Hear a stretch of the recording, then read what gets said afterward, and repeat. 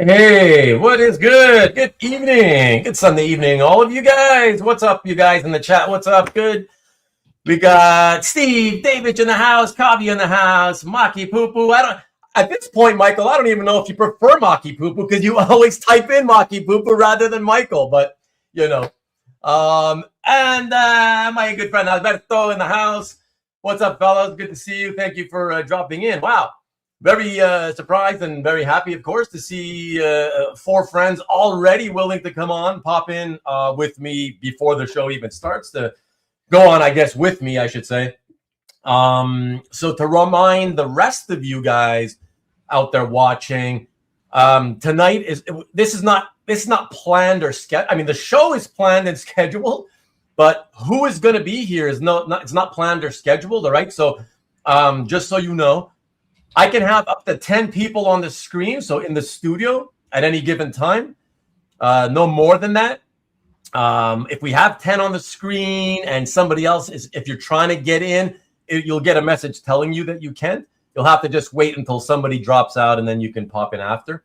I expect throughout the course of the show that people will pop in and out, drop out, pop back in, whatever. But for those of you watching who think, who like the rest of us who were at OAX, if you want to pop in at some point and share your experiences, talk with us about it, see how it all went, you're all welcome, all of you.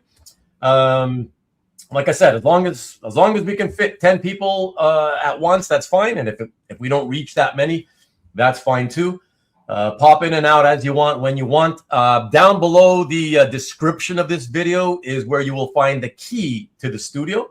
So just click that. And then if you do that, click that, it'll open up a different window. You'll pop into the studio through StreamYard, my software. And at that point, just remember to put the YouTube video that you were on, where you click that link from, put that on mute, so we don't start hearing different the sound from your other browser, so to speak. Okay. And other than that, yeah, that's it, guys. I just wanted to kind of talk about that. It's obviously going to be, it's very experimental in the sense that when I did this in the past for OAX, I did invite 2 or 3 friends, and that's what we did. So we had the same people stationary throughout the entire episode. It does make it easier. This is more difficult only in the sense that the risk about this, of doing it this way, where it's just jump in and out as you want, is the fact that I would like to talk about, once we get into talking about certain topics, like certain parts of the show, like that we're on, it's kind of tough when, like, 20 minutes later, if 2 or 3 other different collectors jump in, they haven't had their say yet, and then they might start kind of talking about their experiences. And it's about things that we've already covered. And then, yeah, so that's weird. We may have to be jumping back and forth on the same topic. I don't know. So we'll see how it goes. Like I said, it's experimental. What are you going to do? Other than that, I see that you guys in the chat are very lively already. Holy shit, 65 comments. So I will be skipping a bunch of them. So I hope they're all hellos back and forth to each other. Before I go and visit you in the chat and say hello to a few of you, though, let me just quickly get the promos out of the way. There's only 2. And the first one, speaking of promos, before I do the 2 promos, just want to let you guys know that in an effort for me to start trying to cut down the length of, some of my episodes, I'll buy a minute or 2 here and there wherever I can. From now on, when I do promos for you guys, those of you who are my friends who have, small YouTube channels, most of you have kind of gone from original art to doing a lot of comic book related stuff. And while I encourage you to do that, that's great. But as a way to look for a reason to cut down on time, from now on, my promos, I will only promo those of you who do comic art and comic books. I'm only going to be promoting the episodes, or so I guess you call them videos, that you guys do that are more original art centric. Okay. I may mention you have a video out if it's a comic book related one, but I'm not going to do any official promo for it with the links, unless it's original art related. Okay.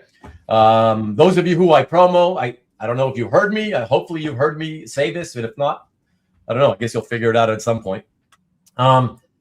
Yeah, so let me go ahead and do the two promos real quick. And the first one is for Lee Parmerter, who, don't know if you're here, Lee, yet or not, but Lee, 6 days ago, I guess the day after the OAX Con finished last weekend, he was still in Orlando, and he filmed it from Orlando, did a video, a very long one, which is not, it's very rare for Lee. Lee's usually like a 6-minute in and out guy.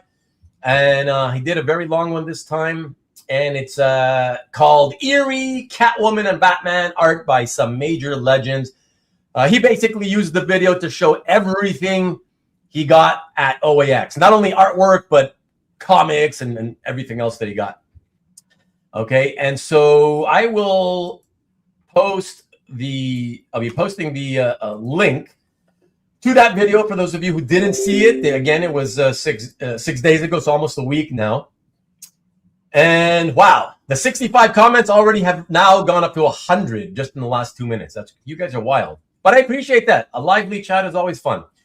So here we go. I've just put the link to Lee's video. If you want to see everything Lee got, that's where you can see it. So please check that out. And then last but not least, of course, I have Nikki B for this coming Friday's show. He didn't tell me anything specific like he usually does in terms of what he may be selling this week. But it's going to be a typical sales show / talk show. And I think you guys will be interested, especially if you're not a regular viewer. Click the link at least just to check out his thumbnail. It looks like God himself is coming down from the heavens to tell us that he's an original art collector, apparently. I don't know, but that's what it feels like. He's trying to tell us with that thumbnail. So the link to that show is right there. I just put that in. Please check that out if you can. Okay. All right. So that's it for the promos. I appreciate the time to do that. Thank you, everybody.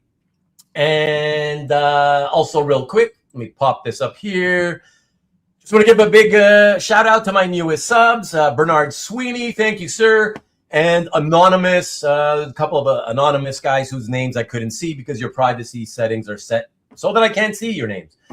And that way I can't shout you out by name. But thank you for subscribing, guys. I hope you come and join us live sometime. That's where it's a lot more fun rather than rewind. But appreciate whatever time you can spend watching any of my content. Thank you. All right. So let me now pop in just real quick. Let me see here how I can do this. I'm just going to say hello. I'm going to say hello to Tom, obviously, Marcus,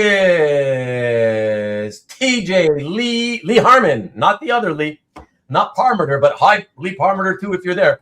TJ James, who else we got? Vivian, look at that. I gotta give you the screen for sure. There you go, Vivian. Thanks, honey. Newell, CJ Hyger, Marcus, of course, unless I already said Marcus.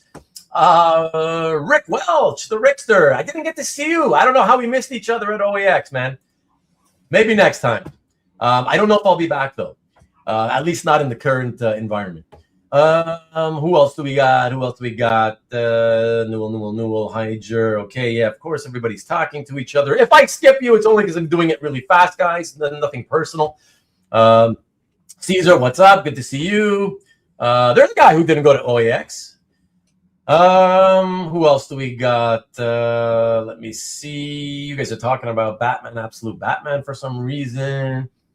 You sent me photo. You know what, guys? I've been busy trying to sell art the last week. Well, really since the beginning of the year, and I have been focused on that. I completely forgot everything else. I did not collect photos to show tonight. If anybody else has anything to show, that's fine. And by the way, if anybody who pops into the studio with us, if you have the acquisitions from OAX within arm's reach, be happy to have you take the majority of the screen and show everybody what you have if you want to show it. No problem there. Corey, just want to mention, since I don't want to forget, Corey Rust is here. Hi, Corey. Just want to let you know, I ended up reading the comic book that you recommended to me. Was it last week or the week before? It's called I Saw Santa. It's from Image Comics, in case anybody is interested. We were talking about Ice Cream Man, and then that prompted Corey to suggest I read I Saw Santa, and it's like a horror story, and it involves Santa Claus as kind of like one of the main characters. I guess you could say he's the protagonist, and it's about murders on Christmas Eve, I guess. And I'll tell you, Corey, I enjoyed it. I will say, small nitpicky thing, just to tell you, I know it's from Image, but I really hated that little cameo, the cameos of Spawn. Like, what the hell does Spawn have to do with this story? Like, it came off like so narcissistic, like it's Todd forcing them to put Spawn in there, for a promo or something, whatever. I don't know. It's just weird. Didn't like it. Like, why bother? It kind of puts me out of the story. It came at the end, so it's not a big deal. Whatever. Like I said, small nitpicky shit, but it's annoying. But yeah, otherwise, I do recommend it. If anybody wants horror, if you like horror comics, Hyder, I know you do. I recommend it. It's fun. I don't know if you'll love it or maybe just like it, whatever. But I think you'll enjoy it if you like horror comics. 2-part story. I Saw Santa. Issue 1 and issue 2. All right. And so thanks, Corey, for the suggestion on that. And let me see, Alberto, okay, anybody new? Mark B in the house, what's good? And you're glad Cobby made it home? Yes, indeed. We're all glad Cobby's safe and sound. Let's put it that way. Let me see, Hyder, okay. Peter, what's up, Peter? Had a great time there at OAX as well. Luis Alonso, what's up, buddy? Good to see you. And who else do we have? What's OAX? Well, you would know if you had attended, Caesar. What can I tell you? Okay. Oops, sorry. Let me see. Peter. Oh, somebody new. Hermit Style. Do we know each other? Have you already been here and I've asked you if we know each other? If I do, I really apologize. Seems like a very new name to me. But welcome. Let me know though if we know each other. If you answer me and I don't respond back, it's because I skipped over it because I'm going through the chats pretty quickly, the comments pretty quickly. Let me see who else. Anybody else new in here? See, I'm happy. I don't want to go too fast because I know there's always new people from time to time, and I don't want to miss you guys. I want to welcome anybody who's new, who's here for the first or second time, So that's it. So that's why I don't want to go too fast. But let's see who else we have. Another Carl. The first Carl in tonight, though, because I have not seen Sodergren. I don't know if he's in here. What's up?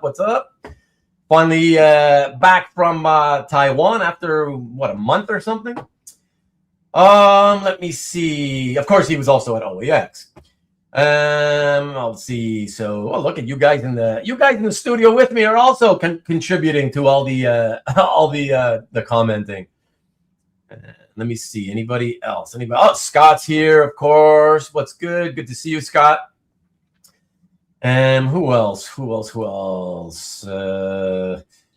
It's okay. CJ, Peter, Marcus. It's like the same small group of people all doing all the chatting. Southern Comic Geek, though, I believe that's your first chat. Maybe if it was a Tom Grummett comic, he would promo. You know what? Probably not. Not if it's just the purpose of it being a random Tom Grummett comic, man. John Brown, there you go. There's another guy who's here always. Thank you, as always, John. Thank you. Appreciate it. Good to see you. And let me see. Southern Comic Geek 247. Hey, there we go. Jewish Dragons. Ian, what's good, buddy? Good to see you. Don't forget, Ian, you are always welcome to pop in and join us here from the confines of the studio. I know you're shy, but just letting you know. There's another man, Robert himself. Good to see you, Robert. For those of you who weren't here last week, if you like to hear Robert speak, he's a Nice, well-spoken gentleman. He was here with me. He popped in last week and spent a little time with me in the studio as well. So thank you for that again, Robert. Appreciate it. And let me see. Rich Cirillo, there you go. Rich may be popping in tonight. So that's cool. We'll see. What's good, Rich? Good to see you. And who else? Who else that we haven't said hello to yet? Hey, Dwayne's the Pain. There we go. What's up, bud? Lovely to have you as always. And I don't know what this means. Bernard is... because his last name's Sweeney. Okay, is that right? All right, good. Let me see. Maybe he'll help get her on the show. And that she'll talk about... Rich is backstage, Ruben, just by the way. Yeah. Rich is backstage with Mara. Excellent. Oh, and Jason and Peter. Wow, it's going to be a full house. All right, guys, just give me hang in there. Just want to, obviously the more people there is, the more distracted. It's easy to get distracted. Let me just keep zooming through this, see if there's anybody else. And thanks, Kavi, by the way. Because you know how it is when you have a lot of people. You could bring them on and make them wait like you're making us wait too. That's true too. All right, you bastard. Here you go. You happy? Yes. Happy. What's up, guys and gals? Bigger party. Good to see you. Thanks for being here. Very happy to have this many people all in one shot. So it's always fun, so I appreciate that. So sorry, almost, let me, look at it. You see? NSN in the house. What's good, Mike? Good to see you. Almost done with this, and then we can get right into it, okay? Who else? Hey, there we go. Jeff Wedding. Kavi needs an injury-free con. Kavi's like literally in this hobby, one of the guys with the shittiest luck over the last few years, I would say. Maybe the shittiest of all. Wow. He's into full contact collecting. Yeah, well put. Let me see. Luckily, there were many physicians down there who collect art. So, hey, look, Hermit Style. We haven't met before. Hey, no worries. I appreciate you coming by, and thank you for dropping in. I hope you enjoy your time here and enjoy what you like seeing here. Enjoy what you see, I should say. Let me see. So Peter, okay. Everybody else, it looks like Mark Fong in Singapore. What's good? Easter egg loaded alien painting behind you, Kavi. Is that a commission? You can answer. I guess you probably already answered. I answered him in the chat. It's a Dave Palumbo piece, not mine, of course, but I wish. Okay. It was mine. Yeah. Very cool. And who else? And see now because I'm finally catching up. Now I see Rich telling me he's backstage. Just so you guys know, if you don't know already, when there's a bunch of people here, when there's over 3 people, more than 3, waiting. See, the first 3 I can see, or 4, I guess. I can see the first 4 of you in little windows down beneath the video screen. But then anybody beyond that are in other little windows on another row beneath. So I wouldn't notice unless I think, hey, let me scroll to see if anybody's down there, which I never think to do. So, so let's see. Cue the Brady Bunch song. Yeah, indeed. Let me see. Always bummed that David doesn't have a Black Flag sticker in the background. Well, you can argue with him later if you want. Alonso Collectibles. See that nice little plug I did for you? Alonso Collectibles, everybody. But Luis, there's people who run through back and forth all weekend long and don't run into each other. So it happens, whatever. It's all good. Let's see. Kavi started doing parkour.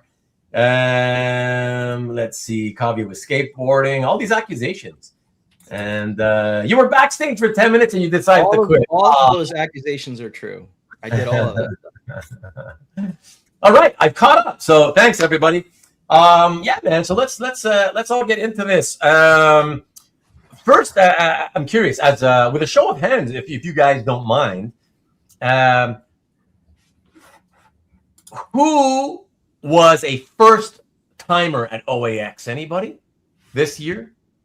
Wow. Okay, interesting. I'm going to pretend I don't know the answers to some of the questions, obviously, just for the sake of the audience. I know the answer to that one, but so for who was it only the second out of 3 potential times? There we go. Okay, a couple of you. Yeah, very good. Wow. And so the majority. It would have been my third, but I got injured the first time, the first Yeah. year. So Yeah, And exactly. it would have been my third, but my dad died. that's I right. do Sorry about that. Yeah. How do you respond to that? Like, I don't know what to say about that one. exactly. You know, that's awful. That's awful. That's awful. Or you got us. You got us. Yeah, you got Kavi beat on that one. There you go. But I do remember. Injury. I don't know. I got exactly. The metal in my leg. You want to exchange it? I don't know. But I do remember you mentioning that last time that you were on, Mara. So yeah, but that definitely beats Kavi's. But trust me, what Kavi's going through is bad. And I got another friend, also a collector, doesn't tune into the show. From time to very rare time, he'll pop into the chat and say hello for a few minutes. He, like about a year after Kavi had his first accident that, we're not going to get into. You guys all pretty much know it by now what happened. His name's Bob Cotman. He also wiped out walking on ice, just like Kavi. And he also got basically the same damage, broken leg around the ankle area with nerve issues, whatever. Crazy. Like, well, how coincidental could that be, Yeah, and he's whatever. He's making do. But Kavi has it worse though. Kavi's damage is worse than my friend Bob. So very bad. So I hope the best. I don't want to win any competition about worst injury. No. I want to be mid-range on that list if possible. No, certainly. Maybe best art. You can win best art, not best injury. It hasn't happened so far. Thanks, Mark. That's very nice of you to say. I don't know that he would travel to OAX or whatever. Like I said, he's not even too social online, but very nice. I'll let him know that you said that, though. Okay. So I want to get this one thing out of the way from Were all. you hoping to have a first timer on? Like, what was the reason for the question? I guess. No, just. Oftentimes, a lot of the stuff I ask is not even for me. It's like I say, it's because I'm cognizant that there's an audience, and it's a much larger audience than even the ones that are here chatting and putting comments in the chat. And so a lot of those people who they'll be watching live, let's say, but they never comment, just lurking. And then the hundreds who watch later on Rewind, you don't know who these people are. And so I just want to kind of give those people the clearest picture of what it's like to be at these shows. And so at least if they know, oh, look at all these people on screen, this person and that person said this and that and the other about this topic. They've been there 2-3 times already. So it's different. You know what I mean? Like opinion sometimes there's context, right? It'll be different depending on how often you've been. I thought you were going to say opinions are like assholes. Everyone has one. That's one of the lamest, most overused little things. He just has a bumper sticker. He's got a bumper sticker that says that. That pops into my head. Yeah. I try. I used it, but I try to avoid using it. Yeah. But no, that's it. That's all. That's the only reason. But Ruben, there were a lot of first timers at OAX this year. I was bumping into a lot of people that went for the first time. They may not be in the audience tonight, but they were there. I imagine I would imagine that would happen, right? So that's kind of. I think they doubled attendance for this year. I think last year was a max of like 500 tickets, and I thought they went up to 1,000 this year. So here's the thing. Was it only 500 last time? Really? So I think last year was 500. Was that many people? 1,000 or more? No, I don't think there was that many. Really? So okay, I'm a liar. A lot more. Right? I thought Kasra told me there are about 100 more people there this year than last year, so they were about at 600. But was he sober when he told you that? Hold on. Let me respond to that. But first, let me say our new friend Hermit Style here for the first time on my channel, and is speaking out and saying he was the first timer at OAX. That's really cool. So thanks for popping in and letting us know that, hermit style. But to respond to the whole thing, and I'm assuming that Kasra will, like he did the last 2 years, will probably pop in at some point later, and he can clear it up for us. But I'll tell you what I heard is that for the longest time last year, I think even in the first and second year, I kept hearing that number kept 500 kept being bandied about. Oh, 500, 500, 500, right? But then I believe last year, Kasra said, oh, no, but like we had more or whatever, we sold more tickets or something like that, right? And then for this year, the only number that I saw, and I could be wrong, but I think I got it from one of the CAF emails. Correct me if I'm wrong, if you guys know better. I saw 1,000 as the number thrown out this time. That's what I thought as well. Yeah? And do you remember if you saw that through a CAF email or anything? I mean, there was definitely more people there this year. Does that include vendors and artists, or is it? There were more artists as well. Well, but if you include the artists, right off the top of our head, could we say that it was fair to say it's not more than 100 total creators that are there? Like, is that fair to say? I think so, right? Yeah, but if you include like the people with them and their crews and stuff, it might be more. You know what I mean? Like, right. Yeah. Right. Although the artists were like 90-something artists, but yeah, if you start including Anthony and all his people, Berkey and all his people, and right, the crews, right? Like that's what he's saying. Right, adding up to probably a couple hundred.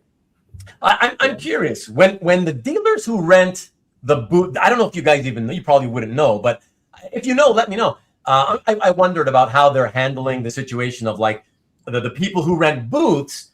They need help, and so they bring other people. Like, do they get to bring their people for free, or are they expecting them to pay $150 for the ticket? Like, how does that work? I wonder. I don't know. Every convention's different. Right. How many helpers they allow? It seems like a small enough show where if your crew is a reasonable size, I'm sure they get vendor badges. You know. Yeah, I would hope so. Right. It does appear that they have a lot of friends and family helping them more than like hiring out. So I don't know what that means, but definitely friends and family are helping the show more than they're hiring people to do. Oh yeah, for sure. I mean, that's how it's typically in this hobby, right? And even comic books, comic art, that's what it usually is, you know. Michael Makipupu, sorry, I didn't hear what you were saying. Please. No, I think they picked up the hotel rooms for some of the artists, you know. Okay. Because that was another thing we discussed last year, and and I'm sorry, Kasra, I forget what the answer was, but we were discussing, because I had been hearing contradictory reports about the artists, right? Like the artist guests, or if you're a writer, I don't know how many, if there's any, do they get writer guests? I don't know. It's mostly artists anyways, right? But I was hearing contradictory reports about some people saying that, there's so many artists who want to attend this show that they don't even comp the artist, and that apparently most of the artists who show up have to pay for their own booth, and only like a few of the biggest names they want to be there, they comp a booth. Do you guys know anything or remember anything about that? I don't know. Okay. I mean, you'd have to hear it from the horse's mouth. That sounds like I know there were certain scenarios like Steve Rude being brought out by Heritage to their booth, and that was right, their own deal. So like OAX was not involved with like paying Steve Rude to be there. Right. It was a Heritage thing. But as far as the regular setups, I don't know the answer to that question. Yeah, that was quite interesting, wasn't it? Like I remember seeing I kept seeing these advertisements from CAF saying, how did they put it? That Steve Rude gonna be at OAX, sponsored by Heritage, and I'm like, okay, if they're using the right terminology, they're literally saying that Heritage, for whatever reason, decided we're gonna spend, not that it's a ton of money for Heritage, obviously, but still nice. It seems like they paid his way there to be there and all that stuff out of the and they promoted this Steve Rude art giveaway raffle on Sunday, and then I think Rick Welsh and I both went up to the Heritage booth on Sunday to sign up for this raffle. So, you know, maybe we could win a free piece of Steve Rude art. And there was no raffle. How rude. They were just turning people away. And it was in the email that went out from CAF Sunday morning, like, make sure to go buy Heritage, sign up for the raffle. There was no raffle. Yeah, I found that odd. That was one odd thing. I did have a good conversation with Steve Rude in the elevator one night, though. So there's that. Oh, that's cool. Yeah. That's nice. Tom is saying that for him, it felt like twice the people than the first year for sure. And then Mark said he actually felt that it felt like fewer people this year because of the two halls. So that spreads it out a bit, right? So obviously the more spread out, it was more spread out, and it was difficult to navigate with an injured knee, like the longer double room scenario. I will say that, but it was. Kavi, how long are you gonna milk that injury, Kavi? That little minuscule injury of yours. Come on. There were plenty of people giving you a seat wherever you went. I know that. There was people hooking me up. Yeah, yep. Comic Connect let me stash like things at their booth, so I didn't have to carry stuff around. Lots of help from various people. So I appreciate that. So our friend Zero Kiori, what's up, dude? He says there were still VIP tickets available on the day of the VIP night. I don't know. Again, this is something that only I guess Kasra could be able to vouch for or not. But the interesting comment there. That's interesting because didn't in the previous 2 years didn't they like supposedly sell out way in advance or something? That's what I remember. But okay. Let me just see. Let me see. Welcome. So with for all of you who are here with me in the studio, anybody can pop in with your answer if you want. I'm curious, from your points of view, what did it feel like? Did it feel like more than last year, less, the same? You know, more of what? How it felt in terms of the volume of people. Oh, there was more people for sure. It felt like a bigger show in general. Okay. Bigger room, more people.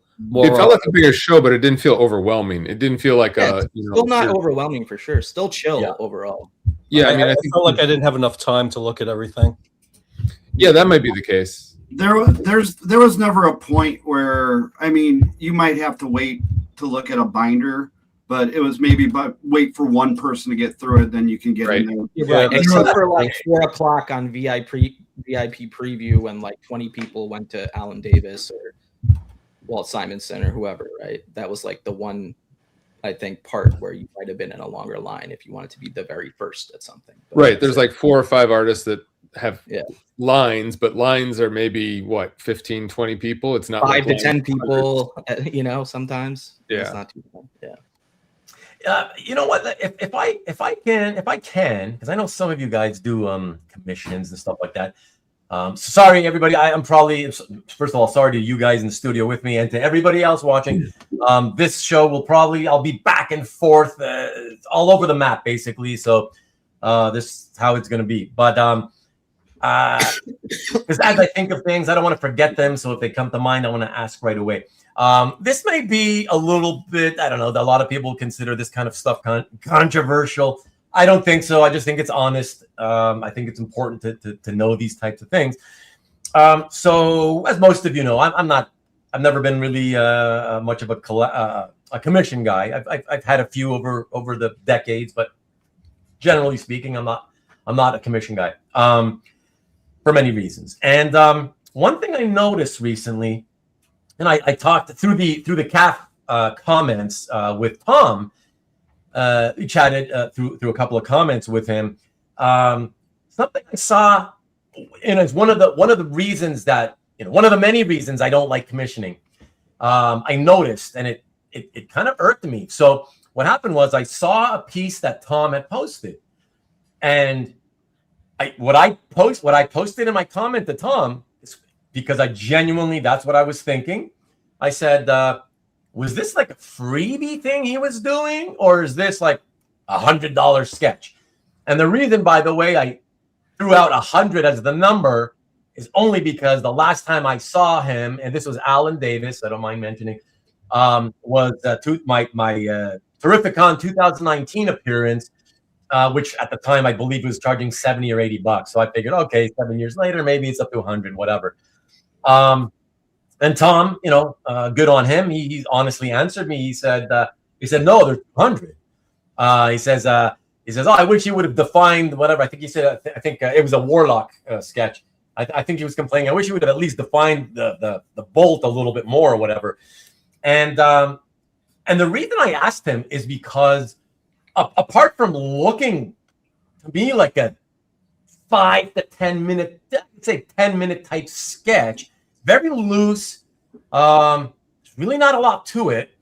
I had seen his other sketch. Tom had I believe it was in a Batman. I think it was a Batman, which it seemed significantly tighter and like there was more to it. And I've seen a few other people post Alan Davis pieces from the show that also seemed like, again, for me personally, $200 seems like a lot, but I guess, everybody charges a lot at OAX anyway, so whatever, it's fine.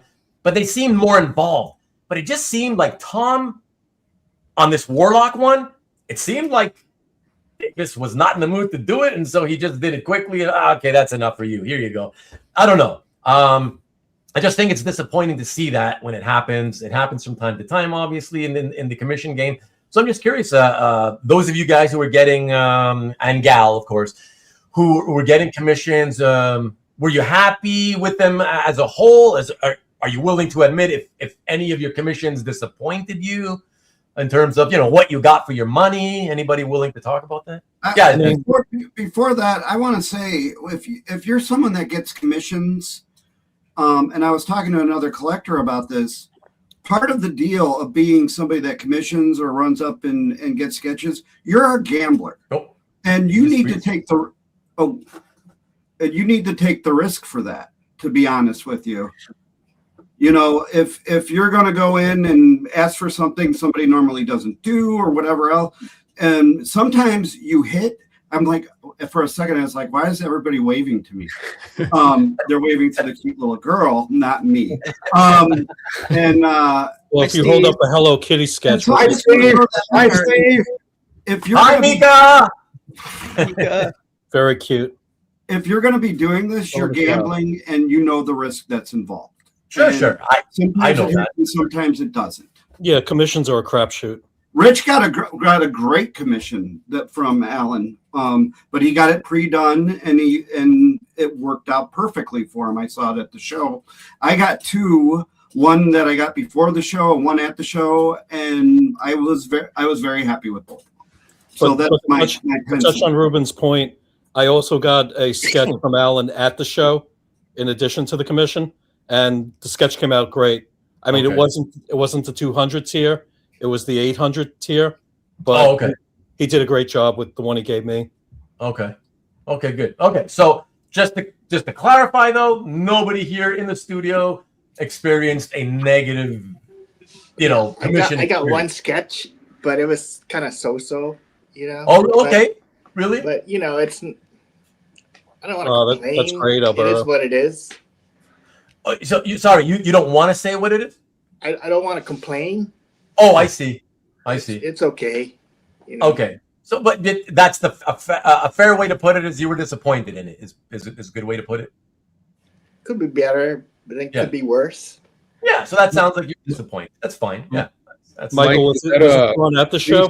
Commission? Yeah, it was done at the show. Was it right at the show? At the show. At the show. Yeah. Yeah. Yeah. I mean the nice thing, if you're going to do commissions, the nice thing about the pre-show commissions is, they've arranged this with the artist. This is what they're willing to do. You're going to get it at the show. I think everybody I've known has gotten it at the show. I don't think there's been too much, I didn't get it done in time. So that's kind of nice. Otherwise, when you're trying to commission an artist and 2 years later you're still waiting, that's a problem. So, and also too, 99% of the time, if you pre-commission something and they're working on it at home, it's going to come out a lot better. Right. The quality is going to be good. Yeah, for sure. At home commission.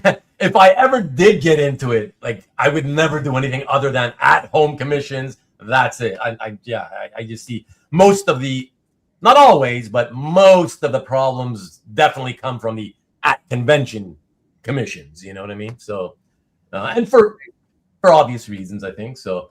Ruben, I've had generally good luck with my sketchbook. Knock on wood. And I think this last OAX, I think it was pretty good. The finish that I got, and I was very pleased with that. Oh, Rich, that's sweet. Awesome. You're pleased with all the ones you got, Peter? Yeah, that's the only sketch I got. Okay. Oh, okay. Okay. Alberto, how many pieces do you have? Because you seem to be desperate to show them. I was going to say I'm happy to give you all, one at a time, the big screen, and if you have all your pieces to show, you can show them all quickly. That's fun, right? So I don't mind doing it. I'd rather just let me know you want to do it, and then we'll focus on showing art one at a time rather than doing it while people are talking, because it gets more distracting, I was just showing them as people were mentioning in the chat, because Tom mentioned that I got a cap piece by JR, so I figured I'd show it. And as people were talking about the Alan Davis, I figured I'd show mine. I got way too many pieces lined up, so I don't want to take a whole hour of your show just showing my pre-OAX pieces. But you have how many pieces? Came home with over 30 pieces. So wow. Holy crap! Okay, it was a slow show, huh? I was trying to compete with Kopecky, who got 96. I watched some of them on Bill's show the other night that you showed, Alberto. We feel sorry for you, Alberto. Sorry you didn't get enough. Hey, hopefully next year will be better for you. Really quick, everybody. I'm having trouble keeping up with all the comments, but in the chat. But I noticed a couple of people mentioning something about there was supposed to be a raffle, and people said it was a bust. Anybody know what that's all? Well, that was the raffle I mentioned, the Steve Rude one that didn't happen. So. So it just okay. What was the reason it didn't happen? I think Mark in the chat said that the Heritage guys later said that the piece went to the auction instead the night before. It must have been a miscommunication between the Heritage team and the OAX team, and just in some way. I see. Because people were still on Sunday morning heading to the Heritage booth to be like, I want in on that Steve Rude raffle piece, and myself included. So, yeah. Okay. Yeah, I wonder if it was kind of one of these later minute decisions by Rude. No, let's make some money on this. I don't want to give that away. You know what I mean? Mark's now saying he never saw the Rude in the auction either, and I missed so much of the auction trying to rebook flights that were being canceled in real time. So I barely watched the auction. Yeah. Okay. Well, the problem with the auction is a lot of people left early because there were, I think, trying to beat pieces that were not announced previously, and it was getting late, so a lot of people left. So I feel like the last 10 surprise pieces didn't get any attention. I don't even know what they were, to be honest. I left early myself. I think they were all Captain America pieces. Yeah, they must have been. Oh, well, all by artists you don't have. Yep. All right. And sorry, go ahead, Steve. Go ahead. If I do, I think they have too many things in the auction. I think it really, when the auction, it went for like 2.5 hours. Yeah, it's too long. I mean, it's nice to have one piece per because it would represent the weather was great and it was outside, which was kind of a cool change. So, but I mean, artists they cannot represent their art, though. I mean, they're trying to get every artist to do one piece for the auction, and what are they going to do? Tell half of the artists that no, you're not allowed to. Yeah, that's it. So that's the thing. That's a good point. That's a good point. I'm just saying that by the 2-hour point, I was like, I'm going to the bar. Yeah, but listen, Steve, that's the thing, right? Like, you don't have to be there. There's other things going on. So if you don't the auction, right? There's never a dull moment. There's always something to go do. Yeah, there was way more things on the official schedule, I feel like, this time around. There was stuff to do on Thursday, Friday, Saturday, Sunday. Every day was packed with stuff. There was a lot more officially planned. It felt like there was more of a 4-day experience this time. Do you guys know, I wasn't there for most of the auction, but when you go on the CAF galleries of the auction pieces, are they in order that they went at the auction? Because that would help if you knew that It wasn't. if you knew there was a wasn't way in that you order. could see that okay, there was in the no, the guys next to me had the app. It was on the app. The Okay. badge had a QR code where it did show the pieces in the order that they were going to be shown. But if you looked at the CAF gallery, they were just posted in the order that they were receiving them from artists. Gotcha. Right. Because that way, if you want to go away for a while, if you know the piece you're interested in is the last auction piece, then you know that okay, I'm going to be gone for an hour and a half, and I'll come back and We'll take a nap. or take a nap.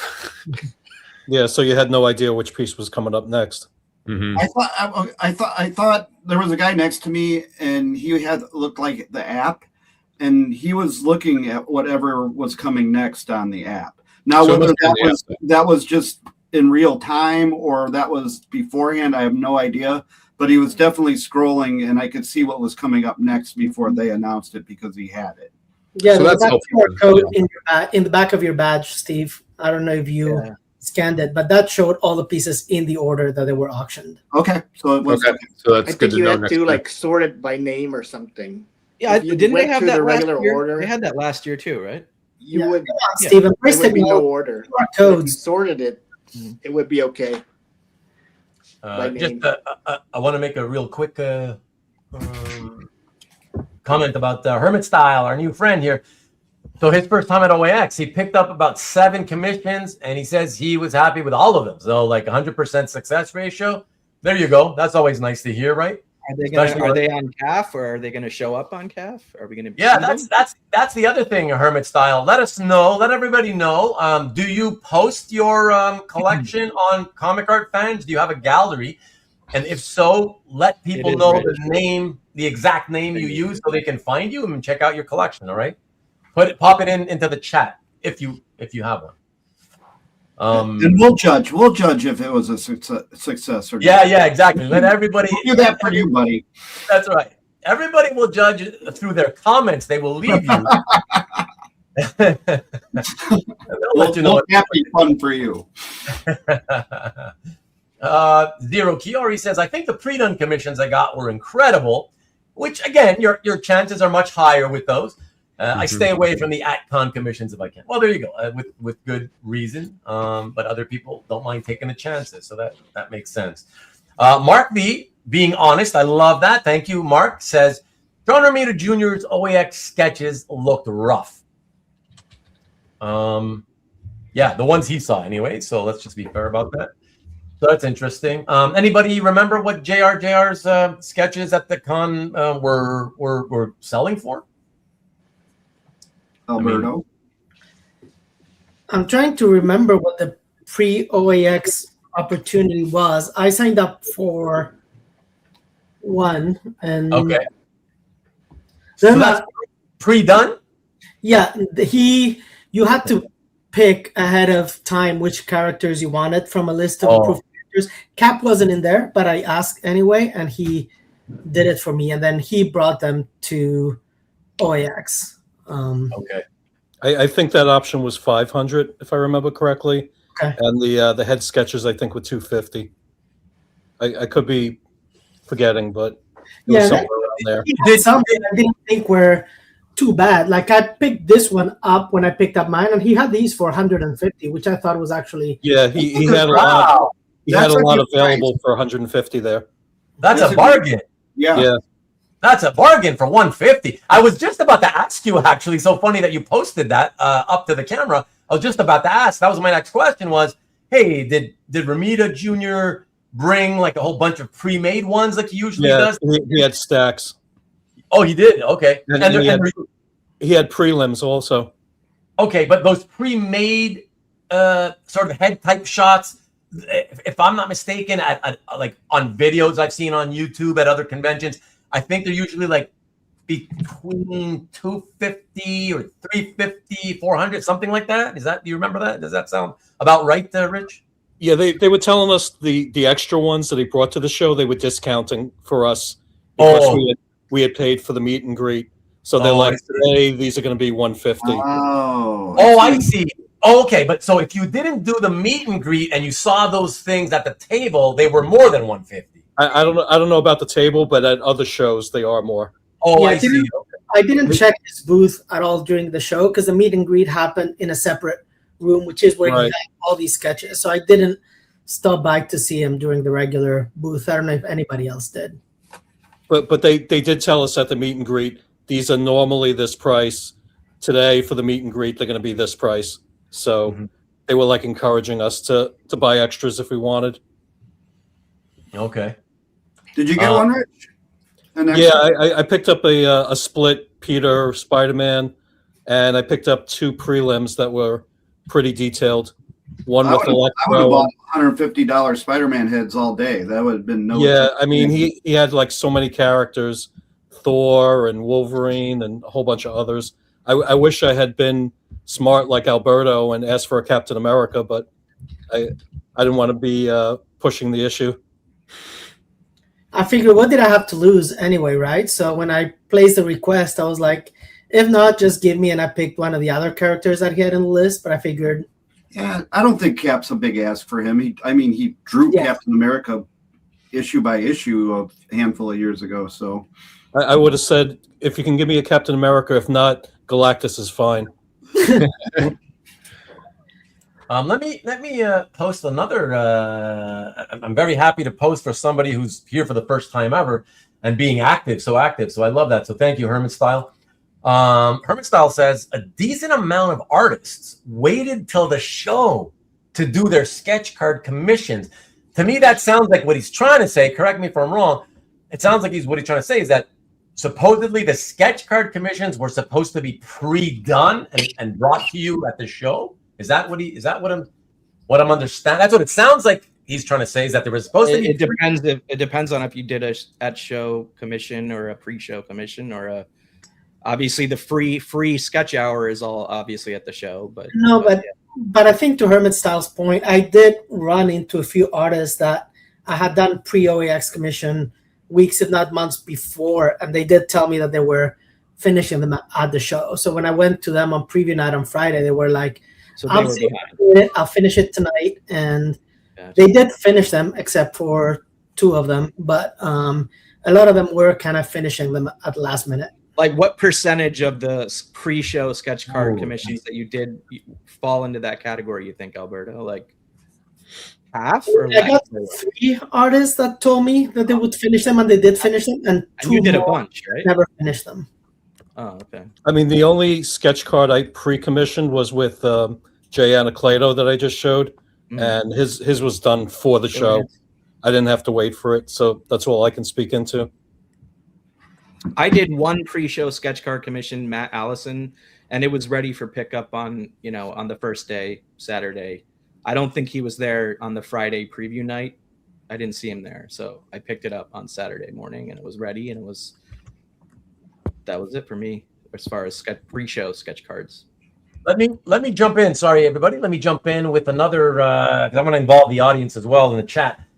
Corey saying one drawback for him was that he wants to see prices. I don't want to ask for a price, and I'm with you. I hate that. Do any of you people in the studio kind of know precisely what he's referring to? Like just art for sale generally, or from artists who have a stack of art but they don't price it? Is it like, did anybody else know? He might be talking about one dealer that likes to use the term "please inquire." Well, but I thought I don't think Corey's shopping there. I thought that Rich and his brothers, maybe I could be wrong, but I thought that Bill was making them, like forcing them. I thought a long time ago, I thought he had said, okay, for when you're doing stuff involved with me, like if you're gonna take booths or whatever, you gotta put prices on stuff. Or maybe they had prices, but they had so much stuff. Rich has prices in folios, but Steve doesn't, I don't think. But for the main stuff they wanted to sell, they definitely had prices, but not all of them. Yeah, I think the main stuff that they posted on their wall did have prices in it. But there were some artist tables. I can't recall off the top of my head like exactly which ones didn't price and which ones did, but the majority had prices. I went to a couple. I went to a couple artists and had to ask. I had to ask, how much is this one? How much is that one? Yeah, I mean, some artists didn't have a chance to price it. You know. It wasn't like a prevailing trend of the show that there was. I think part of it was the artist who was selling. They didn't know what the price was, so they would have to ask their manager, their rep, yeah, how much it was. Because I saw it a few times. Yeah, you would think that, you know, I as a customer, I'm with Corey. I want you guys. That's your job. Like, you should be taking the time to price this stuff before any show and have it priced, so people don't need to ask. And also, just from a marketing point of view, a selling point of view, you absolutely will make less sales if you have stuff unpriced, because it's human nature. A lot of people don't like to ask you, and they will not ask you if they see there's no price, because they don't like the feeling of, if they do ask you and you tell them, all right, let's say it's an artist and the artist tells you the price, nobody wants to have that awkwardness of like, oh, okay, thank you. And you know, you just blow it off, because a lot of people feel like that makes them think that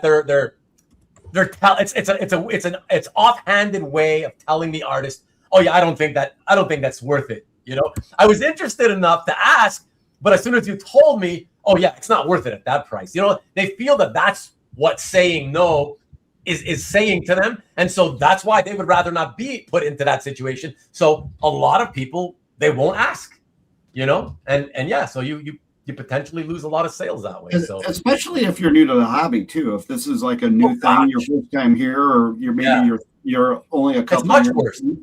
It's intimidating, I'd imagine, to be stumbling into this hobby in 2023 or and only 3 years in, you'd be like, I don't even know what to do. Yeah, I absolutely agree with that. They have, think about it. They have to be the first timers, the new people, like newer people in the hobby. You know, they're still kind of getting their feet wet, learning everything.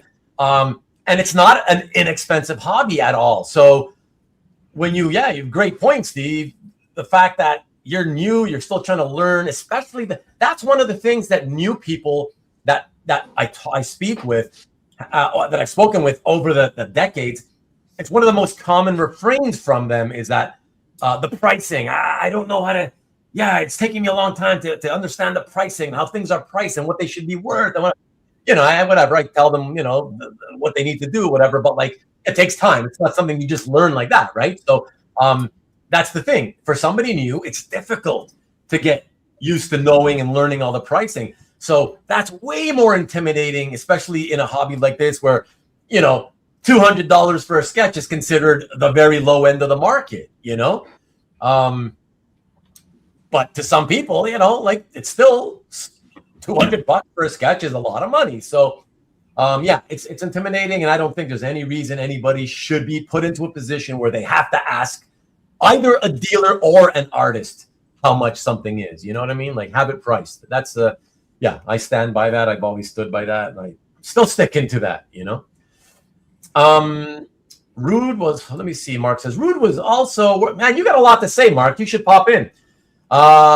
Rude was also working on a $40,000 Superman piece that was unfinished by the end. Oh, that big one we saw behind him. That was a $40,000 piece.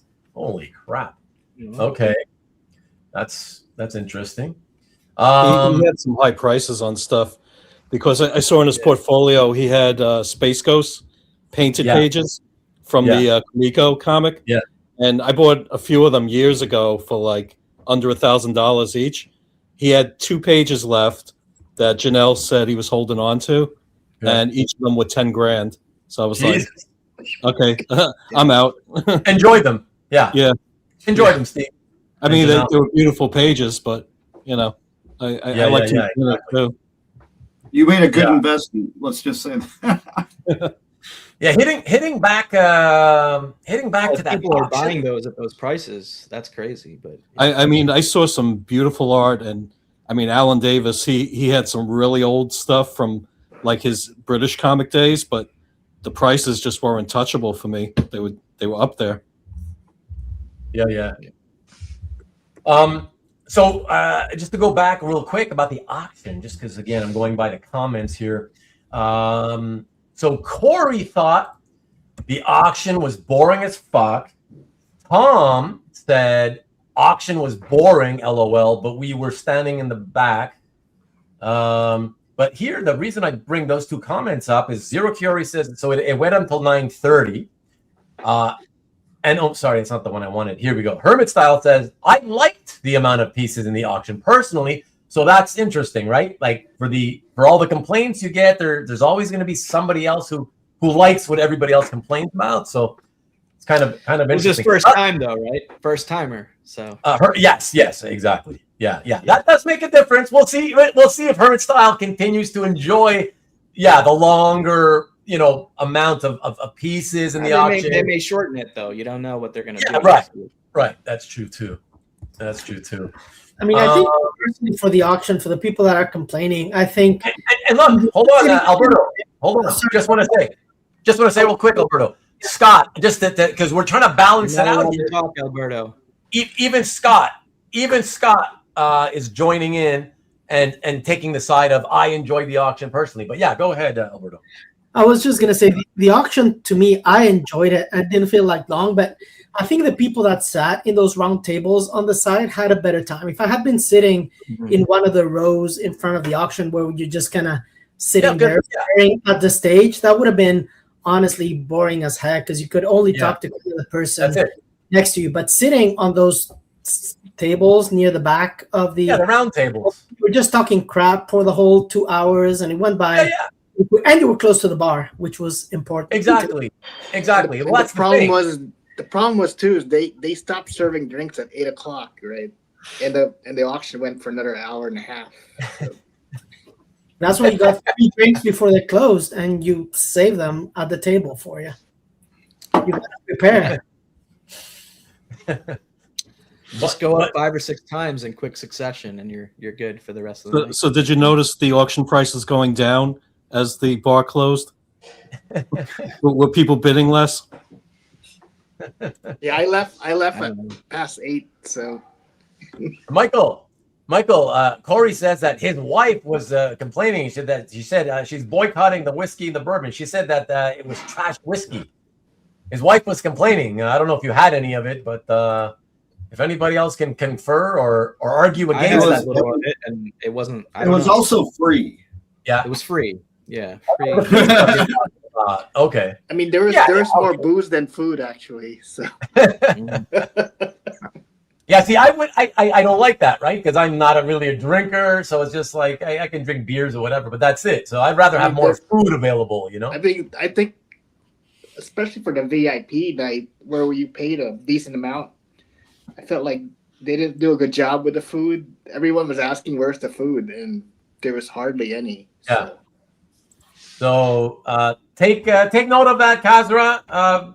Some people were complaining about the food. They want food for a longer period of time, more selection on the food, not always on the alcohol. Not everybody's an alcohol drinker, so something to. I need to commend the buffalo chicken wrap at the whatever the built-in restaurant is at the Double. Oh, you like that? There was a hole in the wall. Yeah, that hole in the wall outside in the courtyard is actually decent food-wise, but you have to pay for it there, obviously. But, yeah, there are some good food options around there that won't cost you an arm and a leg.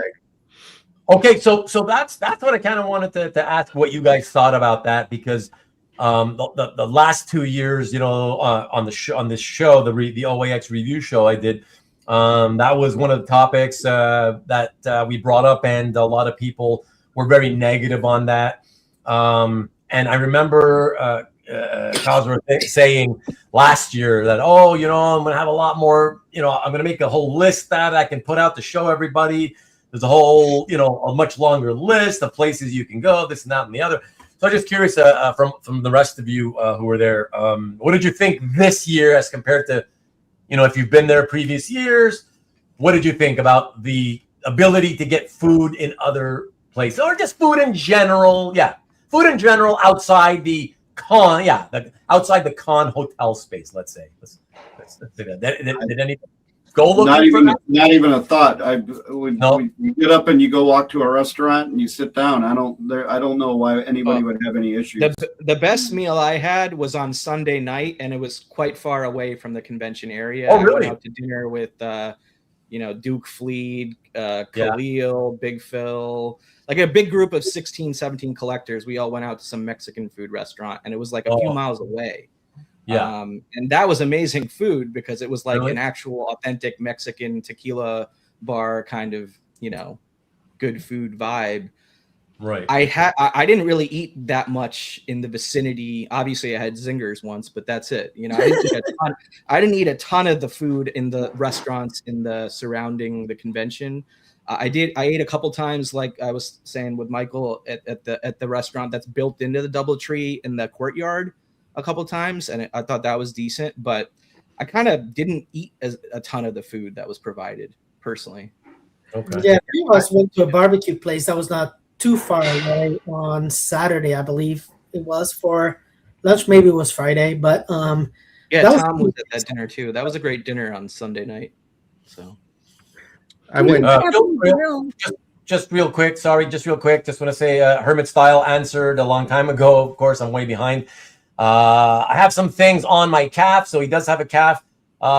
He should be listed as Hermit Style for anybody wanting to check him out, but he hasn't posted his OAX pickups yet. I shared his Instagram link like an hour ago in the chat. So fantastic. Thanks. You should let me know next time. Well, is that really going to speed things along if I let you know?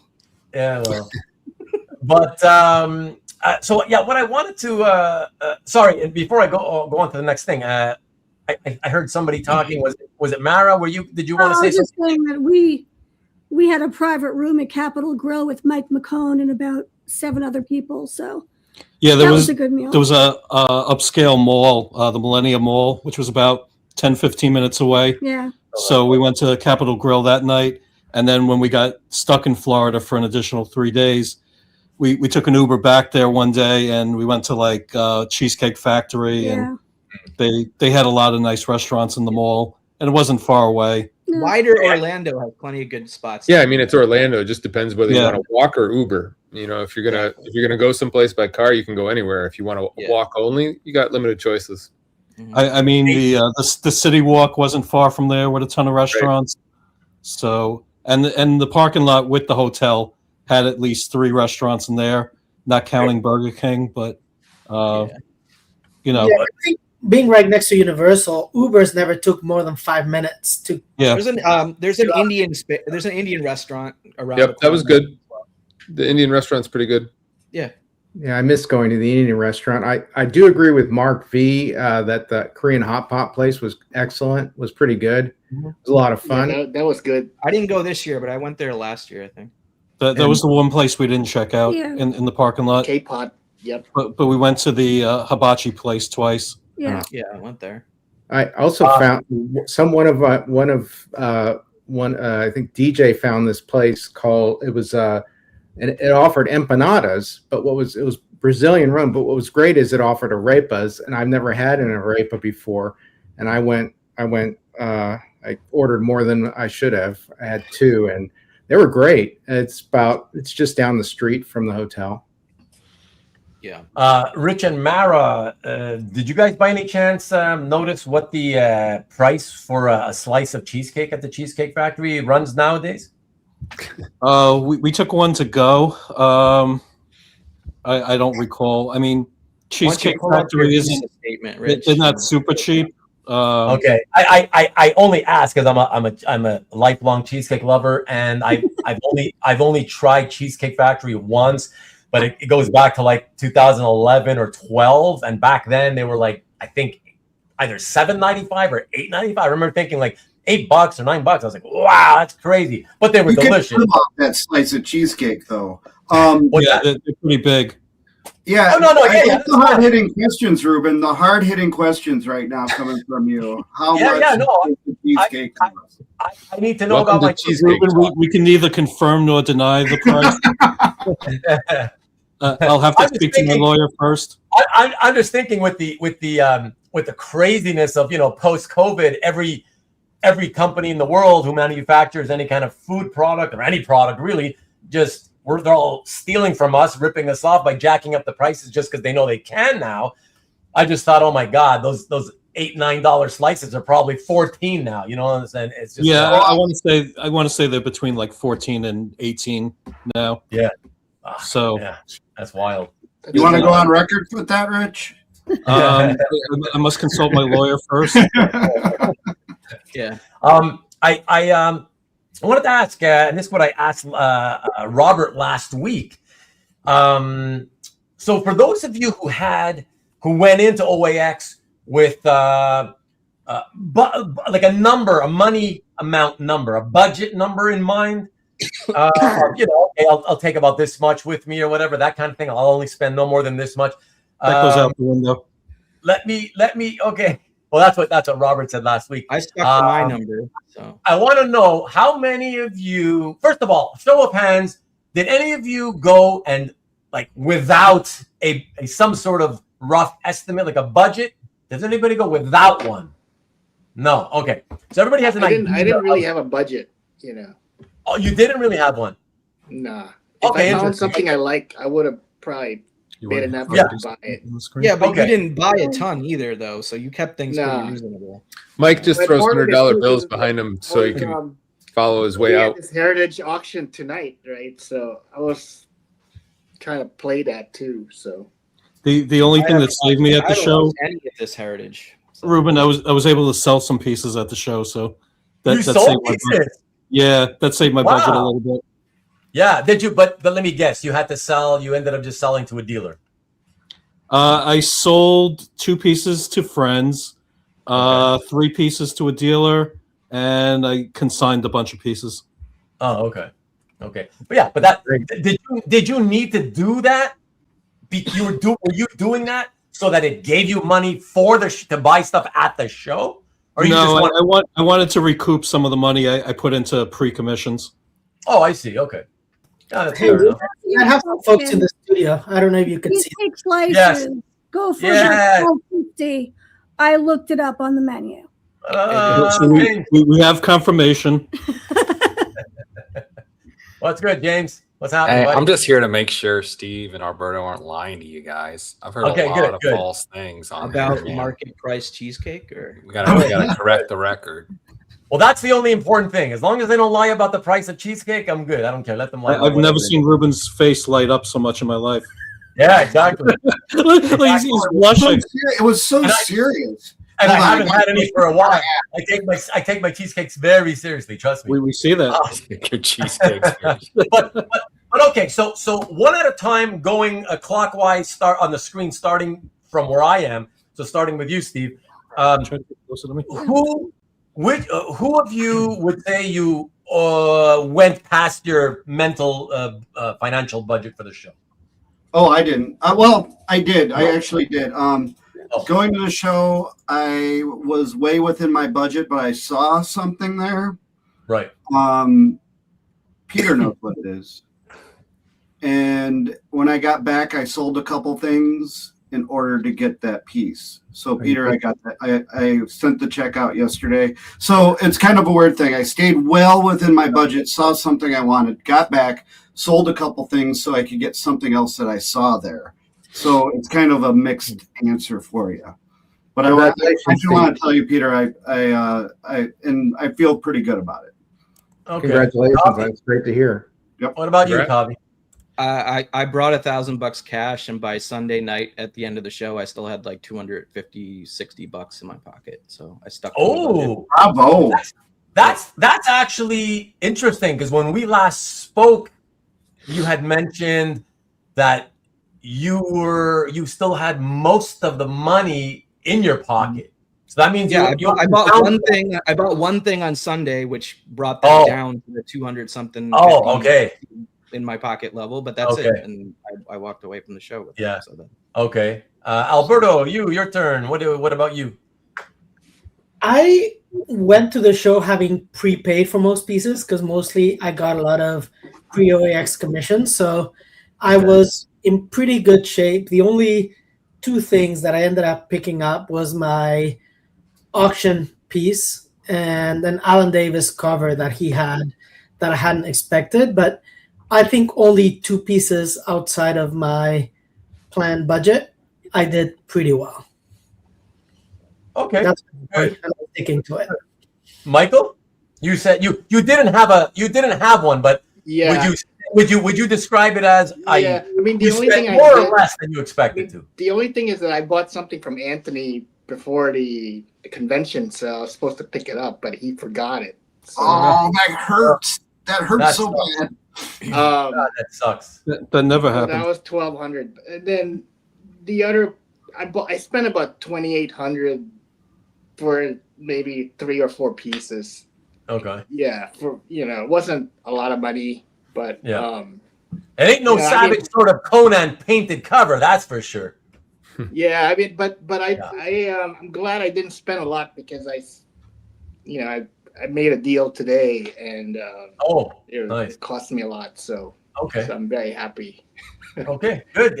Sometimes it all works out for the best, right? When you don't spend money. I mean, I went there thinking, I really just want to hang out with the boys, and the girls. So that was the best part for me, is just hanging out, and meeting new people. Also, I've met some familiar faces. I met, but I also made new friends and whatever. So that's cool. And I got to talk to Dino a lot, so that was nice. That's one thing that helped me this year, and I don't know about anybody else, is I had signed up for a lot of artists pre-OAX. So honestly, I did not stop by a single dealer booth during the whole show, except just to say hi, because I like saying hi to Will and Bashara and those guys, but I never looked at any of their inventory. That probably helped with my budget, but there were so many artists and so many people to catch up with that, to me, the dealers were an afterthought. I would agree with that also. I didn't look at a lot of dealers. Yeah, I was under budget until Sunday midday, and unlike Alberto, I made the mistake of looking at some of Bashara's stuff, and unlike Steve, I didn't think about it and how to fund it. I just blew my budget to hell and had to explain it to my wife when I got home, and she's only rubbed it in a couple of times so far since I've been back. So, and you got to go sleep in the van now? Oh yeah. In the cold, in the van, down by the river. And you could always tell that X-Men 1 behind you and get some more art, We were friends until you just said that. So I gotta know though, is it because you bought something big or you bought a bunch of stuff that took up all that money? I bought one page. It's an early X-Men page. Nice. So congrats. Yeah. Don't tell us. I know how we talked about this, so I know that until you got it, you're ready to post it or whatever. Yeah, right. and then surprise everybody that way or whatever. I'm sure it's great. Congratulations. Thanks.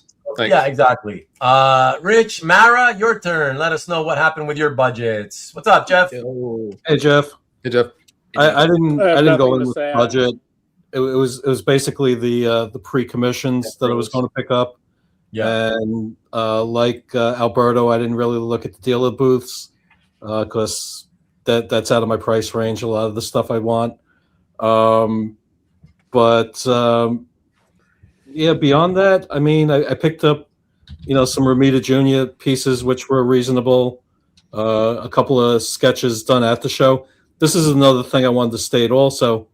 A lot of the pre-commissions for OAX with artists that I wanted were priced out of my range. So certain artists, they might have been like $1,000, $2,000. But if you got a sketch from them at the show, it was a lot more affordable. So I went that route.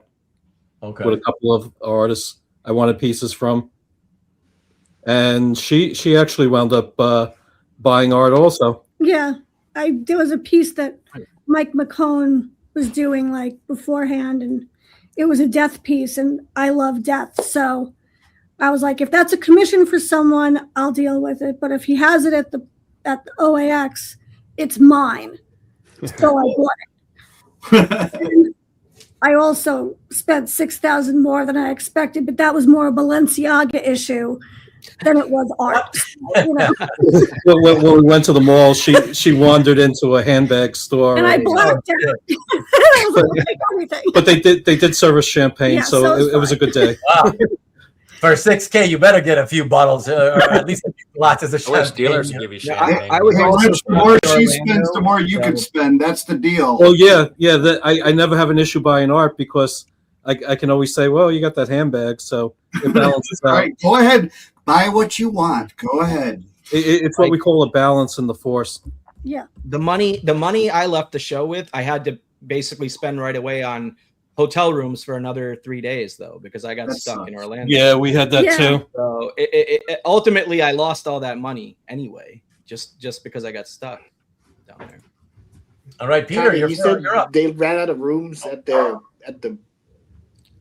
They were already sold out on Monday at the DoubleTree. So I wasn't even going to bother getting a room there. It would have been too expensive anyway.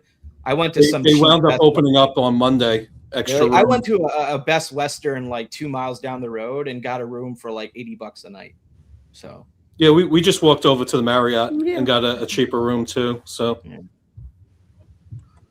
right, Peter. Hey guys, I got to tap out, so I will see you. All right. Next Sounds week. good. Thanks for popping in.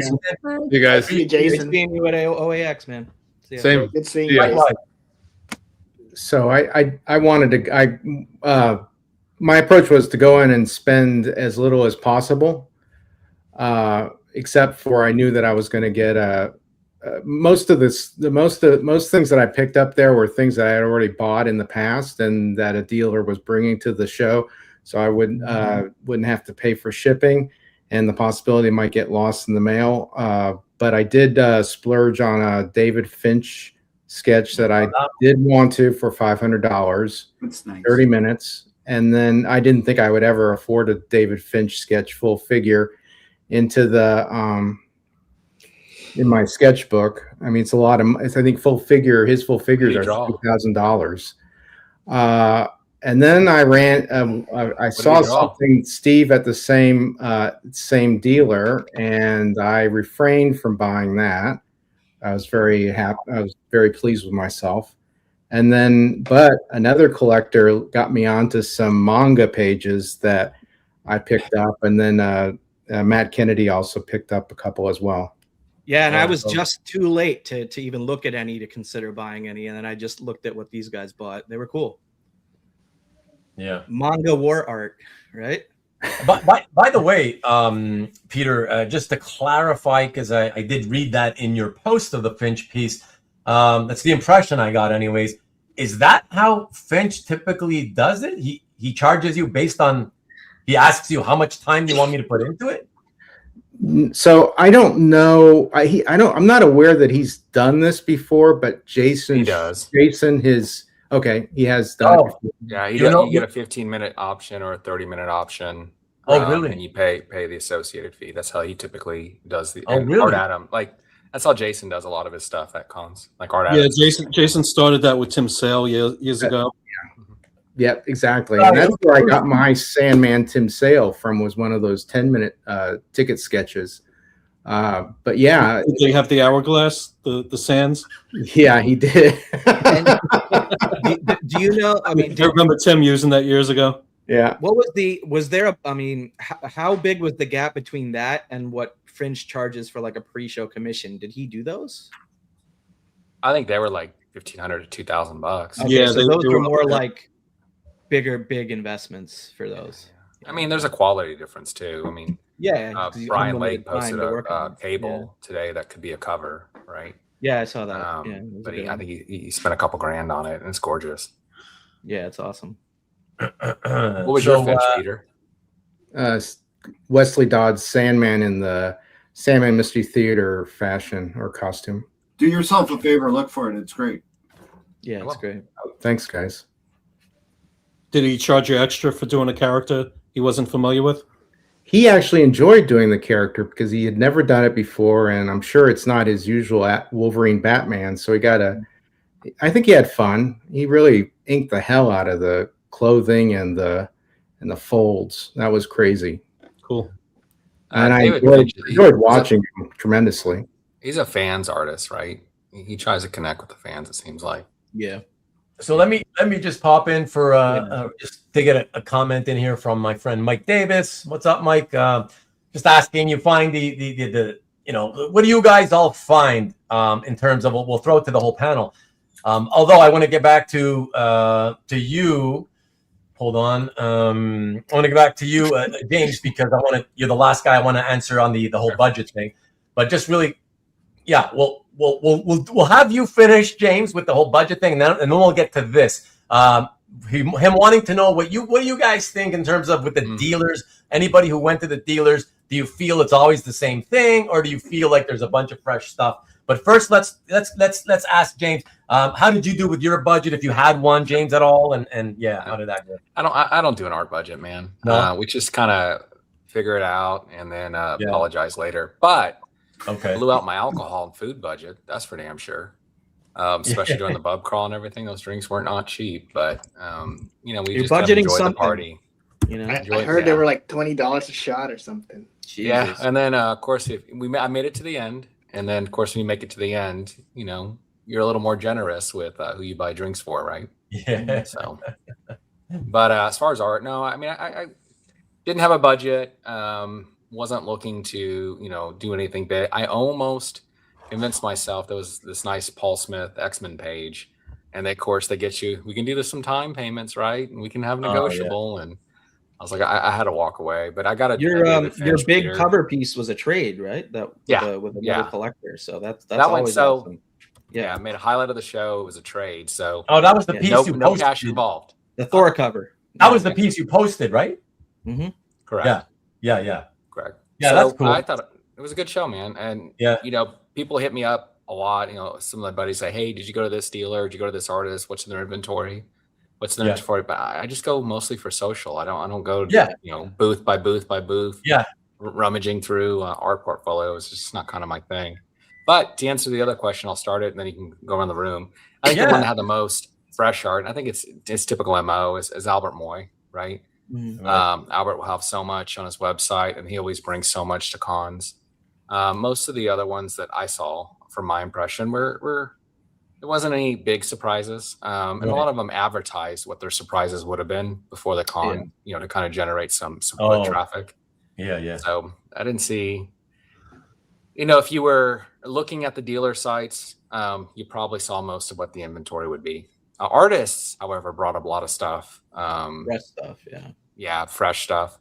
But dealers themselves, outside of Albert, I didn't see anything that was, above and beyond, except for the Superman 75, but that's not worth, that's not at auction yet. That's more of a display gallery to promote the auction than exactly fresh art. But exactly. Cool. It was really cool, and I gotta say, when I was looking at that, and I was with Bill Byers and Carl, like the two biggest. They let you touch it too, fans ever, and they were like having a religious moment in front of this art. It was it was cool. Did anybody else in the panel here go and check out dealers and have an opinion as to whether it's all the same old, or hey, there's a lot of stuff here. I saw some booths that I looked through and have seen art that has been sitting in there for 7 years. Right. Every time I look through their portfolios, some of the stuff's the same thing. But once in a while, you just have to look, because once in a while something will pop in new. But some of the stuff has literally been sitting there for a decade, and they've got the price so high it's never going to move. But the more interesting stuff was when the artists were bringing stuff that they maybe they don't have a website, or they don't put it up, or they're just bringing some fresher stuff. The odd thing I thought was Felix was there, and he had a little bit of art for the guys that were there, but didn't bring any of his art for if that artist wasn't there, he didn't bring anything for him.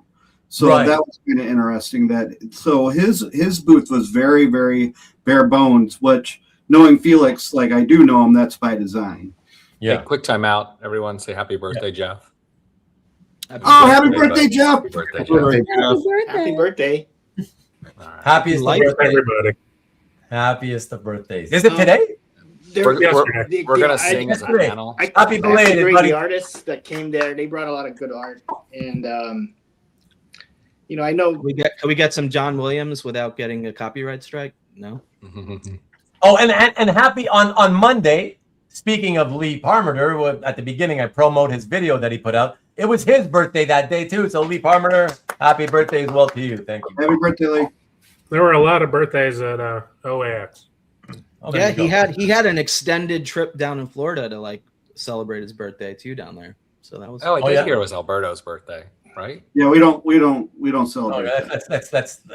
I'm one for not beating a dead horse, and yeah, I mean, that one's been beat to death like years ago or months ago. There was some French guys who came over and they brought a lot of good art, but they were so expensive. I mean, I just like to beat the meat. Yeah. Come on, James.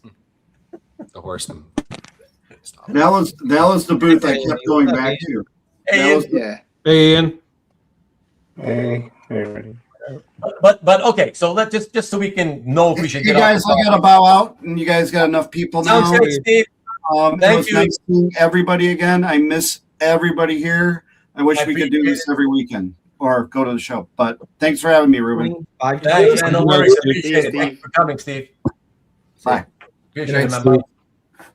Hey, Ian, are you on Facebook? I'm more on Instagram. All right, I'll find you. I'm just Jewish Dragons _ No. Okay. I appreciate the gift. So I just wanted to find you. Thank you. Oh, yeah, thanks. Just so I know if we can You're get welcome. off the topic. I want to know if we can get off the topic. Anybody else have anything, any comments to Mike Davis, who asked about dealers, the vintage type dealers? Anybody else have any feedback on that? If not, we'll move on. Nope. Okay, we'll move on. So, Mike, the answer is, and it's what I expected. Generally speaking, it's always been that way, where the dealers have what they have. Very few bring new stuff every time. For the most part, it's going to be the same old, same old. I think that's the best way to put it. For the most part, and you'll never find a new piece. You know, you'll occasionally find some new pieces here and there, but like, yeah, the vast majority of the inventory brought to these conventions, you know, not only original art cons, but comic book cons, it's always going to be the same thing. You can't expect them to bring new stuff all the time. I mean, they got to sell shit, you know, that they already have. They can't keep buying and buying and buying stuff if Ruben, they have all that. Ruben. I mean, the Bud they're dealers, right? was The moment very they have disappointing. Sorry. One at a time. James, what? Yeah. I said the Bud Root selection was very disappointing. I'll just have to throw that one out there. Yeah. Okay. I was just going to say they're dealers, right? Ultimately, the moment they have a piece and they can sell it, they're not going to wait 3 weeks to show it at OAX if they can sell it today. Yeah, exactly. So they're going to post it and sell it the moment they have it. And there's no reason for them to really hold art for OAX unless they're too lazy to scan it or post it on the site. But that was one thing with Anthony's booth, is he had the sort of desk area that he set up at the one end. And as he was buying art throughout the weekend, there was literally a pile you could walk up and start sorting through of stuff that he'd just bought at the show and was trying to turn around real quick. So, but, you know, for a lot of these guys, as everyone said, you know, they're updating their websites and stuff all the time. So you're seeing it in advance. But, you know, the show started technically Friday with the preview, but I know sales were happening in the hotel lobby by Wednesday. So, you know, there was stuff turning over faster than you could have updated a website with new stuff anyhow. Fair enough. User Rizzler says, do many collectors stay out there for a week or just for the show days and return home? From what I can see, most a very bare minimum will turn it into like an extended vacation for their wives or families or what have you. The vast majority go right back home. Well, a lot of us had no choice this time. This year, a lot of them had to stay an extra few days only because of weather problems and canceled flights. But generally speaking, yeah, they just go for the show and that's it, you know. Hi to Blake Marino. First timer, I think. First time here, Blake, if that's what your real name is. Hello, welcome. Ian, we were talking about budgets and how everybody, and you know, you've been listening, so you know what I'm talking about. How were you with the budget? Did you have one? And if so, did you surpass it or stay within it? Well, I went in knowing I had bought 5 commissions, so I had sort of set up these commissions, and I knew how much I was. Yeah, pre-show commissions, and I knew I was committed to that amount, and then I thought, well, honestly, on the Wednesday before, I was sitting in my hotel room because I got there Wednesday, and I was sitting there watching the Heritage auction, and I was trying to win something, and I needed, I was kind of determined to win it, so I was thinking, well, depends how high it goes. That'll kind of help determine the budget, and I knew. That's a good night to slip into the radar on the weekly Wednesday Heritage when everyone's traveling to OAX. So I did win that auction, so it bid into my budget, but then I don't know, I exceeded my budget anyways. So, because ultimately, by the time I got there, I don't know, there was just too much good stuff, and I've been looking at some things on dealers' websites, and they had them there, and I said, okay, well, why don't I just commit and just buy them here now, since I don't have to deal with the shipping and stuff. So I just ended up buying more stuff than I really wanted to. Oh, okay. Not more than I wanted to, but more than I was expecting to. But. Okay, I mean that qualifies as you went over budget. It's more than you were expecting, so yeah. So that's it. But like, are you upset, or were you really happy with everything? Are you having any regrets about it, or are you cool? No, I don't have any regrets. I mean, this is all fun, right? I mean, I don't buy things that. I mean, they don't make any sense to anybody else. I mean, I wouldn't ask anybody else to make sense of them, but they make sense to me. So I'm happy. Yeah, for sure. No, that's that's fine. And Derek is letting me know cheesecake slices are $12.95 and up. A bargain compared to $30,000 pages, which is why you got to get into cheesecake more, everybody. Come on. But very nice. Now, I wanted to know, especially I'm curious about Rich and Mara, but really everybody, is there anything about the show this year that made you think, like when I told you guys, hey, whatever, I'm doing the show again, like usual, whatever, you're welcome to come on. Is there anything about the show that would make you think like, oh yeah, I'll go on the show and I'm gonna bring that up. I just want to make a point of this. Is there anything, any of you really? There's something, pro, con, whatever. Like there's just something that stands out or stood out to you this year that you just really want to make a point of mentioning for the benefit of everybody. The first thing I want to say is OAX is by far and away our favorite show of the year. Oh, fantastic. For a bunch of reasons. One, it's art-centered. It's not overcrowded like a lot of like the New York show that we live nearby. Right. And also, too, these shows, as others have said, it's a reunion. You're going there to see friends. Yeah. Some people I've known for 20, 25 years. Some I've never even met in person. I only know them through the internet, through deals. Even hanging out, I love that it's in the hotel where we're staying. So even when the show's done, the show's still going on. You can just hang out in the lobby and people were coming up to us. That's where I met Ian. He came over with Duke Fleet and introduced themselves. Right. So it was great putting, faces with names that I've known for a while. I think Bill and Kasra throw an amazing show as far as the guest list, how it's set up, very interactive. As someone said earlier, every day had something planned, whether it was the John Romita get together, the auction.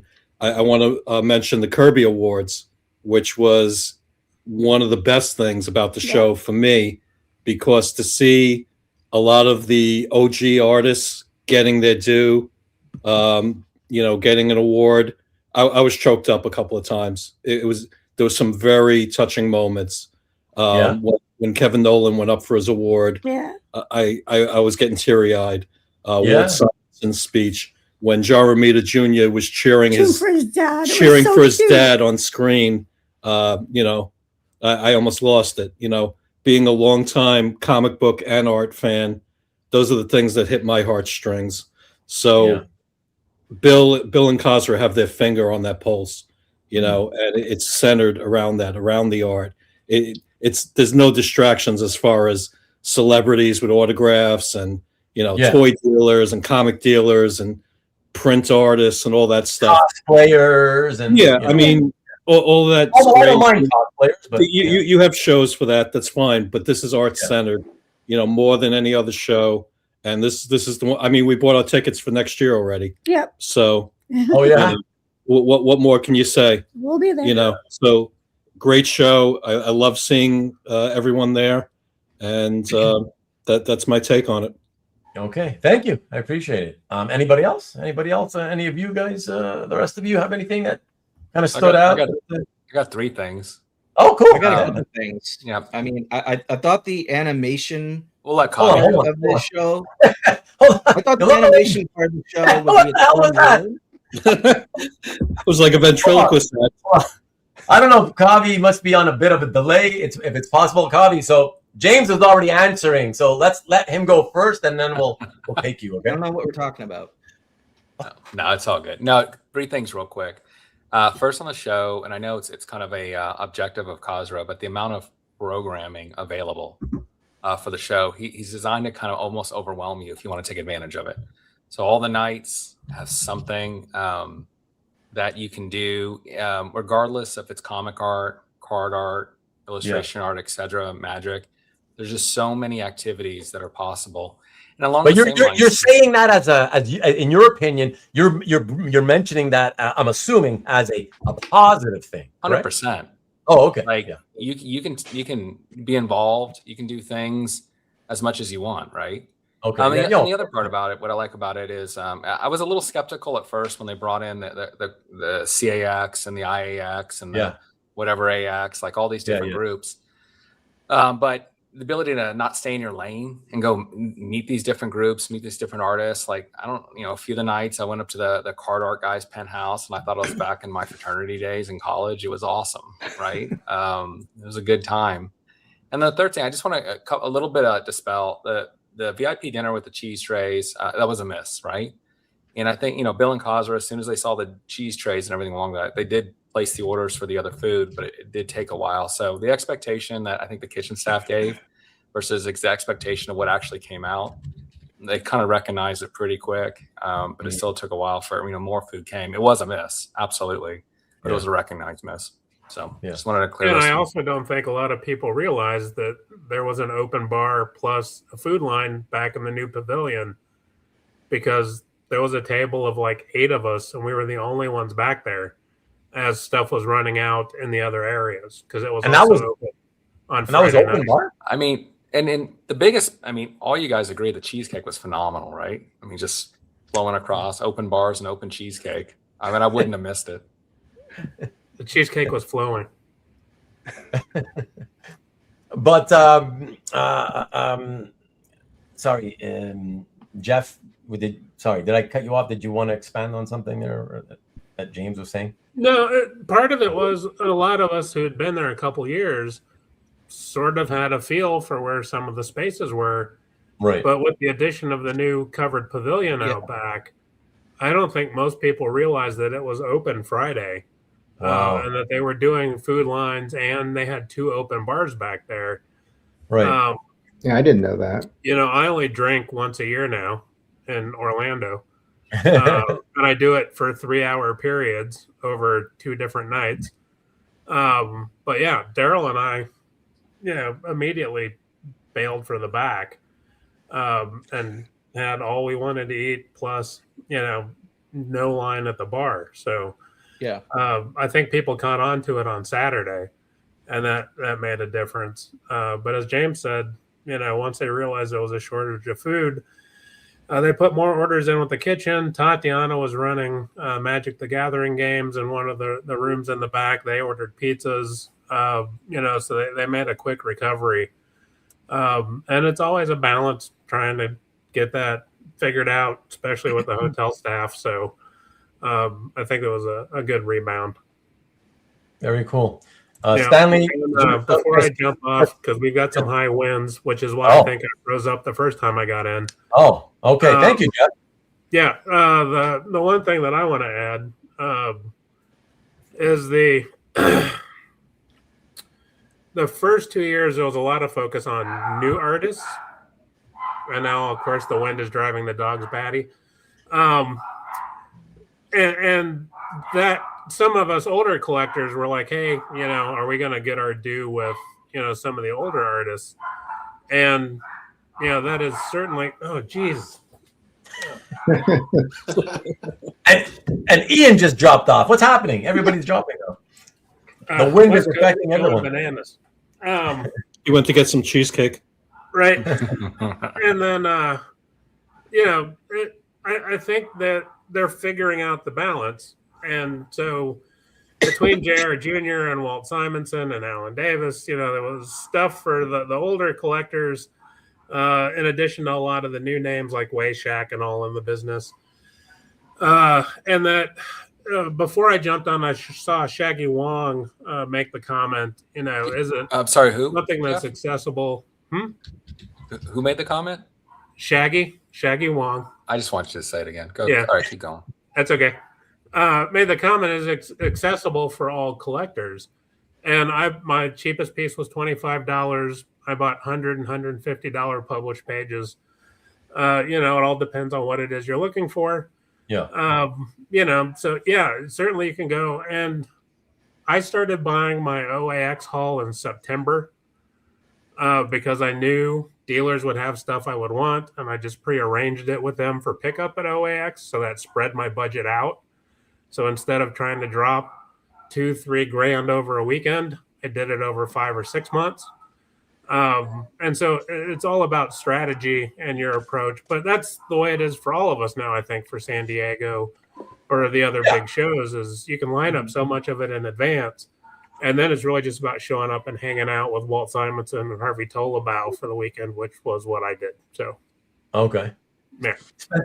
That much time with Harvey, did you? Actually, there were quite a few nights that Daryl and I did not get back to the room until about 5 a.m. Jesus, so we were what? staying next door, so we weren't even in the hotel. What? But Monday after the show closed, That's Sunday 2 a.m. Vegas time. Don't let them. Oh, get you, man. That certainly works in our favor. But 4 a.m. Monday morning, show's over. I'm still sitting in the DoubleTree lobby with Harvey, and he's drawing sketch cards while doing his laundry before he heads back to the Philippines. These are the kinds of things that can still happen at a small show that's not going to happen when there's 75,000 attendees at San Diego. Yeah, for sure. And so even if they double it or triple it and there's 1,500 people going, it's still going to have that small feel that you're not going to get, going to other shows that draw a similar number of artists. Yeah, for sure. Yeah. Peter, you wanted to say something, my friend. Well, I think Kavi had something you wanted to say first. Oh, yeah, sorry. Go ahead, Kavi. Well, I was going to say, I had a conversation with Steve Rude in the elevator about the failure of the American healthcare system. So, when am I ever going to get that? When am I ever going to get that experience? Reddit? So. All right, Peter, go ahead. I guess that's your turn now. No, that wasn't my show feedback, but I mean, I think my overall show feedback was I think the other room was the hot room and the comic art room was the less hot. I think in my time at the show, I found there were more people in the combined card art, illustration art, and animation art, combined bigger room than the comic art side. To me, that felt like there was a 60-40 split that side, because in the previous years, those other things were broken out into their own tinier rooms, but this time it was combined, right? So you have kind of 3 audiences in that room, and you have a different audience. I mean, people were crossing over. I was in both rooms the whole show, but I didn't particularly notice the split, and maybe that's just me not noticing it, but I did like the layout and the setup. Yeah, it was cool. I will say the other room, the card art room, had all the backing boards and everything, and it kind of looked nicer. It looked nicer. It was a better setup. Yeah, visually. That is true. Out of curiosity, Stanley's asking, did you guys see any collectors that went there with big pieces for sale? Oh, the Little Collector 4-table booth, it was collectors selling art. That was the best art there. The 2 French dudes We're just rocking like all these Paul Smith, John Byrne X-Men pages. Oh, Tom Coker just brings out. And Wolvie Fan had some good stuff too.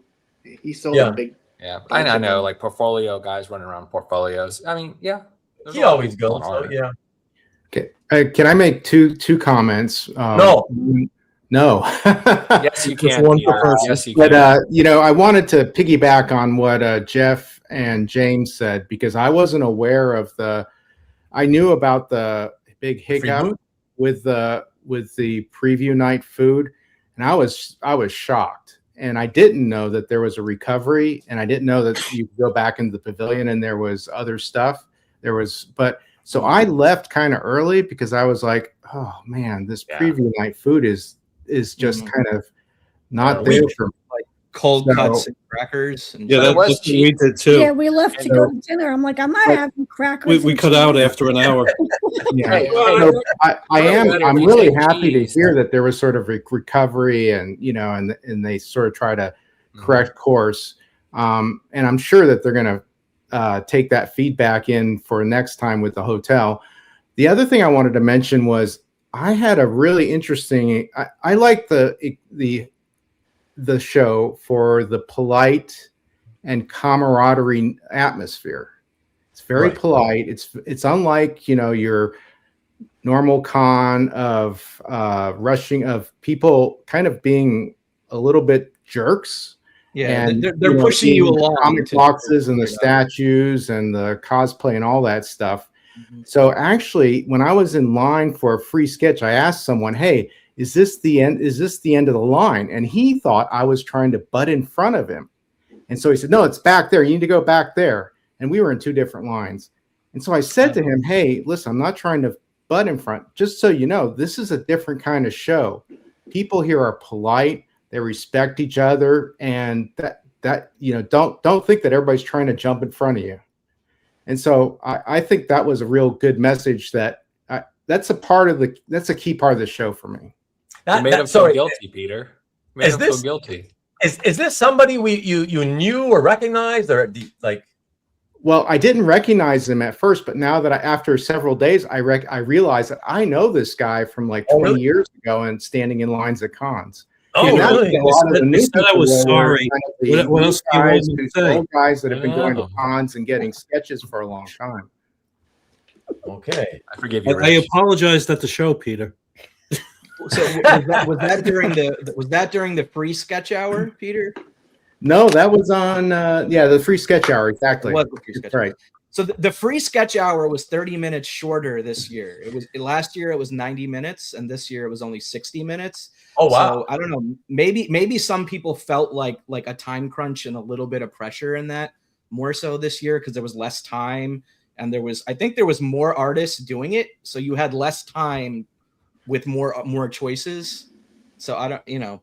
I don't know if that's better or worse, but it was a change this time. Okay. Yeah. So yeah, I mean, to me, it sounds like they do that because maybe the artists might have been telling the promoters that like, I don't really want to do that many freebies or whatever. Do you think like it's? I don't know. I think it was an hour. I think it was an hour the first year, and then they increased it for the second year. Oh, they increased. Okay. An hour. Yeah. And the artists were only taking a certain amount too. Yeah. They had like cutoffs on their lines. Oh, really? Yeah. Alan Davis was only doing 10. Oh, okay. I mean, mind you, if you got an hour, you would. Yeah, how are you going to do more than 10? I mean, yeah, and his were pretty detailed too. So Yep. That's interesting. Okay. Corey's saying it was 2 hours the first year, so maybe it's just continually getting shorter. I don't know. I don't know that. It's going to be 15 minutes next year. Yeah, maybe it's 45 minutes, 30 minutes next year. We'll see. What's up, Mikhail? Yeah, I don't. That's whatever. I mean, but really, in the end, you know, do you think the free sketch hour or 2 hours or whatever it's called? You really think, is there anybody that says, yeah, that's going to make or break my decision to go to OAX? They, you know, no, as long as they have it's just a fun bonus part of the show. Yeah, yeah. Third year, I was able to get 3 sketch cards in an hour. So. Oh yeah, yeah, and that's pretty good, right? Because that's counting the fact that you probably have to wait in line on some of these artists. I was second in line behind Malvin V for George Pratt. That was my first stop. Malvin. Velez. And then I went straight from him to James Martin, who was right next door, and then I went straight from him to another guy nearby, Ryan Pancoast. He's a Magic the Gathering artist, but I wanted him to do an Electra, which it was a cool Electra he did for me. But yeah, I couldn't go too far away to get 3 sketches in an hour. I had to stick to like the same area of the show, get those 3, and then the hour was over. So couldn't go too far away. I mean, how many were you expecting to get in 1 hour, though? You're complaining about getting 3 free sketches. I didn't complain. Where did you hear me complain, Alberto? Like last year, I got 2 sketches in the 90-minute session. I didn't care. I wasn't complaining about that. I was happy with my 2 sketches last year, and I'm happy with my 3 sketches this year. I'm just noting the difference that there was less time to make those choices, and there was more artists participating. So the math was difficult on both sides of the equation. So I just stuck to a 20-foot radius where I could like quickly get from one to the next. And that's how I did see that people started lining up way before the free sketch hour started. Yeah. I know, for example, I was talking to Bella Rackling. It was like 15 minutes before the free sketch hour started, and there was already a line of people formed like right at her booth, and she was like, all these people are waiting for me already. They just were not used to people all preparing and getting online way before. We went to Alan Davis for the free sketch, and we got there I think a half an hour early, and there were already 8 people ahead of us. Yeah, I skipped it altogether this year. Say, don't take this the wrong way. I promise, but I have to leave. And so I want to say hi, Matt. Not because you jumped in. No. That signals that the show is going to last 12 and a half hours, and you have been. And then when Carl jumped in and Matt, I was like, oh, this is going to be awful. Oh, what happened to Carl? Wasn't he like, what happened? Connection. You guys have a good night. See you, James. All right, James. Now that North Vegas is in the chat, I'm going to keep even numbers going, and I'm going to drop out also. James, by the way, James, I don't know if not that I want you to say anything because I don't know what's going on, but just FYI, hit me up privately if you want. But I'm still wondering, like, the issue you had for the many months, did it happen? I'll say, we're good. Legal system just takes forever, and it's about art. I'm not in any criminal trouble yet. Oh, okay. All right, I will. All right, man. Be good. All Thanks. Right. Bye. See you, dude. Hey.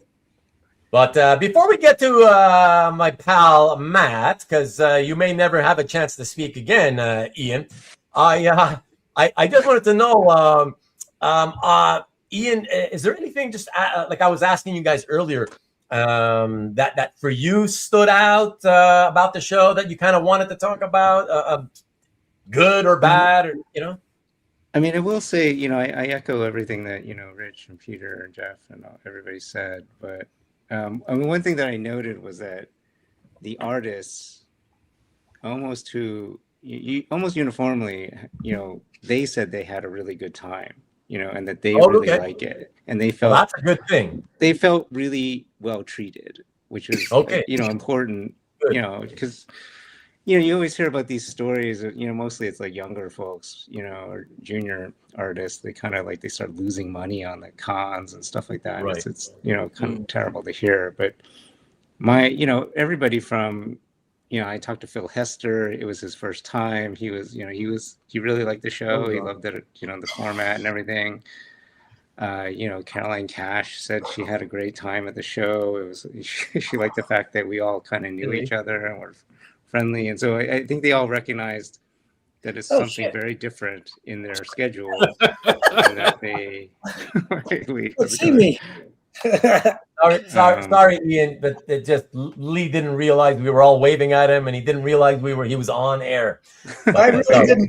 Sorry, guys. Sorry. And then I just thought I was going to be in the green room for a little while. I'm like, wait in the green room here.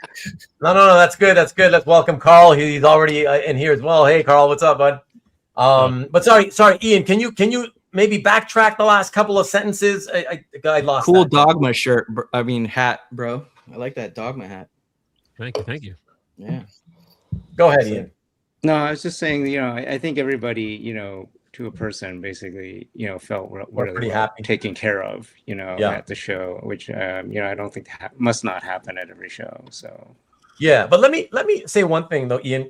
Just because I want to be sure that I understood, because you mentioned that like your example of sometimes there's maybe some like younger artists or whatever, and they lost money at the show, whatever.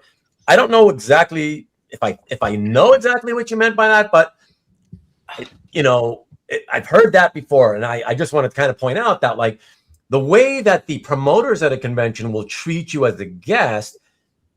I just want to say, like, it has nothing to do whether, it's no guarantee that you're going to go there as a guest and you're going to make money just because you're a guest. No, you know what I mean? I understand that. Right. So I I think lots of even I think Jamie Jones was one of the ones who said it, that he's a younger artist, but he said it was his best con ever, even before he showed up on day one. Wow. So it's sort of heartening to sort of see OAX as a place where even someone who's less well known can just go there and be respected, be treated well, put some money in their pocket, and get exposed to folks like us who are willing to sort of give them a chance and things like that. Okay, well said. What's up, Matt? And, hey, and great to meet all of you. I think I met all of you in the flesh. This past weekend, and maybe I didn't see Carl. Yeah, I think I saw you. I think across a room at one point, and it was so great. And Maki Pupo I saw for like a second, and I was wandering around like a lost puppy, because there was just so much eye candy in that room, just stuff to look at and stuff to covet. I was asking. Oh, I thought you meant all of us. Come on. I was. What'd you think I was talking about? But I had a pocket full of ones, but Ian very kindly gave me a piece of artwork which matched a piece I already had, which was also really, really nice. Peter and I ended up buying pieces from the same issue of Mango, which was fantastic. Hanging out and having lunch with Lee and stuff. Yep, he's got his pieces right there. I've got mine in a booklet over here. But really cool. Really, really cool pieces. Every artist I talked to said it was like the best show, like the best sales they've ever had. And every. Are you referring primarily to artists? Definitely the artists, because I kind of don't care what resellers, whether they make their money back or not. Right. Being one of them, but I think they all did very, very well. The few that I spoke to, I wasn't going through, I spent a little bit of time at Berkey's just kind of to say hello.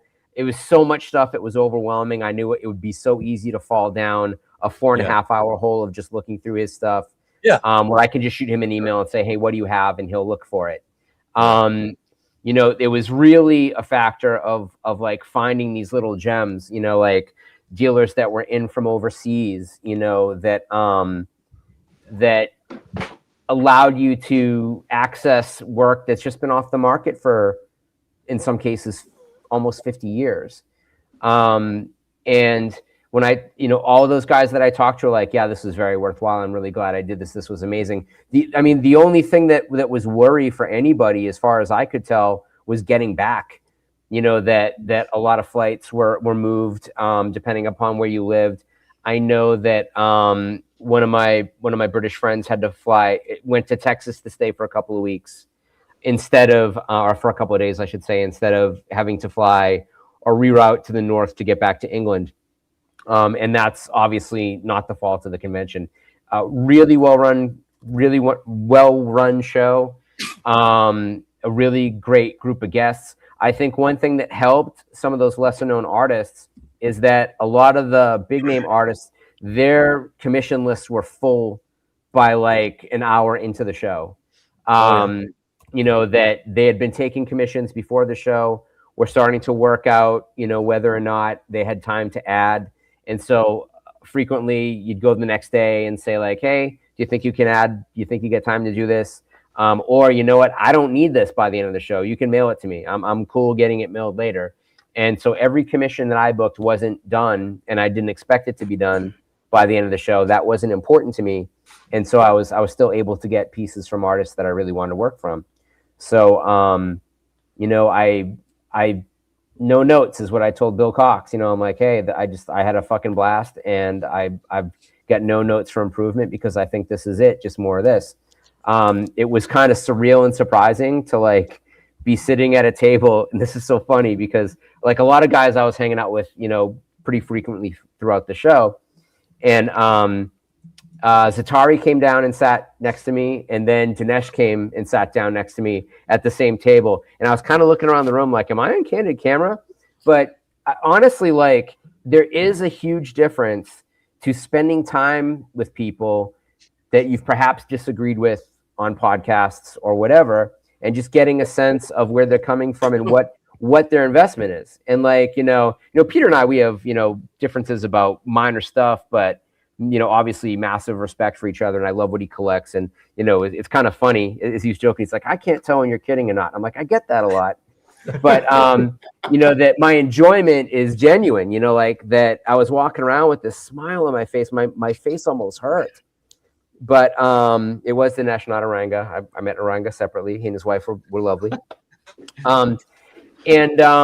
And so like kind of getting like they actually traded pieces in front of me, and this is such a surreal and such a very specifically Zatari and Dinesh thing, where one of them had the very first panel appearance of Rogue, and the other person had the very first panel appearance of Betsy Braddock, and they traded these pieces to each other because that's what they're into, right? They're into first appearance stuff, and I'm like, this is really their thing. Like I don't think I can have a problem with this at this point anymore. Like they're really.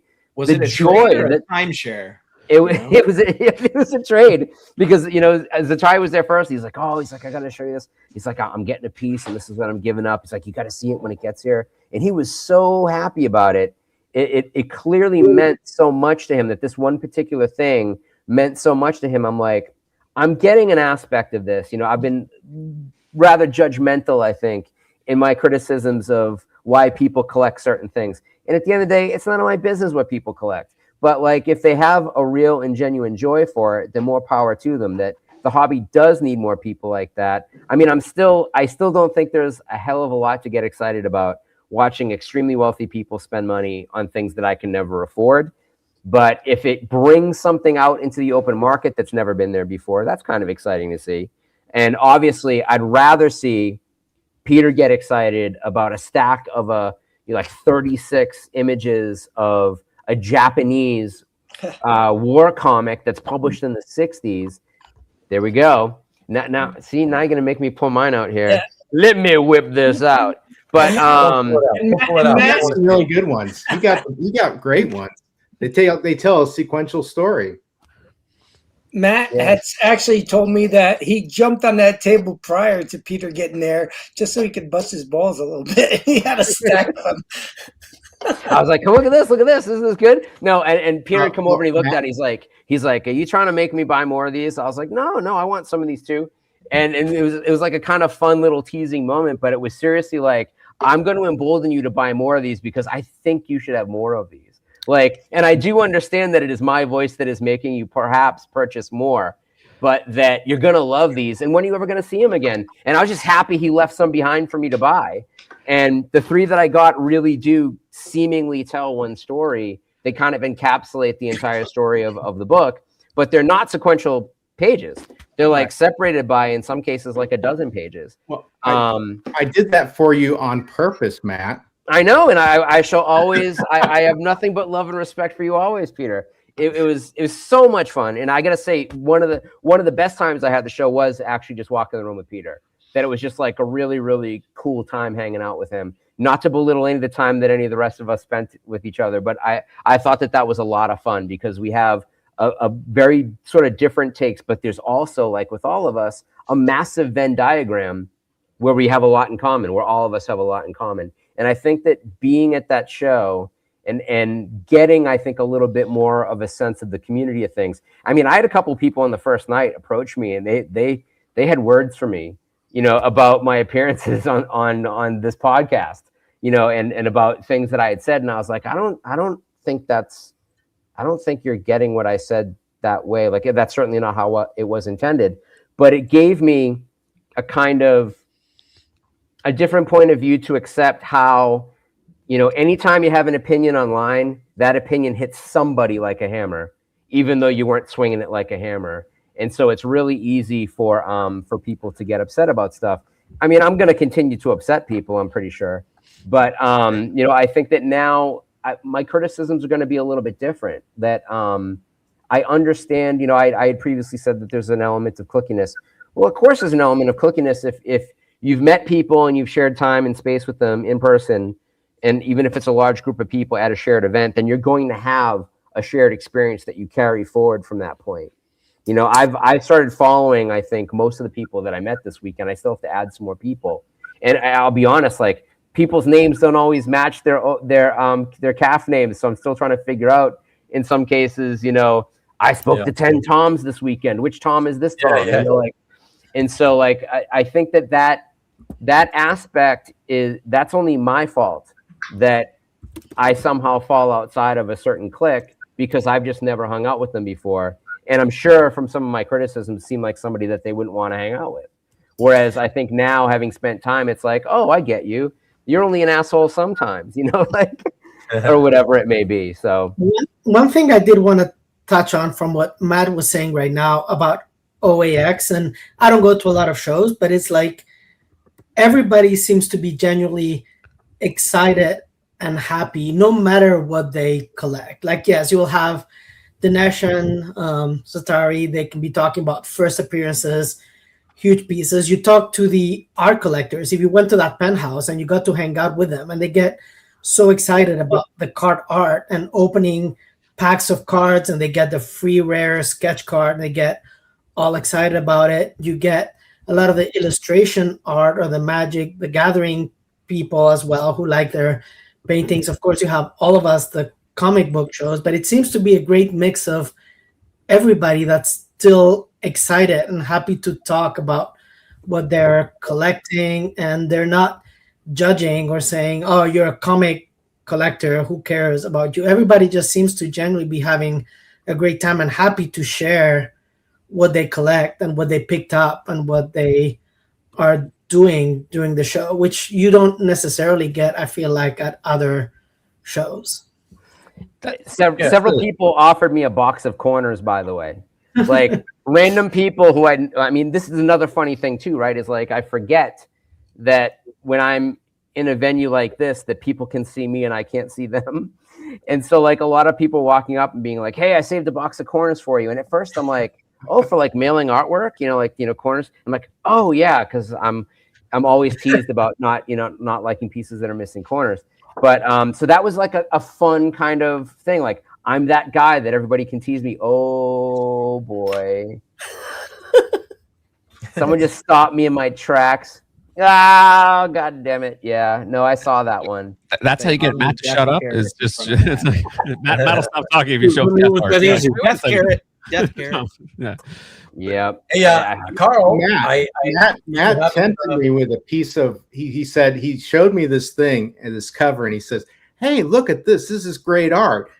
This is war art." And I'm going, "This is way outside my collection focus. It's like, like 1,000 years before my collection focus." He says, "Well, look at it. It's great." And I'm going, "Oh, geez." And I'm starting to go, "Oh no." And he was just messing with me, but I thought he's half serious, half messing with me. And I'm going, "Oh, I don't really want to spend more money.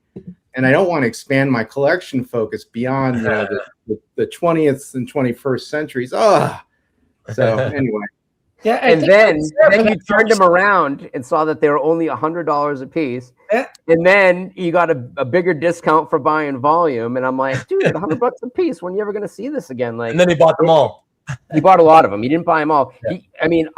I kind of wonder if you had just offered him just a little bit more than you paid for that stack for the entire issue, if you would have let it go. That's true. We didn't think to, but I didn't think it. But yeah, I didn't want to, Yeah. Listen, he bought stuff he normally wouldn't have bought, and he's bought a lot of them. So that's it's impressive. Beautiful. It's beautiful. They're like not my thing at all. But like, I sat there looking through all of them because I was like, these are just beautiful. I mean, they were the stuff you just don't imagine to see. And you say like OAX is like a room of friends. It's not just a room of friends. It's a room of enablers. So it's just like yeah. But like that really is part of it, though. It's like the joy that it's not that stuff. There's a lot of stuff that show that's not for me.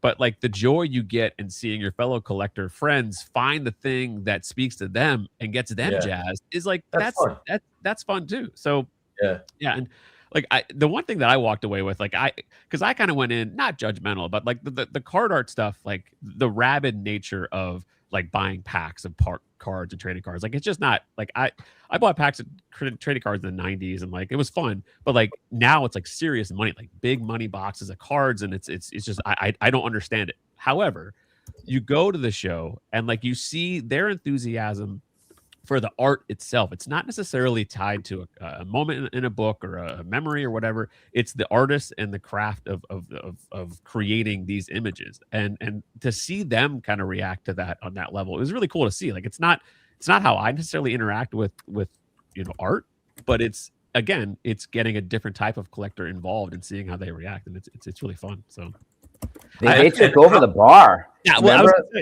so like the one night I was, I guess was it Saturday? Yeah, Saturday night. I was getting ready to leave, but there were like 2 box breaks going on. I was trying to have a conversation, and my like old man nature, I was like, "Would you shut up a second? Can I just like talk in here?" Like they're like doing like some random hit, and they all like are yelling, and I'm like, "Yeah!" Like I like the excitement, but I just was like, "Just give me a second." But like, yeah, it's really fun though. The energy was like all over the place, so it's cool. How was your spending, Carl? How did you do? Did you spend more than you expected, less than you expected? How did that go? I went down thinking I was going to pick up. There were 2 things that were specifically on my list, and I bought 2 examples of the thing that I wanted, and I walked away. That was it. I really, it was not about spending a lot. Cool. I really did not socializing, baby, socializing. That's really what it was all about. So yeah, yeah. And of course, my trip was cut short as well. So, like it just that stupid blizzard, man, messed up the. I opted to leave a full day early rather than get stuck there 3 days later. Yeah. That's the thing. There was a few people who said, "I'm bolting," right? Whereas most people were consigning themselves like to the fact, "Oh my God, I'm probably going to be here for a few extra days," and some guys are like, "Screw that! I'm renting a car. I'm driving back, or whatever. I'm just getting out of here." Yeah. Well, it was, and the thing that kind of sucked about it was that it was much of my Saturday was trying to figure out how the hell to get out of there. Because it was I had to cancel my original flight, rebook to fly into Pittsburgh, and then I drove home to Philly. So it was a pain in the ass. But I got home and beat the blizzard, and all was well. Yeah, I know a lot of people during the auction, they spent the whole auction trying to figure out which flight they were going to be able to get out of. So yeah, I had to beat that because I was like, there's dad duty stuff that needs to happen on Monday morning. So I was like, I got to get out of here. So by the way, speaking of auctions, Ian in the bottom right-hand corner, I believe it was you, Ian, correct me if I'm wrong, of course. I believe earlier you had mentioned in the chat that the auction, it was so, what was the reason? Like something about there were so few people towards the end part of it that obviously that's going to cause what you expected to cause, a bunch of pieces that are left to sell for nothing. Was that you who mentioned that? Yeah, I said that because I stayed to the bitter end. Right to the end, when it was particularly, it got colder and colder as the night went on. So I think that chased people off. I think people were doing the flights, juggling like Alberto was talking about and Carl was doing. And then I think they basically, a lot of the really marquee stuff was placed earlier in the auction. And so there was a lot less excitement. And then by the very end, they didn't even have slides for things. So I guess there are things that were thrown into the auction, including that Steve Rude, painting that he did.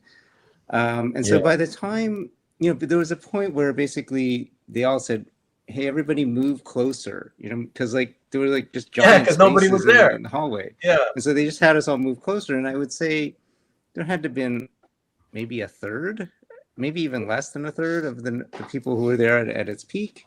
Yeah, that's awesome. And I think people were just exhausted by that time, and so things just didn't go for as much as they probably would have normally had more of the people been around, Yeah. Like, was there any one piece you could like that immediately stands out where you were like, holy shit, I cannot believe how low that went? Anything like that? I mean, like the rude went really cheaply.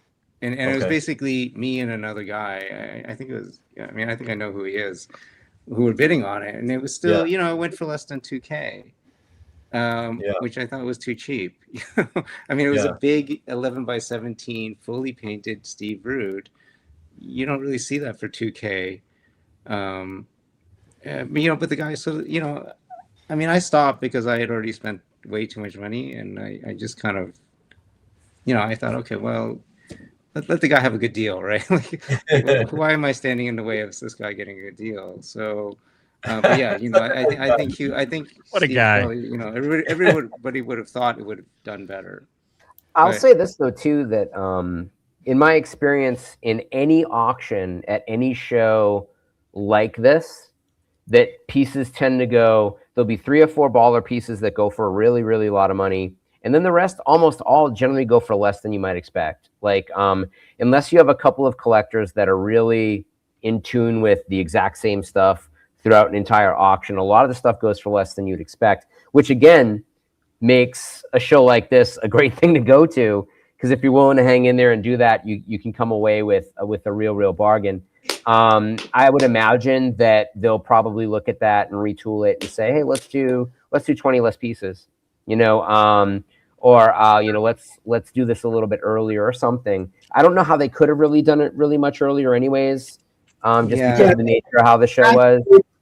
What we're talking about, Matt, before you joined earlier, is the problem here is that they ask every artist to contribute a piece, right? So if they decide to have 20 less pieces, are you going to tell 20 artists, sorry, your art's not enough for the auction, and you're not allowed to do one when they're trying to also do it for charity? So unfortunately, it's a tough problem to have, especially if they plan to continue to add artists to the show. It's only going to get longer unless maybe they split it into 2 auction sessions, one Friday, one Saturday, or something like that. But it's a tough problem to have when every artist is asked to contribute one piece.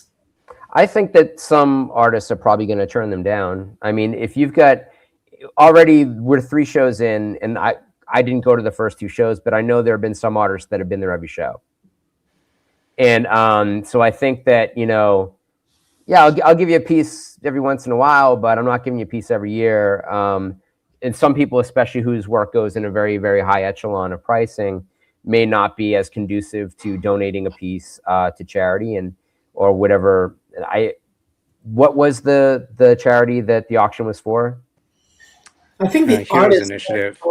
I believe a couple of choices though as to what they want to contribute and to who and how much. Maybe the idea is to do an auction every night of the show and break it up into 3 separate things. But I mean, if I had any complaints though, and I don't, silent auction, they could do a chunk of some of them as like an ongoing auction throughout the show, and then, or maybe those like late ones because some were added on later and they weren't on the which is why they weren't slides, I imagine, right? And which is also why they would probably go cheaper because no one was expecting to see them because no one knew that they were there. So, but I know the auction too, though. So they're at the end of the auction. They don't have slides of them. 2/3 of the people have left. Yeah, I stayed till the whole thing because I know they do that, but I still didn't say anything that I was really willing to bid. I bid twice. Hey guys, we're gonna tap out. We got to get up early for work, but great seeing you all. I was waiting for my chance to say, all right, Mara, I haven't heard from you. I want to hear what you have to tell us about anything you want to talk about. But if you're too tired, go ahead. I mean, she picked up those 2 death pieces because she ran up to me and said, "I just got these." No, I ran up to you. That's true. That's true. Let's make that be known, buddy. Yes, I completely misconstrued that situation. I ran up to you and you were like, "I just bought that. I just bought that death." I was like, "Oh, that's nice." You know, I mean, I had a good time. I was only really hoping to get the Mike McCone piece if it was there, and it was. So, cool. You know, I had to buy it. And then Rich bought me the Haberlin piece because I saw it and it looked like 2 of my favorite things meshed together. because if you notice, let's just make him drool again. It kind of looks like Taylor Swift as Death. And I'm a huge Swiftie, so I was like, okay. So he bought it for me. I started crying. It was really embarrassing. she literally started tearing up. Yeah, because it was so beautiful. And like his art was like gorgeous, you know, like I would have bought everything. That's but, awesome. You know, Balenciaga. But you know, like I go basically just to hang out with the people because I'm friends with a lot of the artists. And, you know, I got 2 sketch cards during the free sketch card thing because Stefan Roux said, well, you're my priority. So even though someone was in front of me, he took me first. And it's a girl thing. It's a girl thing. And I got a death from him. And then I ran into the other room and I got a Terry Dodson. He did death for me also. And, you know, I mean, it was just, I love going to that show. I will say one thing. When you go to a show with 2 people, like me and her going to the show, you can divide and conquer a little bit. Oh, sure. So when they had the 2-hour opening, I ran to Alan Davis, of course. And I was hanging out with Terry. She ran over to Terry Dodson for me to get on his list. So I didn't realize there were blank cards in the gift in the show pack. Yeah, so I didn't realize until an hour before the end of the show. There were that, other people giving away cards. blanks in the card room as well, the card art room. There were a lot of artists that had cards also. Like Alan Davis had his own blanks. You didn't have to use yours. And I saw that with a couple of artists. But yeah, we're gonna tap out, guys. So I didn't want to interrupt anybody. Thank you, appreciate it. Thank you for dropping in, both of you. And Good night, everyone. I bought him a cone commission as well while I was there. I bought a Delirium, which I'll get in the mail later. Someone noted in the chat that McCone had the best price art. His prices were crazy low. Like I was really, really shocked how Crazy affordable low. his stuff was. Yeah, his prices were very affordable. Mike McCone? Yes. Are you talking about pages or like pre-done illustrations or like what? His commission prices were hard to beat. Oh. I paid at the show commissions or at the show commissions. And so I paid the same to him for a full-size commission that I paid for 2 sketch cards to Saya Om. And another person whose work was crazy inexpensive was Tula Lote. I picked up a couple of Tula Lote sketches that were $60 a pop. That were stuff that she had just out and ready for sale.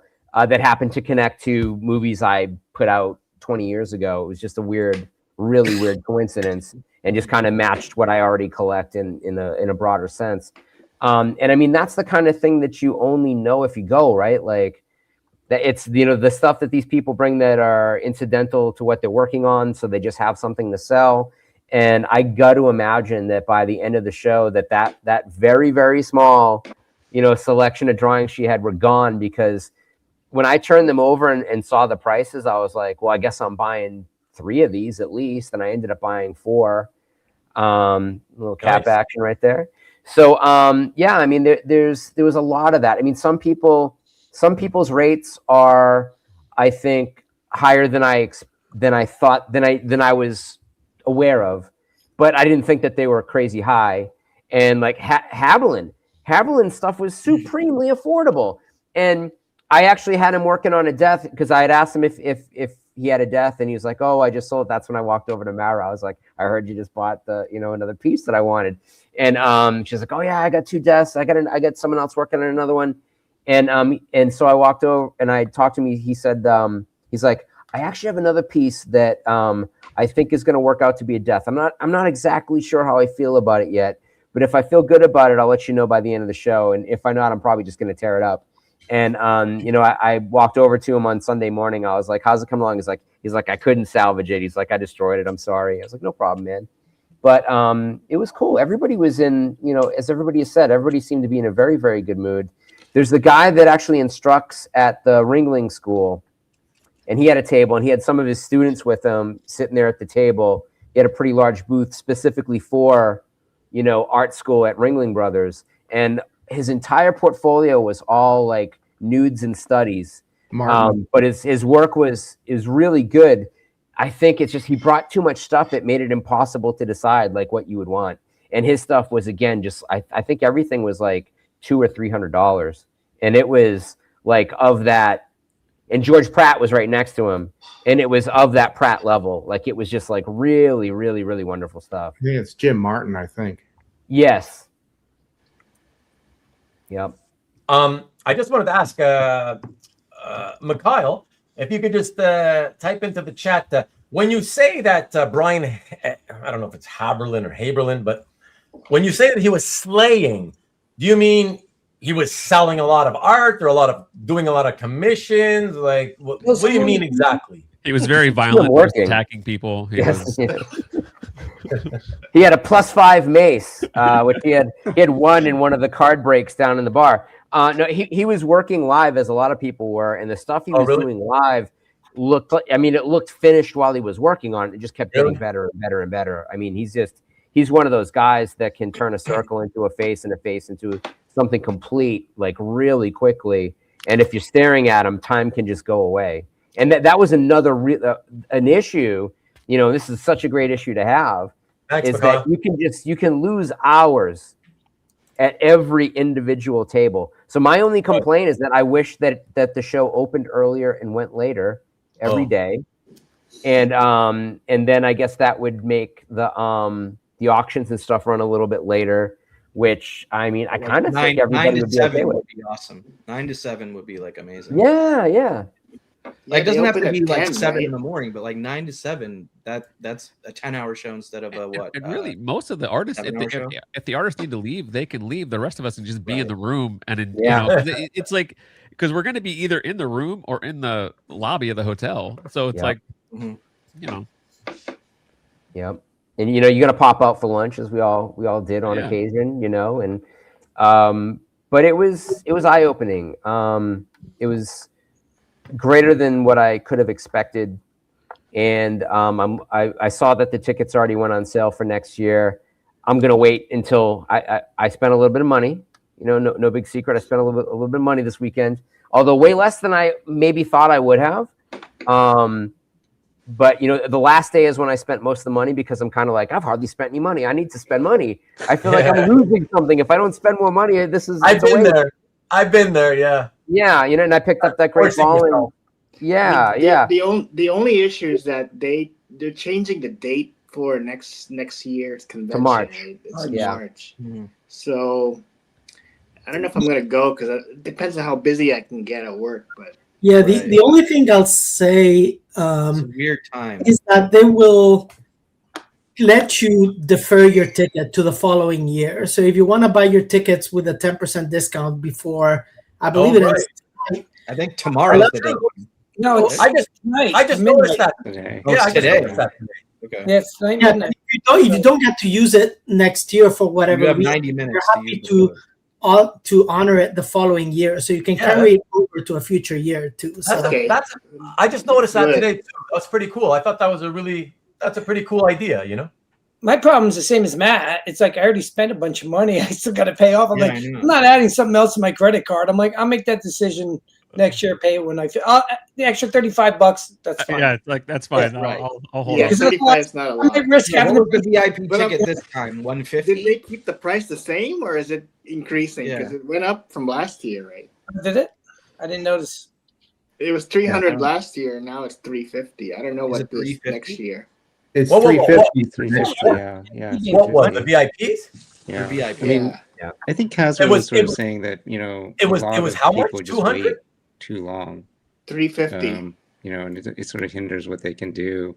So they're just trying to you can't plan. people. You can't plan if you don't know what your budget is. And yeah, I did have a conversation with Kasra where he thought that he said it felt like there were less people. And I was just thinking, I was like, you mean by the visual, Matt? Do you mean just by looking at it? I don't know what metric he was operating from, but it seemed because like a great amount of people. I mean, it was more spread out, and it was more spread out. And things had larger spaces to breathe in, like the card art and illustration art versus last time. And then Sunday was thinned out as well because many of us weren't there. So yeah, I think the travel definitely messed up a lot of folks' itineraries and people that might not have gone to the show because they heard the storm was coming or things like that. So, I just want to say one thing, and I wish Kasra. I was really surprised that he didn't pop in this year, so far at least. But because so first of all, just FYI, everybody, Jeff does. Oh, there he is. Just as I say it, he pops in. Hello, gents. Matt, our attendance was up 30%. There you go. Yeah, which is great, you know, and it seemed like it was packed. I remember when we spoke, it seemed like you were a little worried or something. I'm like, no, I think people are still getting in, you know, or people are doing other things. So like, it seemed amazing and more of the same, you know? So Rubén, I was going to ask a question, and I you know, I hope this doesn't offend Kasra in the chat, but based on your experience this year, do you plan to buy VIP ticket or do you plan to buy the regular weekend ticket? Who are you asking? Anybody in the chat or anybody in our. I thought you were asking Rubén directly because he's been at the show all 3 years. You know, I think his experience. Right? I mean, you're such an asshole, Gabi. Come on. Well, he said he was afraid this might offend Kasra, so that's where I thought he was going with the question. Yeah, no, I know, but I'd be happy to. It's just whatever. Like, it's my show. I want to hear from everybody else. Come on, you want to hear me talk. So, anyways, just go ahead and everybody else. To me, the amount of money that people spent on the tickets, ultimately, the price difference from weekend ticket to a VIP ticket, knowing that you get the preview night and the reception and all of that stuff, to me is a no-brainer. I mean, I don't want to put down anybody that obviously has a budget or whatever, but a lot of us are spending $500,000 more in pieces of art and skipping on 100 or 150 bucks when you get the opportunity to get there that extra day, to me is a slam dunk. And I wouldn't consider not getting the VIP night. Yeah, I mean, I agree. I think notwithstanding the food, I think the more important thing was that preview night, because when you got there early, you were able to meet the artists earlier, and you could, you know, get first crack at, you know, his portfolio. So you could figure out a battle plan for going forward for the next 2 days. You'd be like, okay, tomorrow I'm going to do this first or whatever, you know? Yeah. By the way, Kasra, if it's easier for you and you have some time, you're welcome to pop into the studio and join us. And if you do want to, you just have to click. The link is right in the description underneath the video. Sorry. And so Kasra knows, because it seems like he just joined, is what I said earlier too, is every single artist I talked to said it was the best show that they had ever done. And that and several of the art dealers, I didn't talk to all the art dealers, all the secondhand guys, but everybody was like absolutely thrilled with the volume that they were doing. You know, it's an amazing grouping of people. I would say, you know, would I do the VIP next year? I think you got to for that day before. Like I honestly, whether you feed me steak tartare or hot dog, you know, that night has very little relevance to the fact that I want to be able to get in there and plan. And, you know, this being my first year, I feel like, man, knowing now what I knew then, I would have probably booked a lot more commissions earlier than I ended up doing. And but it's like you need that night before to set up what you're going to do the rest of the week, because it's like I walked in there and it was like Stendhal syndrome, you know, where I'm just like, oh my God, like I'm used to seeing this amount of stuff spread out in an area the size of a football field and having to find the good stuff in between a bunch of bullshit. And here it is, all of it is killer. It's all killer, no filler. I have to look at every table. And it kind of like, I was doing this kind of like looking this way, looking that, like, where do I go? Like, you know, like a slapstick routine of like, just like freaking out about any direction I go in is a good direction. And just like, okay, this is what I need to look at right now. Like, there's so much of that. You like, yeah, the thing is, I don't envy. you just see something, you're like, holy shit! Like, you're just walking, and you're like, it's amazing that the stuff that's there, and it's in this weird way, you're almost numb to the fact that this amazing art is like right over there. It's crazy. And I didn't even go through the bins. I checked none of the bins. Yeah. I didn't either. Yeah. I mean, if there's one criticism, it's maybe it was too close to Heritage auction night or weekend. There's always an auction. I would have spent a lot more if it weren't. That was this weekend, though. When is an auction not going on? Yeah, I think the one thing that I want to say though is I don't envy Kasra's job, because every single artist that I talked to said, I hope to come back next year. And I know Kasra wants to keep the show fresh and get new artists every year, so not everybody's going to be able to come back. But I know every artist that I talked to was like, I hope I get invited again next year and I want to come. So Kasra, either you have to invite 200 artists next year, or I don't know, you're going to have some very sad folks. Well, if Marcus and Ruben came, I'd invite 50 more just from that. There you go. I'm tired, guys, but I love the conversation, and I'm happy to be on. But if I'm a little slow or if I'm grouchy, I please forgive me. You're always grouchy. Yeah, you grouchy. That's not true. I just have a resting asshole face when I think, and I think too much. No, that's okay. And actually, Kasra, and by the way, because I'm so obsessed I'm with names outside too, and I'm going to be probably smoking a hookah or whatever I can find around me. Yeah. For my benefit especially, but for everybody else, might as well. Can you tell everybody, your family, they call you what? How do they say your name? My mom calls me. Well, don't make a joke out of it. Many pet names, very many pet names, but you want like the proper Persian pronunciation. Hey, no, I'm just saying, like, yeah, like, is it? They say Kasra? Is it how they say it? No, they say it's Kasra Ghanbari. Oh, so do you anglicized or Americanized? Is it Kasra that you prefer, or Kasra? Because we're all saying it ways, right?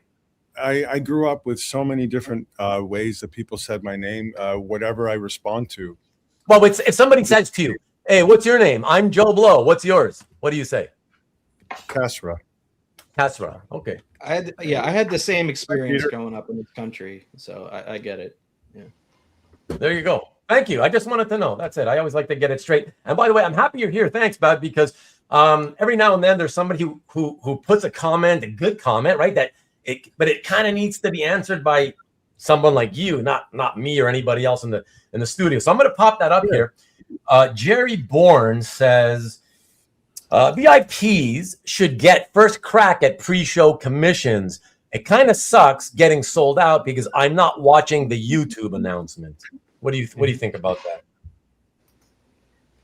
that? That's fine. What does that mean though? Because if they send an email, that's why I want to know. They send an email before the YouTube show. What happens if I don't read my email anyway? I mean, nothing against Jerry. I like Jerry. It's just that everybody wants something different. One of the most remarkable, absolutely amazing things about OAX is that every single person wants something different. When I get like the 35 emails afterwards and people give me the pros and cons, it is absolutely remarkable how little overlap there is. And that has been the case each year. And there's something about that I find endearing. So like there's a connection that Jerry is making to some, like VIP birthright thing that, maybe in Mar-a-Lago would agree with, but I don't. So can I?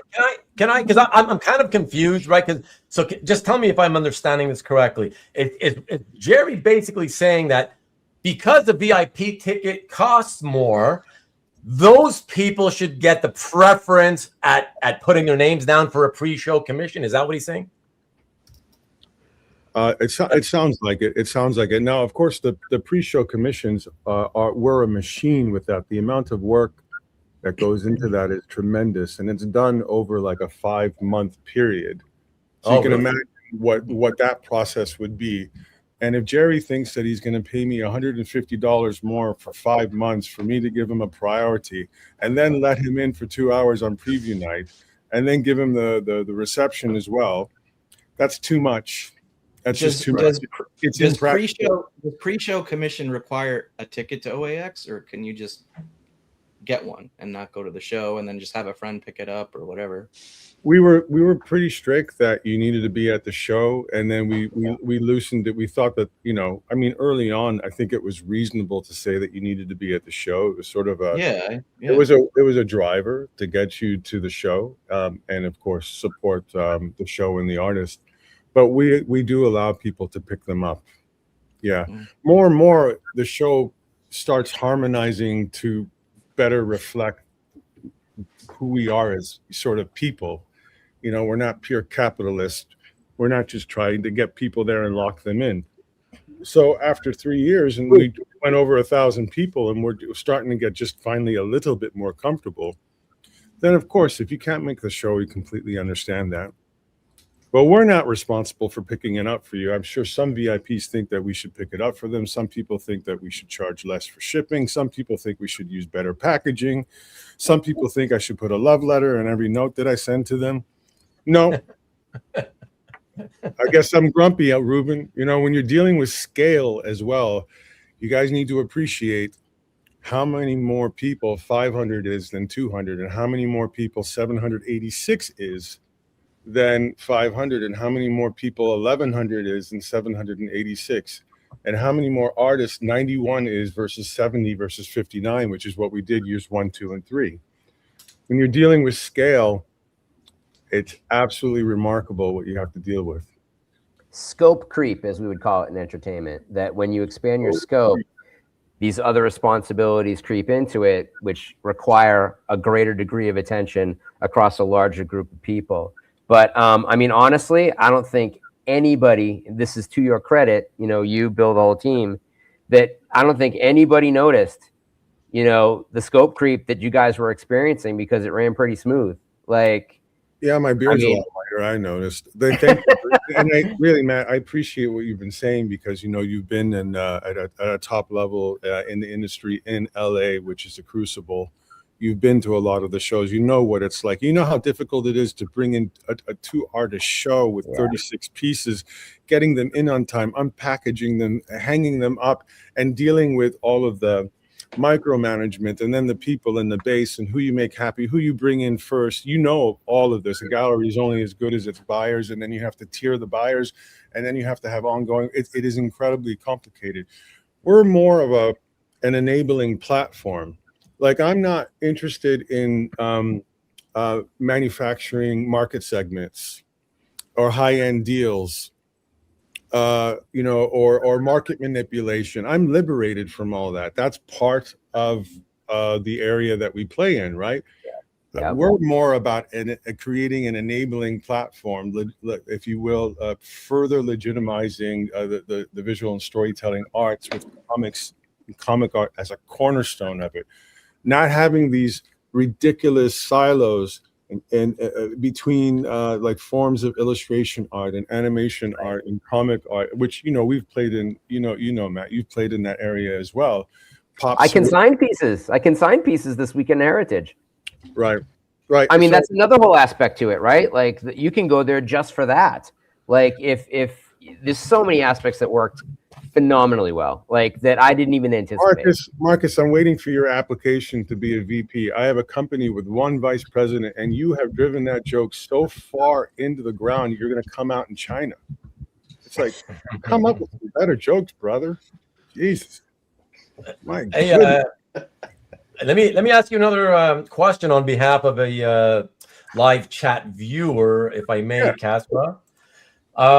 So our friend, who everybody until now has known as Pizan, his name is Evans. Evan with an S at the end. Evans. What's up, Evans? He's asking, so what's up? He says, Kasra runs OAX. Awesome. Any chance Capuccio or Nick Klein in 27? What do you think about that? I appreciate being able to say the things I'm going to say after I quickly answer and dismiss your question. I like them both. Nick Klein's with Felix. Talk to him. Outside of that, I've got 250 artists and exhibitors minimally that want to come. And as Alberto say, every year, no one will feel sorry for us. Everyone wants to come back.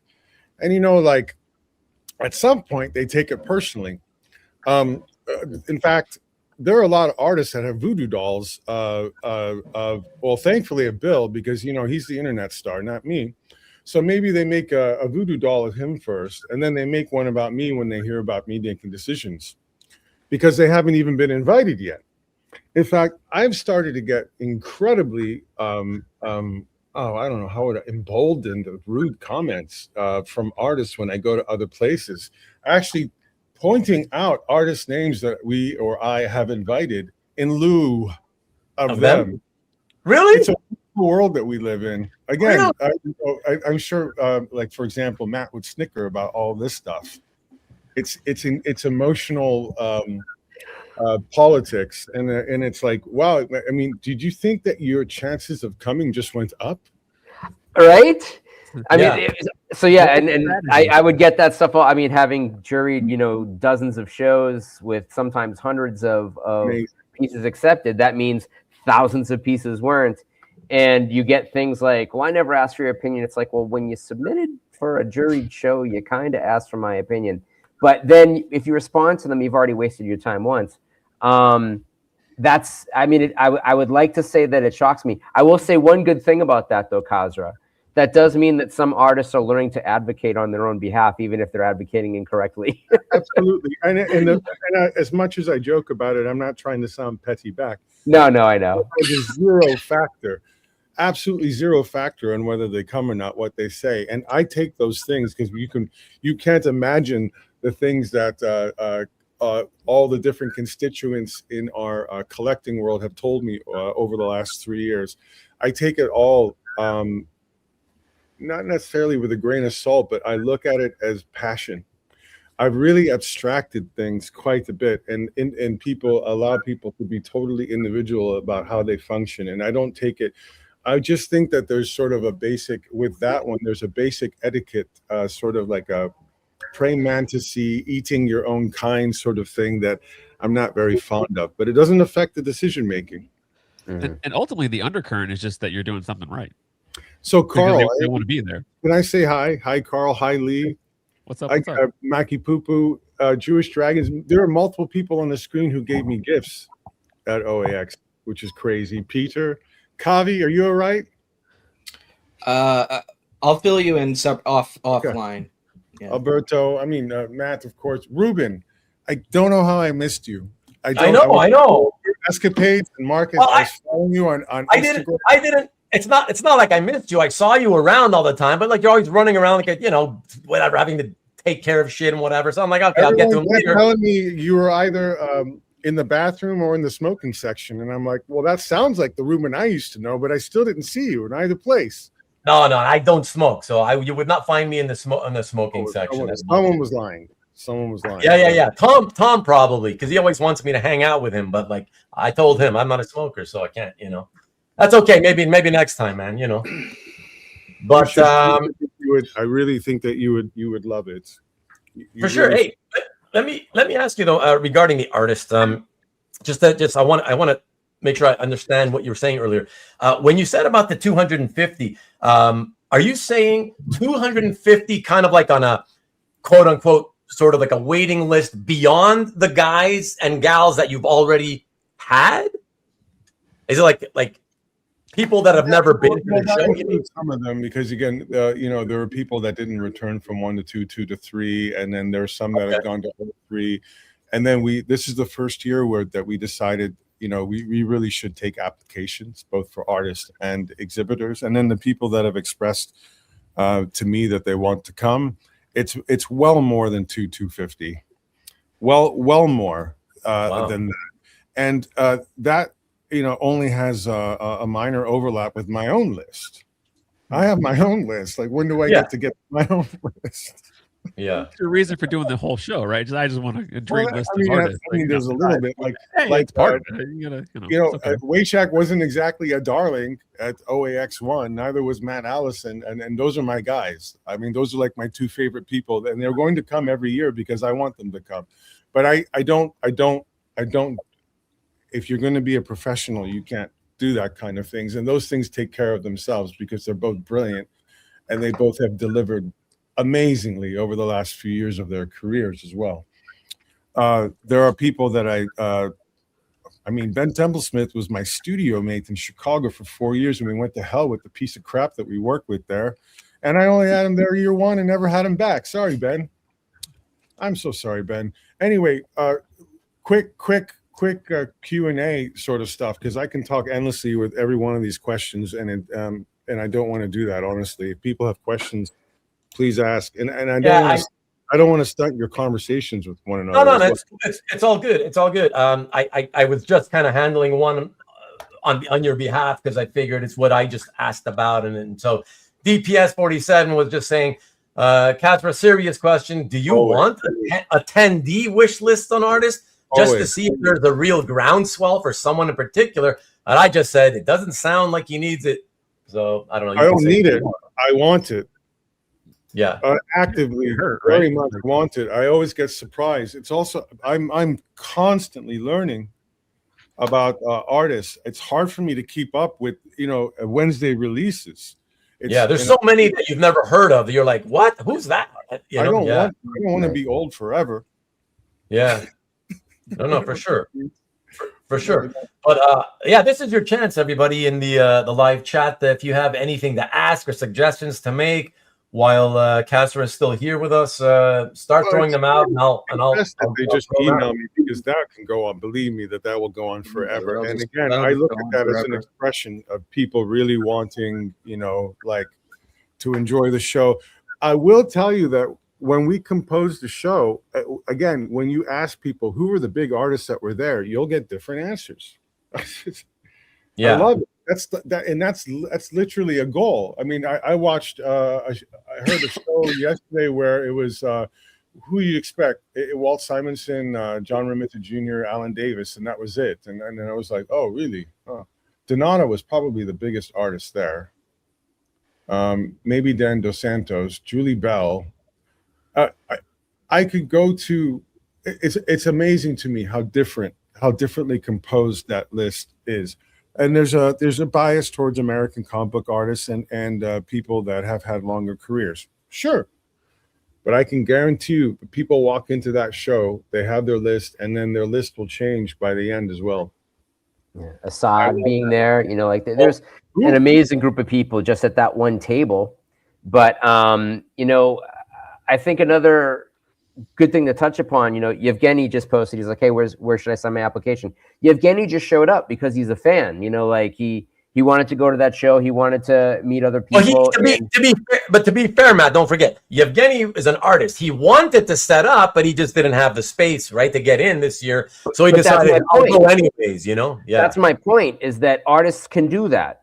Artists can buy a ticket and hang out in the lounge, when people are coming and going, and people can watch them working on their stuff and become familiar with it as they go from point A to point B, and build up a groundswell of support among attendees and the show promoters, and be like, hey, that dude was really awesome. I didn't know who he was necessarily, but I just met him, and he'd be somebody that might be good next year. Like, that's something that artists can do. It's an art fair and trade show. I called it an art fair and trade. The trade show component is actually what I've been working pretty hard on, and I really want year 4 to be a little bit more.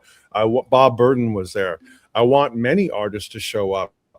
I'm a freak. I don't even think that there should be a currency system. But hey, it's only 2026. I'm cool with the artists showing up. I like trades.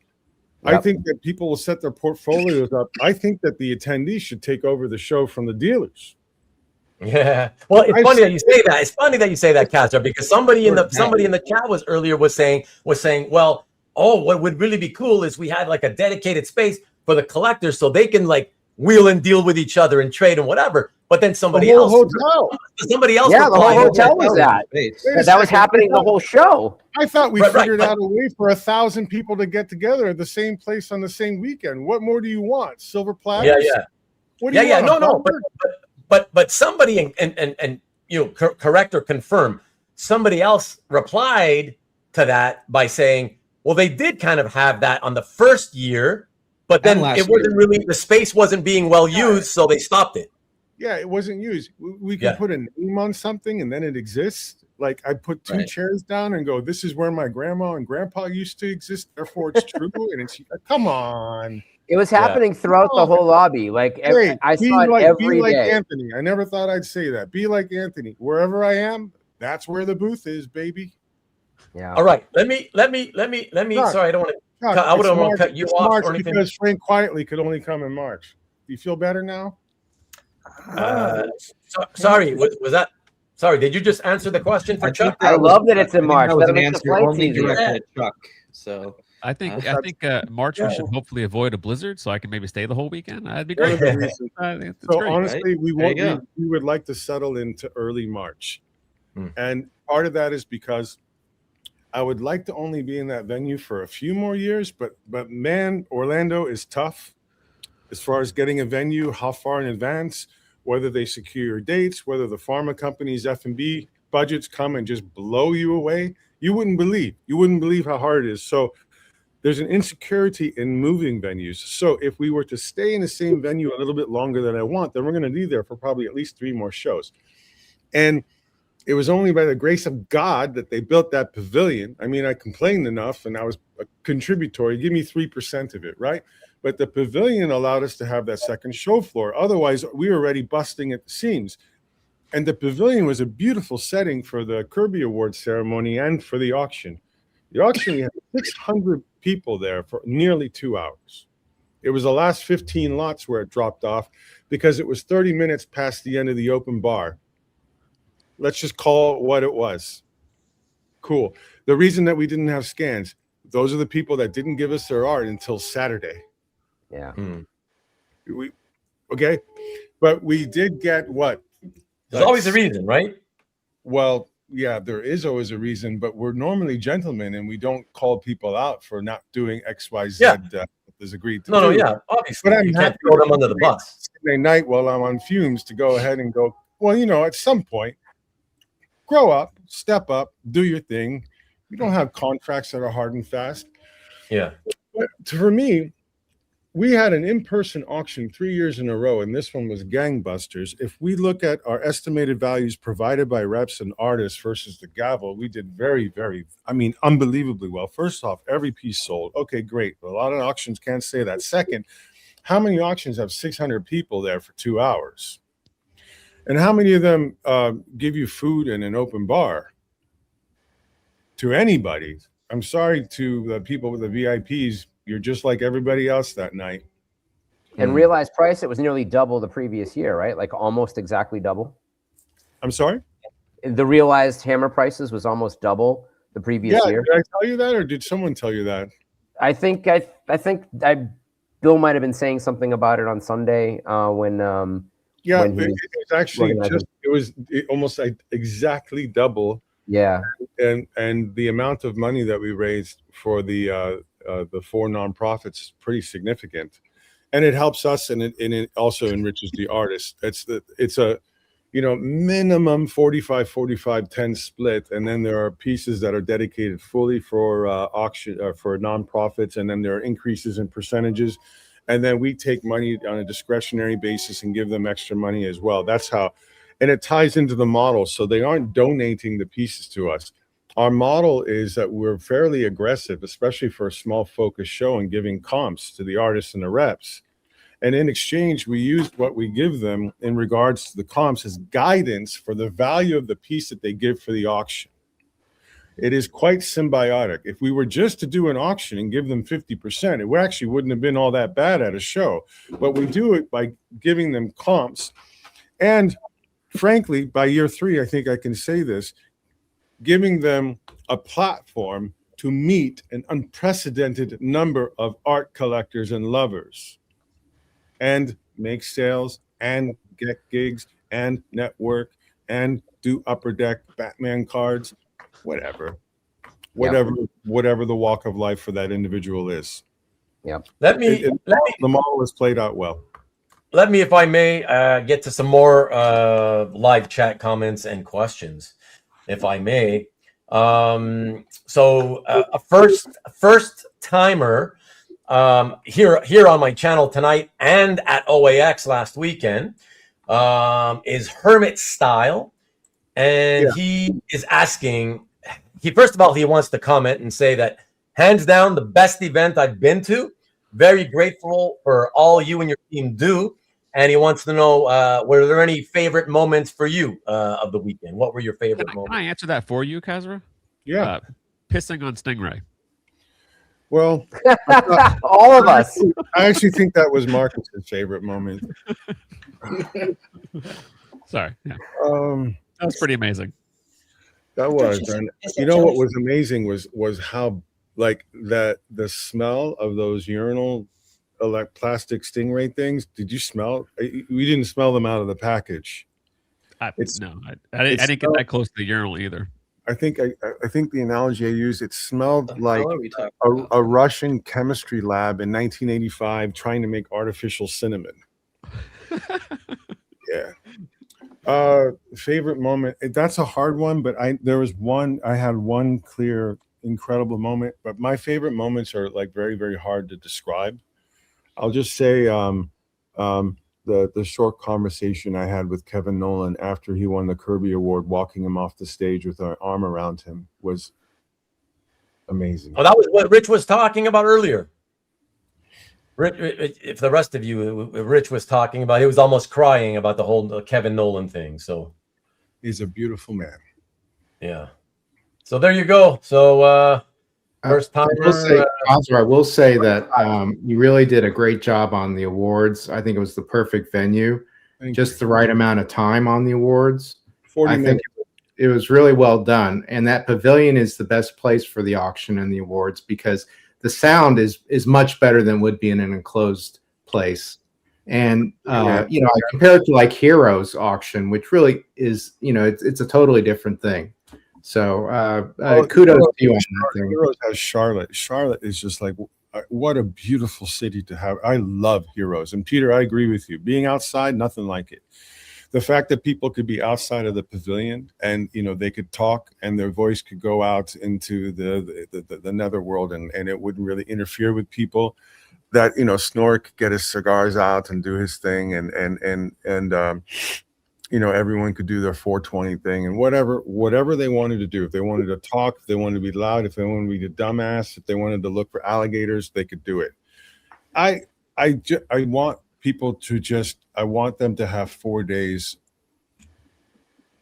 where they're just themselves. And, I heard it a little bit earlier. Like I've said this, if you look at any of the videos before, I was astounded year one. I called it like, it felt like everyone was on their best behavior. Yeah, I've used analogies like it's like a high school reunion without the douchebags. But for me, the Saturdays of the show, like the first 2 years was spiritual to me. I see like people that I relate to in so many ways, as far as like how active their mind is, how much passion and how much emotion that they have for the stuff and knowledge and obsession and energy. And it's like there's some sort of harmonic thing, a flow thing that goes on at OAX. And I will stop waxing poetic, but it is pretty freaking awesome to be in. That's what I've described it as. Is just, even if I wasn't looking through art, I was just like passing from one conversation seamlessly into the next one, bumping into somebody, and then just kind of like floating around the show, just conversing. And you can't describe that to people. Yeah. But I know that they felt it because there's a collective experience going on there at some level. Well, Ruben, you know what I'm talking about. Yeah, of course. Oh, it was awesome. I love that. And actually, bumping into Ian every so often kept me out of trouble because I'd start talking to him again, and we talk about the thing he just picked up, and it saved me money by bumping into Ian and see what he picked up, and it was great.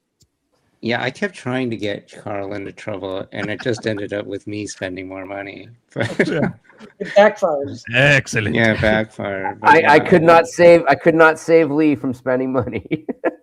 Me? Yeah, I don't know. I didn't spend as much this year as last year, but I spent about a paycheck, so I think I have to spend twice as much next year. But in all seriousness, like that is a wonderful part of the show, is just sharing in others' joy. Like I said it before, but I'll say it again. Like it's awesome, because I went with the mindset of not spending a lot of money and just hanging out with friends, and just to be in that room with the energy with all the people that are picking up things that they love is awesome.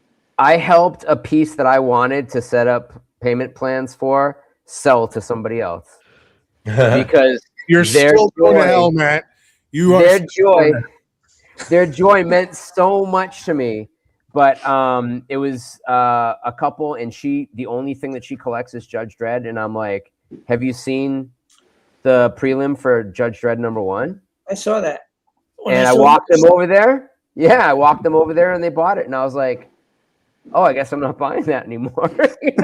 That's just self-preservation. That's really, it's just like it might have been, it might have been, and I did end up buying the Invisibles prelim, which I absolutely love as well.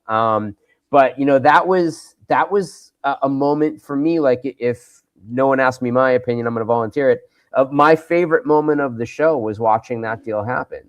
Like, watching that piece, which I know was a big deal for the couple who bought it, and they had already spent some money that weekend for sure, because this was on Sunday. But it was just like, that made me feel so good. Tom saw it, we walked over and looked at it too. Like, I was just blown away that this thing still existed, that it hadn't been pulled up into somebody else's collection at that point. And that felt like something transcendent. That felt like something bigger than the show. It felt like something much bigger than me.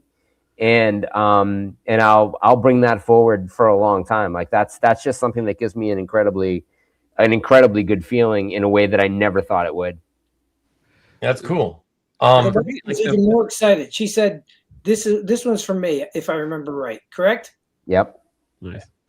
Yep. Sorry. Go ahead, Carl. I just want to share one.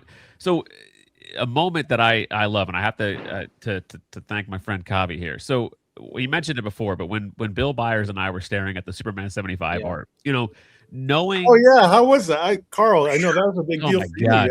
But this is what was really cool about it. So Bill and I were just standing there looking at this art. It's like, never thought we'd get the opportunity to see all these pages up close. But Kavi, knowing how important those pages and that story is to me, he sees us just like up close, just staring at these. So he snapped a photo of Bill and I just staring at the art, and that photo was my favorite thing that happened all weekend. And just because it was like, it was born out of the fact that Kavi knew how important it was to us to see that art. Yeah. So and then I followed that up by like getting pictures with you guys in front of the art. And so I love that. It's like that kind of stuff. It's just like, because we interact with each other, we know what we like. And it's just that shared experience of I do the special galleries every year, and I definitely that's one of my babies, and it's a big deal for me to do that, to have something that's sort of a non-transactional sort of thing, right? I played with it a little bit, but this year I kept it simple. I basically had complete books, right? It was Commandi 7, it was X-Men Apocalypse by DeMeo. And it was a complete chapter in a manga book. We're helping Zach Rosenberg, Artist Bullpen, launch a new manga company, and how freaking awesome those are the best stacks of $100 bills I've ever seen. So the thing is, I knew that DeMeo worshipped Kirby, but I didn't know at what level. And I decided to put their books side by side in a gallery. And I don't think Simone minds me saying this. It was like one of the greatest moments of his life. You can't predict this stuff.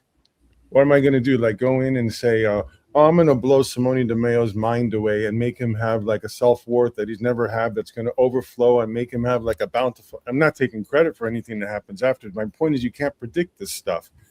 And a lot of that happens at the show. And it's because all of us are nuts.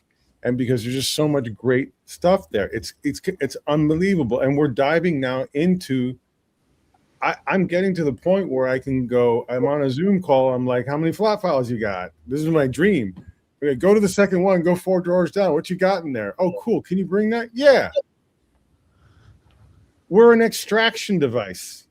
I told everyone at CAF years ago, I want us to figure out how to be an extraction of. We're going to extract game art next year like you haven't seen before, and more animation art, and more American sort of cartoon art that we all have some heartstrings attached to. There's no doubt, right? And there will always be fun things to buy at many price points. That's our job. That is literally what we want to do. We want people to continue to have fun for years. We don't want this sort of race to the 1% stuff. That's going to happen on its own. That has nothing to do with us. I care about the sketch cards are a big deal. Commissions are a big deal. Personal experiences are a big deal. Diversifying your portfolio is a big deal. Finding these large swaths of art and findings and categories of art that are cool as shit and cheap, year in and year out, impossible. Gonna try. So far, so good. Yeah. Buy it or don't. Look at it and go, cool. Walk away. Have 5 friends come back and go, you should get some. Feel peer pressure. Hey, it's high school again. Good. Improve your clothes. If I may, Peter greatly improved his clothes at my urging. If I may, Kasra, dear. If I may, I just want to get a Mark Vega's comment in here. Says, and I wanted to catch this only because I saw I watched your video talking about the Kirby Awards. So he says, I hope the Kirby Awards doesn't expand too quickly, because I like that it was short and focused and still honored the winners. What do you any comment on that? I agree. I mean, wholeheartedly. It was only 7 awards. There isn't a lot of time as currently constructed to carve out time. I limited it to 45 minutes, and we actually just came in under 45 minutes. I'm very happy about that. The ceremony video will be posted tomorrow. It'll premiere at 1 o'clock on the CAF Plus and then be archived. Please watch it. We made 7 little mini, very short, if you will, like mini segments, docs, whatever you want to call them, on the award winners that were, I think, pretty impactful. And if we expand it, it's going to be out of a lot of deliberation, or because I come up with an award category that I really believe is aligned with the awards, but I could never imagine it being more than like 10 or 12 awards. It's not that's many. good. I agree with him as well. I'm more on his side of that topic as well. I find like with any, forget comics, just any type of awards, movies, whatever, I find it just feels more watered down and meaningless. It starts to feel me. I don't know if doesn't sound like a nice word, but that's kind of how it feels to me when any kind of awards go on and on and on, and everybody and their grandmother is getting an award for something. I don't know. It just feels watered down. I guess that's the word I want to say. So I mean, most award shows, you'd rather look at a list than actually watch it. And kind of. Like that. I like, even with like knee pain the whole time, I enjoyed sitting through that 40 minutes. It was great. Because we associate with their passion and what they've their careers, and it's not to say we're part of it, but we are part of it. We're part of like the stories that they've created, and so we're invested in the people that are getting the awards. Like it's not just some random person. Like we appreciate the work that they do. So.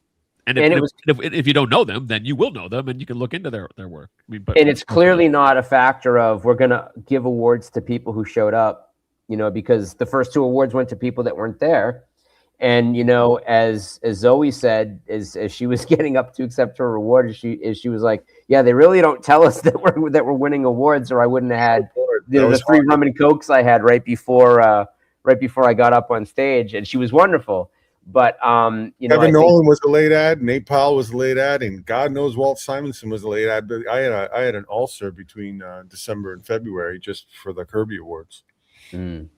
So I mean, there's a great. They're going to run between July 1 and October 1 now. I mean, it's going to be a lot more obfuscated about who's winning the award depending on who we're announcing when for OAX. After year 1, no problems, guys. And it's a different set of awards, it's different categories than other existing industry awards already offer. So, that I think would also have possibly been, you talk about the possibly like it belittling someone's achievement if you've got like 15 different best picture, denominations. The awards that were given out this year are not awards that are given out by any other award show. They're really, really unique to this kind of rebirth of an award back in Jack's name. Even the original Jack Kirby Awards, which kind of became the Eisner Awards again, it became the Harveys. that, you know, this is different than those. So this is a very different type of categorization and appreciation of what we in the hobby, I think, and especially art collectors, appreciate more so than whether or not it's who's writing the comic that sold the most issues this year. That it seems to have a little bit more legacy immediately connected to it, and it's a legacy award. Yeah, it's a hero's journey, artist journey, sort of cycle award. It's based on that. It is very different, which terrified me when constructing it, because it's pretty easy to mock it or dismiss it, and unless it's like really intentfully, properly, thoroughly done, and even packaged and delivered correctly. And I think we were solid. I think I'll give us definitely an 8 out of 10, and then we need to do it year in and year out. You know, someone offered me another major award, and my advice to them was, run as fast as you can away from doing an award show. It's a lot of work in consideration. Yeah, a lot of live moving pieces. Let me pop in here. I want to get a couple of back-to-back comments that had come in several minutes ago. So the first one was from our friend Yevgeny. For those of you who don't already know him from having been on my channel, if you were at OAX, you'll know him because he was the tallest guy there. He's an artist himself and looking to get a table as soon as possible at whatever the next future OAX show that he can get a table at. He just wanted to say that even because he doesn't normally collect, he's basically just an artist who sells commissions. He says, even I bought a couple of art pieces, so that's cool. That's very, very surprising, very fun. And then I'm always, always promoting, trying to help new collectors in the hobby. And so Compson, who I met this year several months back, says, for a new collector, he is a new collector. For a new collector, it was great to make 25 new friends and appreciated the hospitality to the high school reunion. So he came up. Compliment to you guys, Kasra. Because there you go. It's good. It's good to get feedback from those people. So much of what we do is virtual, and again, literally from the beginning, consciously, it was purposely to get everybody together, to hear one another's voices, to find out that you're married, you have a spouse, that something terrible happened, that you have children, whatever it may be. You have to carry the image and the voice and the details of somebody forward for another 360 plus days of the year. It's going to curb your lesser impulses. Right. So Carl, you looked like you wanted to say something. No, I was just going to say the Thursday night thing at the Gods and Monsters, Compson came up and he was like, hey, just introduced himself, and we started talking, and in the bug crawl we had some amazing conversations. So it was awesome. Like, it just was, I'm so glad for the things that we do throughout the year, like on your show, other channels. Like, it's just being involved in the community. The faces are out there, and he was able to come up and introduce himself, and I'm so glad he did. And we talked about some of the pieces that were in his collection, and like what drove him to buy certain pieces, and it's just like, it's so cool. Like, it's just it was great to put a face to the name, and now and I've said, you know this, Carl, because you've been watching my show for a long time now. I've said it for years that, like, that's why I do the show. I mean, obviously I don't make money at it, and it's like when people wonder, like, I used to say, like, the most popular show I did was the show and tells, right? And then it later after that, of course, because of me and Matt, it became the well, you know what show I'm talking about. Say it, Matt. Come on. Hold for the gold. Hold for the gold, and no, that's the second most popular. I know.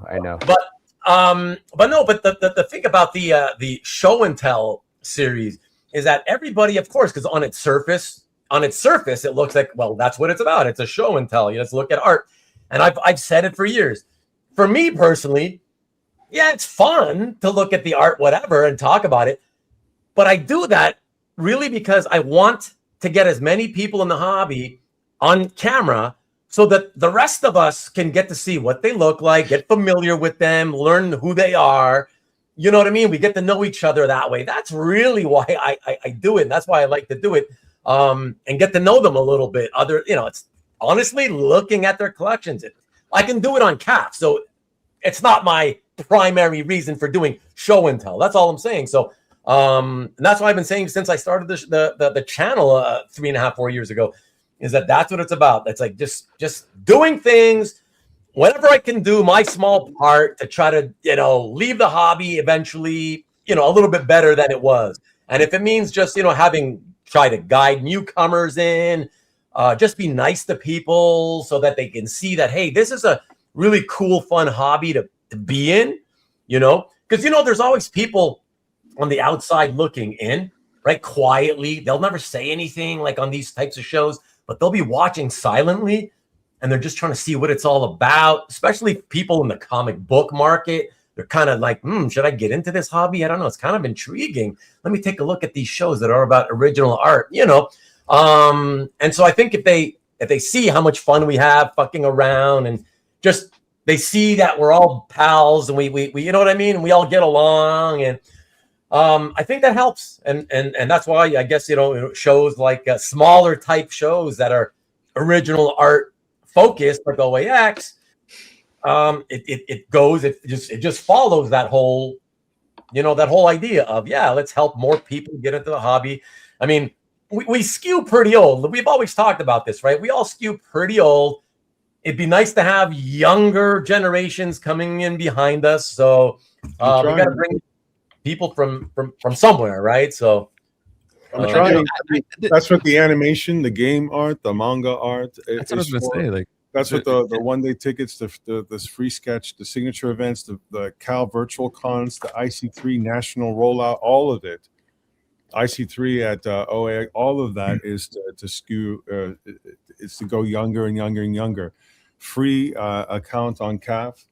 The keywords, the Art Scout tracker for you to look for shit that you're looking for, the alerts, the app, all of it is honestly just, I'm trying to shift 10, 15 years younger. I don't need to go to 16. I don't know if I'll ever get there in any kind of quantities. That's almost a generational choice rather than an individual group trying to do that. But we're all trying. You know that we're all trying. Yeah. And the physical stuff is coming back too. Kasra, can I throw? I'm going to throw a 2-part question at you that Shaggy Wong left more than 2 hours ago. So I don't even know if he's still here yet. But Shaggy Wong is alive and well. Here he goes. He says, "What is the one piece of advice that you can give any newcomer thinking about attending OAX next year in terms of budgeting? And is it only for the big boys, quote unquote, people with money?" Or is everyone really truly welcome? Everyone's welcome. I'm sorry. I spent a paycheck. Mm-hmm. I think that's a responsible budget. If you're gonna budget yourself for purchasing, I think that's a responsible budget. You may come in under it, you may come in a little bit over it, but it's not gonna fuck you up, for a length of time. And I thought that was it wound up being a pretty smart amount of money to spend. But you can have fun spending a lot less than that. And everybody's paycheck is different. So, you can scale to what you grow to the size of your own fish tank. I spent $500, bought 2 pieces, and loved every moment I was there. Yep. That's the thing. It is meant to be as diverse as the individuals who attend it. And there are a lot of things built in. And I did build out the event thing as aggressively as I could. And I mean, if you think 4 pages of events in the program this year was a lot, it's going to be a lot more next time. And there are things that are built into the ticket, like the open bar and the food on Saturday night, and the fact that there's the Kirby Awards and an auction outside that's well attended. There's the stuff going on at Miller's. One of the things that was very important to me is that anyone could come in from out of town and not know people and have places to go and people that they could meet. I know what that feeling is like. I know what that feeling was like when I was in school, or when I started a new job, or when I went to XYZ show or gallery, whatever. It doesn't matter. I don't want people to feel that way. It's meant for you.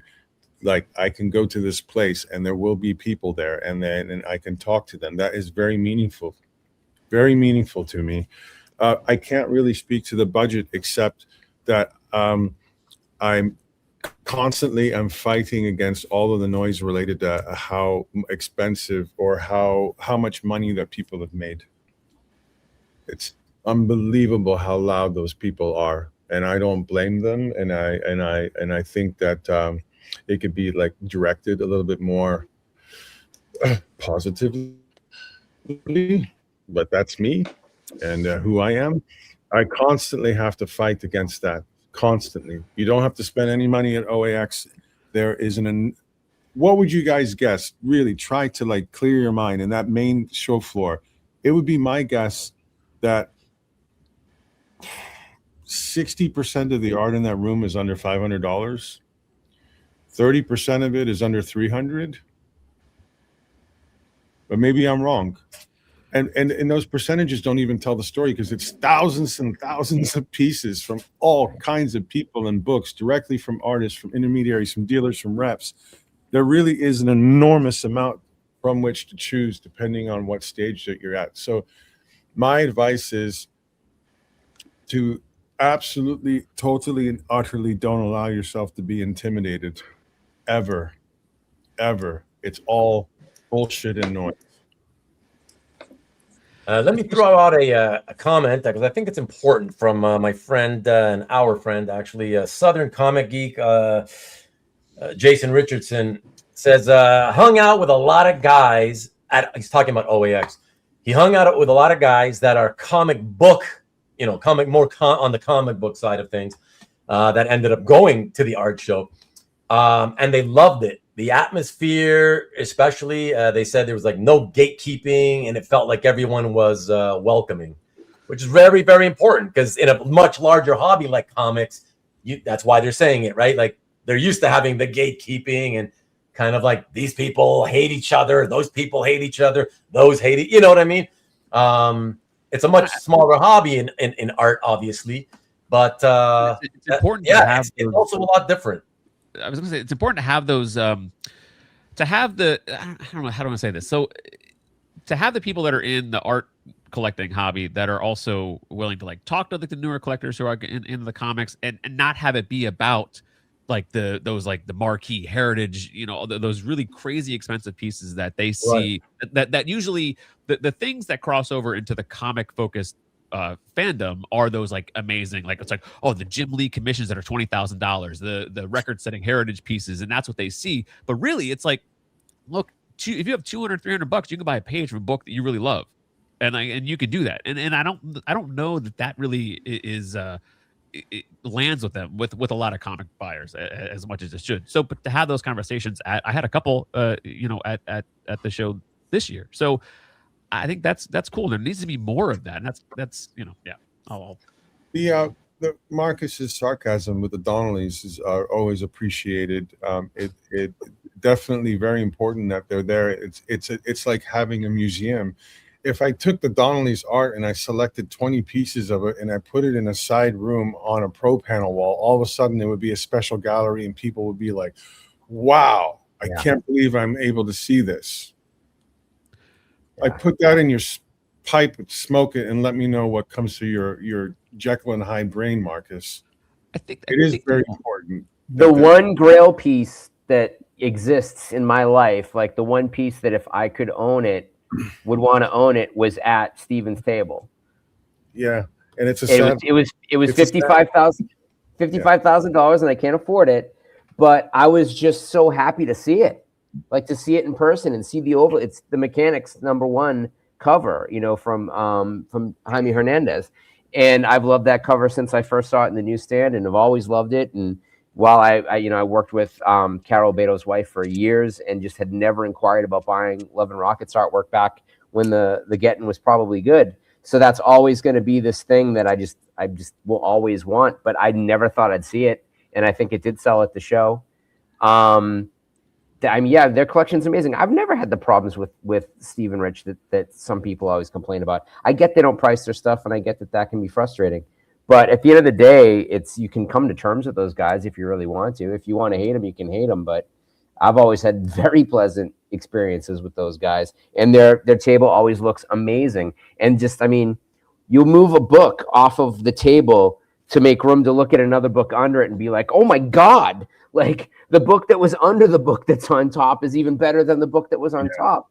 You know, so, you know, there's no cost for looking through stuff if you look through stuff respectfully. And, you know, like you say, if that stuff was in a room by itself, you'd pay to walk into it.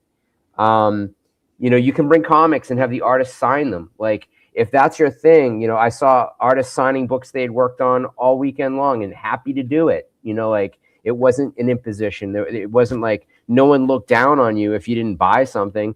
You know, no one looked down on you because, you know, your interest in associating with comic art might have been the only thing I can afford is, you know, a free signature on comics. There are no gatekeepers. It is a very, very different type of convention. I mean, if you go to a regular comic book convention, those guys get super grouchy when they don't sell stuff. This is a group of people that are there to purchase original art. People are picking up the heavy lifting for you. Don't worry if you can't afford a $55,000 piece from Steven and Rich. They still spent a lot of time talking to me just because we have so much in common. And, you know, they didn't feel like they had wasted their time, you know, having, you know, a conversation with me because I didn't spend any money. I mean, it's a very different vibe than other types of shows. I mean, I had been reading for the last couple of years about the amazing community that's built up around Pokemon card collecting, and that there's like a lot of people that just like absolutely love it and, you know, do their best in terms of goodwill and are always posting stuff of like, you know, giving stuff away to young collectors or like understanding the, you know, the pratfalls of people and coming through with something that means something to them. This is, you know, the community of comic art collectors is a specialized community within overall art collectors. And some collectors collect fine art as well. Some collectors have very small art collections. There was never any moment at that show where it turned into a big dick contest, you know, where someone was like, well, you got this, well, I got this. There was none of that. It was like, oh my God, you got this thing that you love. That's fantastic. And they would say, you wouldn't be like, hey, can I show you mine? They'd be like, hey, let me look at your portfolio. What did you pick up? Like, it was a genuine interest in the goodwill and in the adding to collections. You know, this is all in its own way a celebration of obsession, right? You know, so like it's an appreciation of an aesthetic that is connected to a particular type of media that doesn't have to be, but it can be. It's a different type of thing. So, I mean, yeah, you can bring no money, you know, honestly, you can bring no money and just have a blast. Yeah, exactly. Have fun meeting people. Yeah. And honestly, even that thing is like, even if you're somebody who hasn't been very social, like on these YouTube channels, for instance, right? But you know, maybe you've tuned in and listened from time to time, so you don't feel like you know any of us.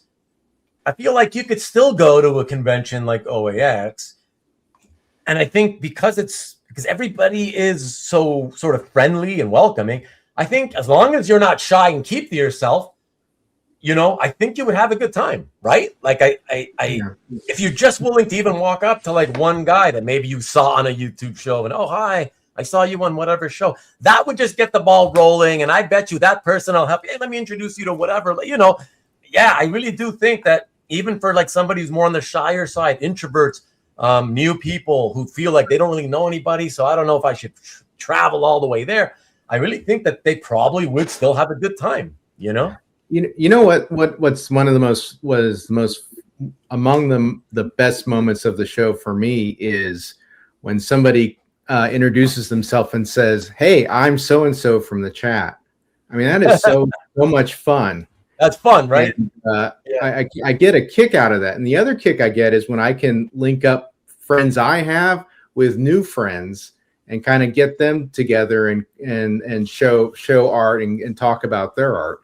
Those are two very special moments for me in the show. Rick Welch came up to me on Saturday and said, hey, it's Rick Welch. I'm like, hey, how you doing? Nice to finally meet you. Because I had no idea what the guy looked like, you know? Yeah, because he's always been too shy to come on, right? So it's like when I heard he's going, like, what? Really? Holy shit! Rick did that with me, Corey, Duke Fleed, Maki. Dan was there. Yeah. Yeah, I mean that was any number. But the way I got to know Ian was when he did it one time, 2 years ago or something like that. I think it was at the first OAX, I think. So I mean, those are really special moments. And then what I learned is that we're all like kids, and even though we're somewhat older, or maybe we're higher in our careers or whatever, or we're much older. We come from, or we work in different fields, but at the end of the day, we're all nerds. We're all kids. We're just trying to have a good time. Speak for yourself. You're a fucking nerd, not me. Yeah, I never felt at all shy about. I'm joking, that's why you didn't go. So I think I was there. I feel like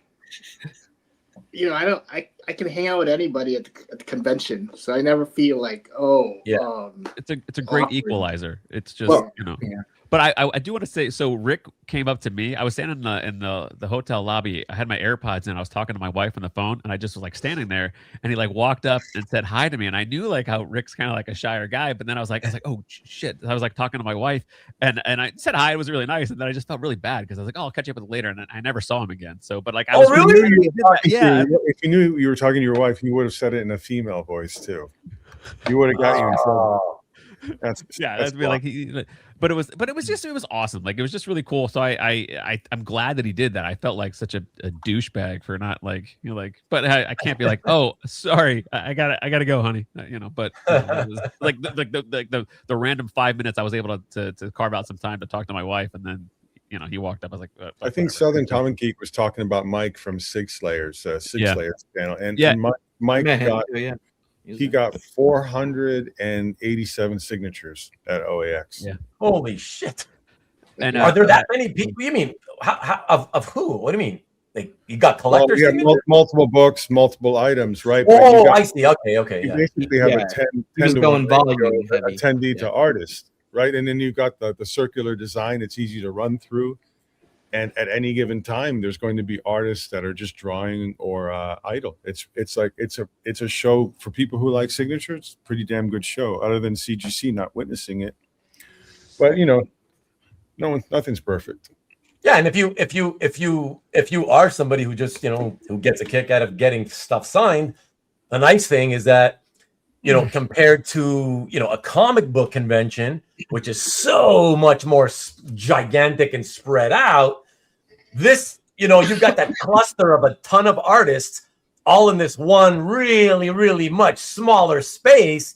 So it's not like you got to be going all over this giant comic book convention, because some artists are here, some are there. You know what I mean? Like it's all very concentrated. So it makes it a lot easier for you to collect signatures. He was also able to find, a meaningful Green Lantern, Jeff Johns run page as well, because he does collect art. So it was a multitasking thing for him as well. Who, Sig Slayer? Yeah, I met him. Oh, okay. Oh, that's cool. I barely saw half of the Vegas. I saw the Vegas guys for such brief windows. Like I only bumped into Daryl, I think, twice all weekend. Really? Saw Jeff a little bit more. Jeff's cousin was with them. It was great to see her experience a show like that for the first time. I mean, I was spending a lot of time with Big Phil, and the Collections in Black guys. Like most of Saturday night I was hanging out with those guys, and just like areas of crossover that they didn't realize that we have, and he's like, we got to talk. I want to bring a thing to Vegas. I'm like, let's talk about it, and seeing Kasra and being like, hey, do you guys want some sponsors? I think I might be able to bring some sponsors into this, so like the seeing is believing, experiencing is everything. And, you talk about like being at the same place. The currency you get from staying at the same place is irreplaceable when you move to another spot. Unless they truly are offering you a greater amount of services. I call it internally, the island model. Yeah. It has to be a combined venue with hotel. Yep. I'm looking at some sort of like resort style staycation type places that are like recessed well off the road, where they have like 150 acres and 4 pools and like like one of those tubing fucking rivers and moats that go around the whole place. Bloom, yeah. And it has like 9 restaurants and 3 bars, and so it has to be for families. There'll be shuttles to the SeaWorld and Universal and Disney should they want to go or you want to go. It's meant to be a retreat. Yeah. And you really like your toilet. You can go up to your room and back in 5 minutes, sort of thing. It makes a profound difference. The other thing, and then this is the real boring stuff, like when we walked into that room for the first time, since you guys know it now, we walked from the hotel's entrance into the main room. We walked through the main room to go look at the little rooms in the center because that's what OAX was going to be. And I walked Bill back out to the main room. I'm like, this is OAX. And the reason for that was because I'm hyper sensitive to sound and light. And the acoustics in there and the carpeting and the lighting was such that when I go to a show, actually after an hour, it's like 1,000 kids are screaming inside my cranium with the sound has nowhere to go. It literally, I feel that way. It's one of the reasons I smoke. I have to go outside and clear my head. I'm not even kidding. And I have none of that in the venue that we're at. And finding something that even reasonably replicates that is going to be a task. Until you said something, I hadn't noticed that it wasn't really loud. No, like, you could talk. Considering the amount of bodies that were in there, it was very manageable. That's a really important point, and I hadn't even considered that. There's a fatigue factor with that. There's how irritated people get. It really ties into it. And I know this sounds a little bit weird, but it's a really big deal. Yeah. We in the show that we did, the OAX review show. I don't know if it was the one from last year or the one before. I was looking at it, and I was looking for a piece of information from it. So I was looking through it, and it started playing, and then next thing you know, I just let it play. It went on for a while, and then I caught some comments that were saying about the same thing, about the fact that, what's nice about it is we can hear ourselves speak. We don't have to talk over each other to hear each other ever, which is really nice because I hate that kind of feeling. And now we have the outdoor pavilion, and I don't know how everyone else feels, but like February with it being 78 to 80 degrees, that was nice. Yeah. Holy crap, it was that. Yeah, the way that the thing goes over the top. Your sound went off, Ruben. That was so much better than being in the room the year before. So much. It's almost like medical or dental lights, versus like being on a back porch. Vastly different. Yeah. Kasra, what did you end up getting? Like, did you tend to get people while the show is going on? Do they come up to you and say like, you just want to let you know I really like this or that or the other, or you know what, I don't know if you want to know, but like I really don't like this. Maybe you should think. Do they do that throughout the show? Yeah, a lot. Really? A lot. Yeah. This year more than any, people were just. It was weird. It was like everyone had the same tape recording downloaded to their phone. It was bizarre. They're just thank you for putting the show on. It used to be a lot more elaborate and diverse, what people would say to me and what have you. And then this year, Bill said the same thing. I was shocked. It was really cool. It was cool. But let's talk about some bad shit. Come on, guys. Can we go back to talk about the food? At least the food is universally bad. So, can I say? Yeah, those cheeseburgers are horrible, Kasra. Come on, VIP. We got. You don't count, Alberto. You're like Mr. Michelin 3-star. I'm gonna fly to Spain for lunch and fly back. Fuck off. I mean, in all honesty, like, so the only reason that I would bring it up is because I came during, the second year, and so I'm just comparing the third and second year. The food was, I don't know, it didn't work out as well this year compared to the second year. The only thing I ran into is, so after the show ended, we actually Bill and I went back up to our room for a little bit just to kind of like regroup a little bit, and then we came back down. So we came down to the VIP thing late, and that was, you know, all the offerings were gone at that point. And then we like then left after we were there for a while, had some conversations, had a couple drinks, and then we went and had dinner because they had to have dinner before the pub crawl. But I will say, like, as soon as I saw that the food was gone, and I was like, well, that's bad. But like I did have faith. I was like, well, that this won't. They'll fix this at some point in time if it's not. I'll next tell you year, what like, happened. It was the preview night was 4 to 6, and the reception was to be 6 to 8. And it wasn't until like maybe only 2 weeks or so before the show, I expanded it to 9 o'clock. So we actually added an hour of open bar.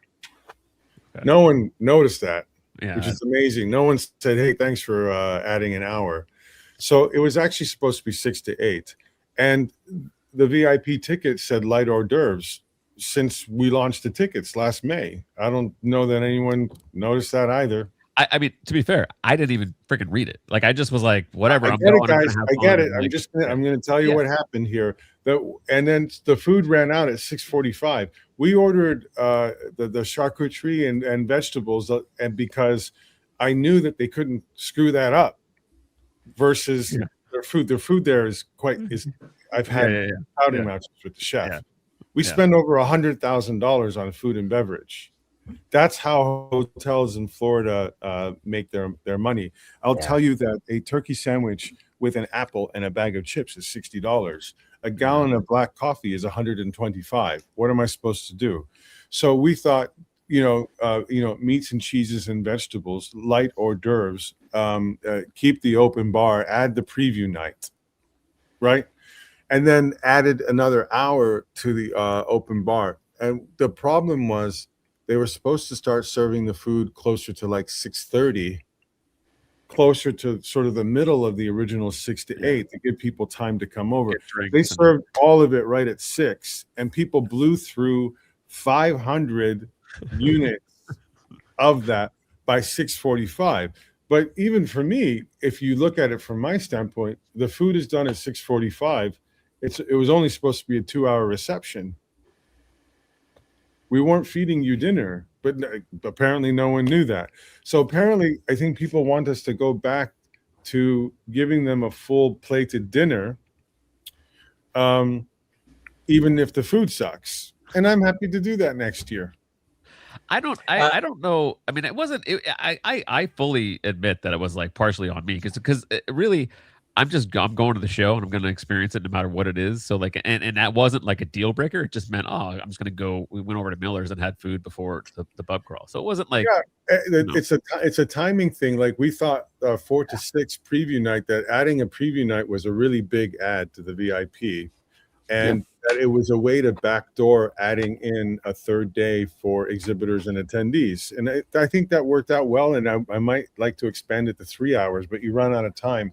And that by ending it by 8 o'clock, it allowed people to have all of their evening plans, whatever people do. Some people's evenings don't start till 2 in-the-morning. Some of them start at 5 p.m. I don't know, but there's a mean there that you sort of play with, right?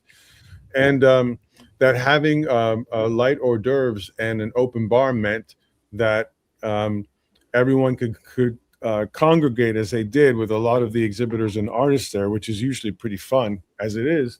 And then they could essentially leave when they want. By expanding it to 9, I'll stay longer if I want to. If I need to go and get food, I'll leave. That's what human beings do, right? Yeah. And then, of course, we felt terrible because there was a lot of expectation for food, and then there was a lack of food.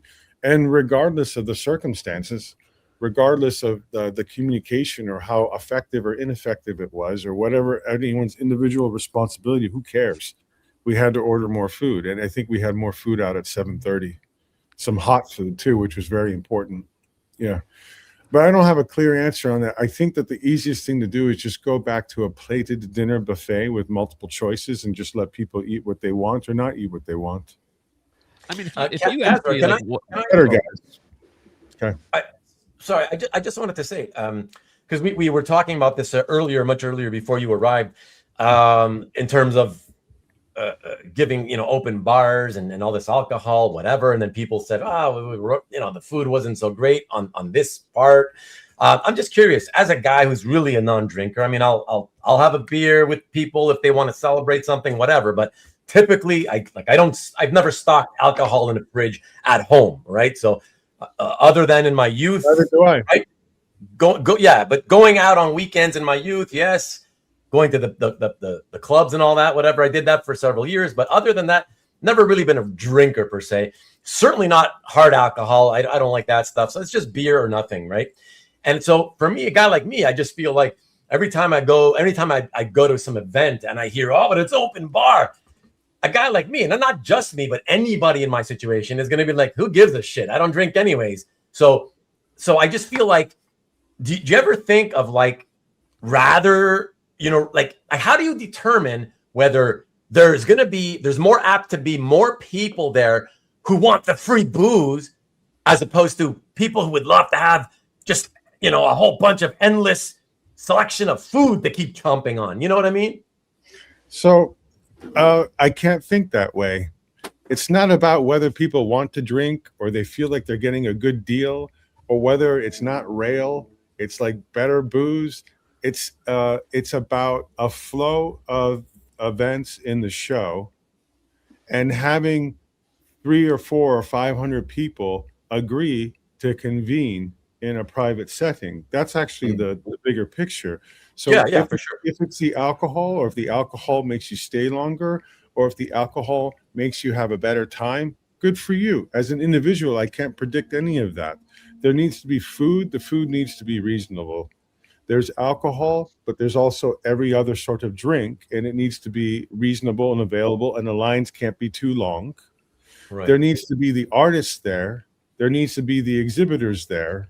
It needs to be a pleasant setting. It's not any one of those things. It's all of those things. Right. And then it's also combined with a preview night on the first day of the show with all of these people that you're going to be with over the weekend. It's all of those things. It's not any one of those things. If I focused on any one of those things, none of it would work. So some people, I don't drink. Well, you get all the other things. The other people, I don't care if the artists are there. Well, a lot of people do. I don't need the food. I'm going to go get the food I want. Well, go and get your own food. Right. I think you might be misunderstanding.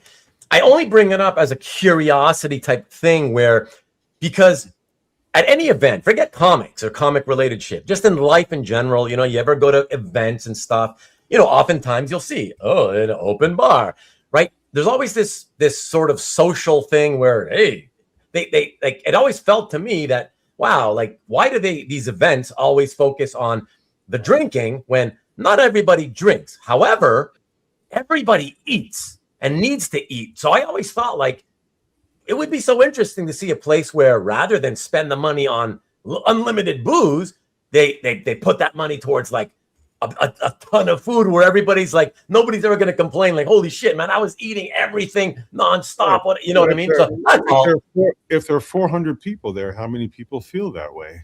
Yeah. I don't know. That's why I'm asking.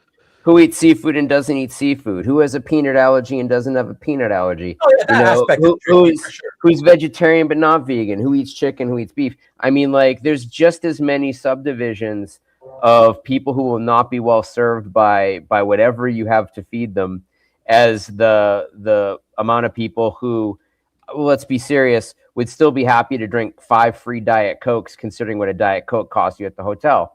So, I mean, like, there is no, I think, and I don't want to speak on anybody's behalf, but having done this myself, numerous times over the years, you just have to make a decision at a certain time that you're going to supply a certain thing that people expect, with limiting the expectation that it's not gourmet food, that if the food is of a certain level and it's not of a lower level, then maybe you're taking budget away from something else where that money could be better spent, that's more important. I think in a group of art collectors who are going to tend to be, unlike myself, a little bit more introverted, that lubricating the pipes a little bit to get people talking isn't necessarily a bad idea. Not that you have to drink. You certainly don't have to. You can have a soda. You can have a water. There are plenty of bottles of water at that place. The availability of water in that convention hall the entire weekend was amazing. It was flawless. That's important. That's important because I drink a lot of water. You know, I drink a lot of water, so it's like you'd be happy. Places, you don't have that. A lot of places, you go to any kind of other events, similar type style events, whether comic related or not, and it's like the only water within like a mile is the guy down there at the end of that hall who's selling the bottles for $7 each or whatever. They were replacing it. Hotel staff were replacing containers of water for people to be able to, pour out. The cups never disappeared. It was very, very well handled. Much better than many other events I've been to with a much higher budget. Just the bigger picture is, I really feel like I might be wrong. I feel like $350 for the VIP for a show like this for 3 days is a good value. I feel like there were a lot of people, some of them on the screen after the first year, that told me that we could raise our prices, and I'm sure that reasonably we could raise our prices. Didn't you do that though, Kasra? Well, $50 we did okay. after we did raise it $50, but that's not what they meant. They meant more like $450, $500 sort of thing. Because earlier in the evening, and maybe I misunderstood it. Earlier in the evening, somebody had said, last year it was something was like a 200, and then it went up. Now it's 350. Maybe I misunderstood what they were talking about. No, that's not true at all. No, the weekend ticket is still 200, and then no one said that, Ruben. So I don't know where you got. I saw those numbers. The VIP is still. Somebody said it. We didn't raise the prices this year, and that's all well and fine, because the last thing that we want to do is raise the prices to the attendees. Honestly, our prices are too low to the exhibitors, and that's where we're going to take care of it. And the show no one would put a show like this on, because they wouldn't spend like 9 or 10 months being obsessed with putting a show like this on. It doesn't make any money. But I make it tie into so many other things that we're doing at CAF that it becomes worthwhile. But at some point, the show needs to be a little bit more financially viable. Yeah. So Kasra, you guys aren't making money from the show, is what you said. I just want to make sure I understood. Is that correct? Correct. Okay. I thought you. By the way, Kasra, I thought last year when you came in to last year's review show that I did, I thought you had said that you were getting close to breaking last year. It depends on how you calculate it. For example, do you think that the salaries of people that are involved making the show should be included in the costs? Oh, of course. Yeah. I'm about business, so everything's a cost. So But also, if I'm working 90 hours a week for the last 3 months leading to the show, how do you account for that as well? How do you account for that? Yeah, I get it. It's a little complicated. Yeah. But if we brought Tatiana now as well, and she's not full time, but her efforts operationally and from a management standpoint on putting OAX together are critical, because it frees up a lot of time elsewhere, and she's very good at what she does. And Tatiana isn't and shouldn't be free. It's quite an expense to have added. Right. And then how profitable should it be? Is this an ethical question to ask? Like, are we allowed to make I don't know, $200,000 for 10 months of work? Is that a reasonable thing that we're not even close to making? Yeah. Later, Cobby. There are people in our hobby, the kinds that do trades in front of witnesses, that would like to believe that we make millions and millions of dollars a year, and that they're dealing with facts when they're lying out of their ass. Mm-hmm. Yeah, no, for sure. For sure. Let me I want to pick up on a comment, a longish comment that Ian, Jewish Dragons, who was here with us most of the evening and had technical difficulties. That's why he's not here anymore, for anybody wondering. I'm going to read it out loud for those people that listen to my show but don't watch. So Ian said, one of the really touching things that I saw at the show was a bunch of art students clustering around Zoe's table and clearly looking to her as a mentor and geeking out as much as any of us were. They clearly weren't there to buy expensive pieces, but it seems to be they seem to be having a great time. It was nice to see them find inspiration from someone who's close to their age and has, quote unquote, made it, so to speak. And Mark followed up with, I noticed that same group of students too. Very touching. She mentioned it in her acceptance speech. Okay. For her Kirby Award, that she was like, when artists, when young people walk up to you and they show you their portfolios, be encouraging. You're talking to the next generation, and the wrong type of harsh criticism can dispel somebody from pursuing the arts as a career. That certainly tableside at a convention where somebody is super pleased to see you isn't the time to give a super harsh critique. I think she spoke really, really intelligently about it. And it was I think one of the highlights of the entire award ceremony in her speaking to it. And I didn't get the sense that she had seen somebody else do that, but that I think that she felt it was an important point to make. And especially since, as she said, that 10 years into her career, she's getting a newcomer award. But the truth of the matter is that until the last couple of years, a lot of people, myself included, were not aware of her at all. Yeah, part of the guidelines for the newcomer award was it really didn't even have a time component. The decision that I made with the voting committee is that the voting committee would only be comprised of creators. And if I look at the collective knowledge and consideration of those creators, I will take their approach and their opinion and their decision over any other individual that I know. I shouldn't say this. I'll say it anyway. There was a lot of debate and deliberation that we did over a very intense time on Zoom. The voting committee and I sat in on it. They take it very seriously. The newcomer award, I purposely left Flex in it, and I think Dan Mora's name came up. And I'll go totally crazy on you because you guys remember 1985. I think Dan Panosian came up.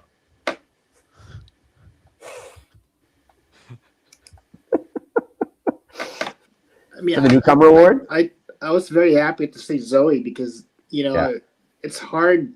I mean, she's from the UK, and how often do they come to the US for a convention? So she just moved to the United States. Did she move? Just yeah, but I thought it was the first time for me meeting her, and that was one of the highlights of my convention.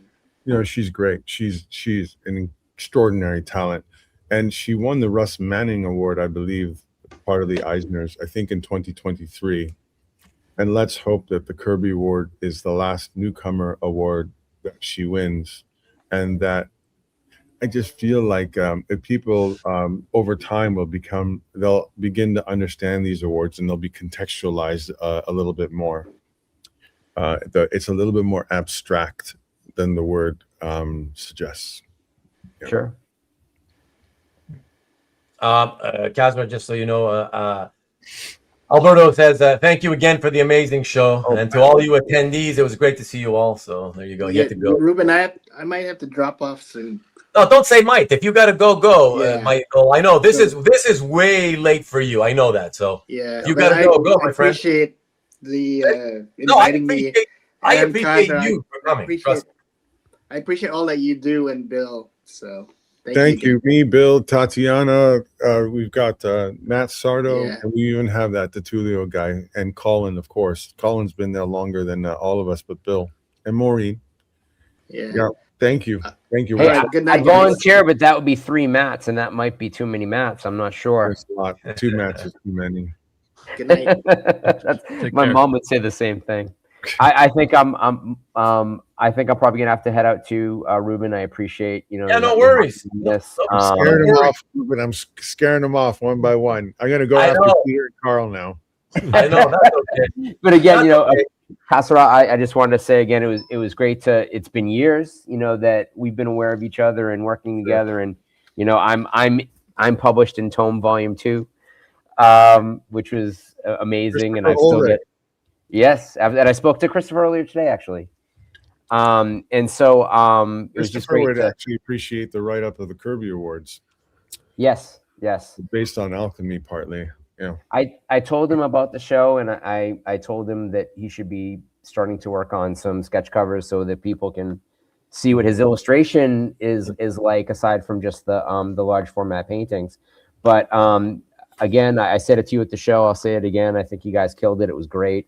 Thank you. As I said, I'd be happy to hook you guys up with, I think, some helpful sponsors that can help you get a little bit closer to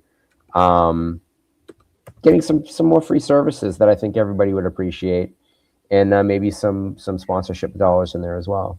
Thank you. That would be tremendous, especially if we're doing more events, and then we want to make a little bit more, I guess, bespoke type sponsorship stuff that's relevant to the individual entity, rather than just sort of platinum, gold, silver, bronze, tin, whatever. Yeah. Solid zinc. And Peter, great to meet you this past weekend. It was amazing.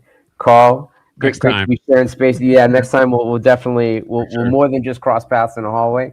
And Ruben, maybe next year you'll be there. I know that the next few years in the United States seem a little tough for our good friends to the north. I'll make my 3rd consecutive appearance next year for sure. Yeah, we'll yes. We'll see.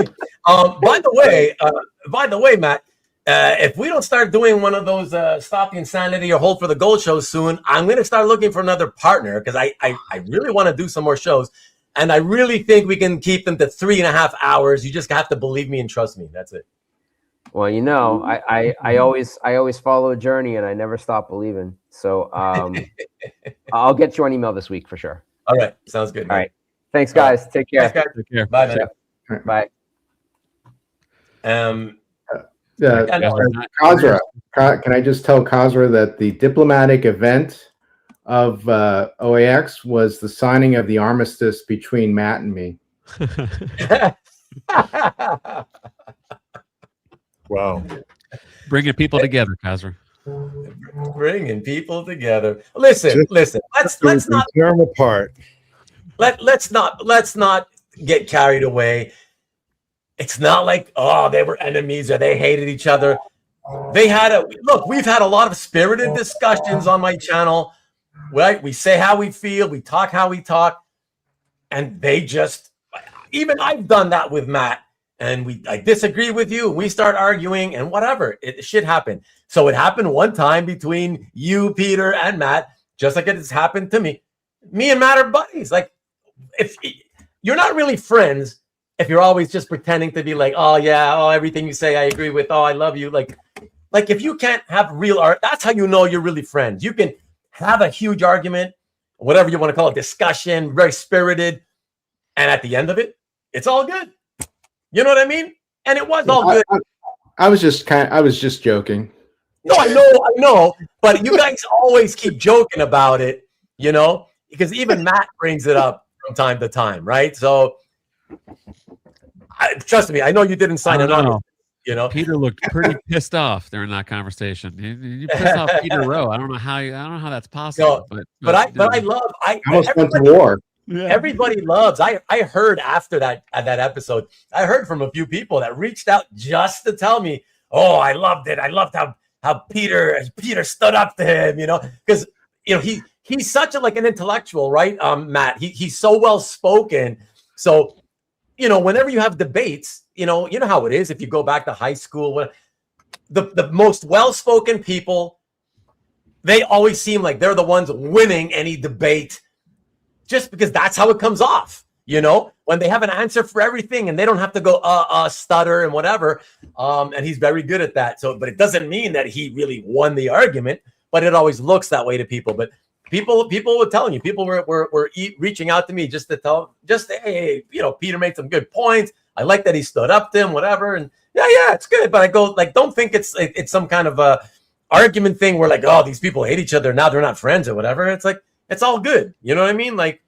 That's the nice thing about it. You're just trying to scare people away from new people joining in your shows room, and they're going to be scared to get get into some debate and get pissed off. You're just, it's self-preservation again, just protecting the brand. Listen, our hobby is so small. At least especially the online portion of it, of people who want to be social.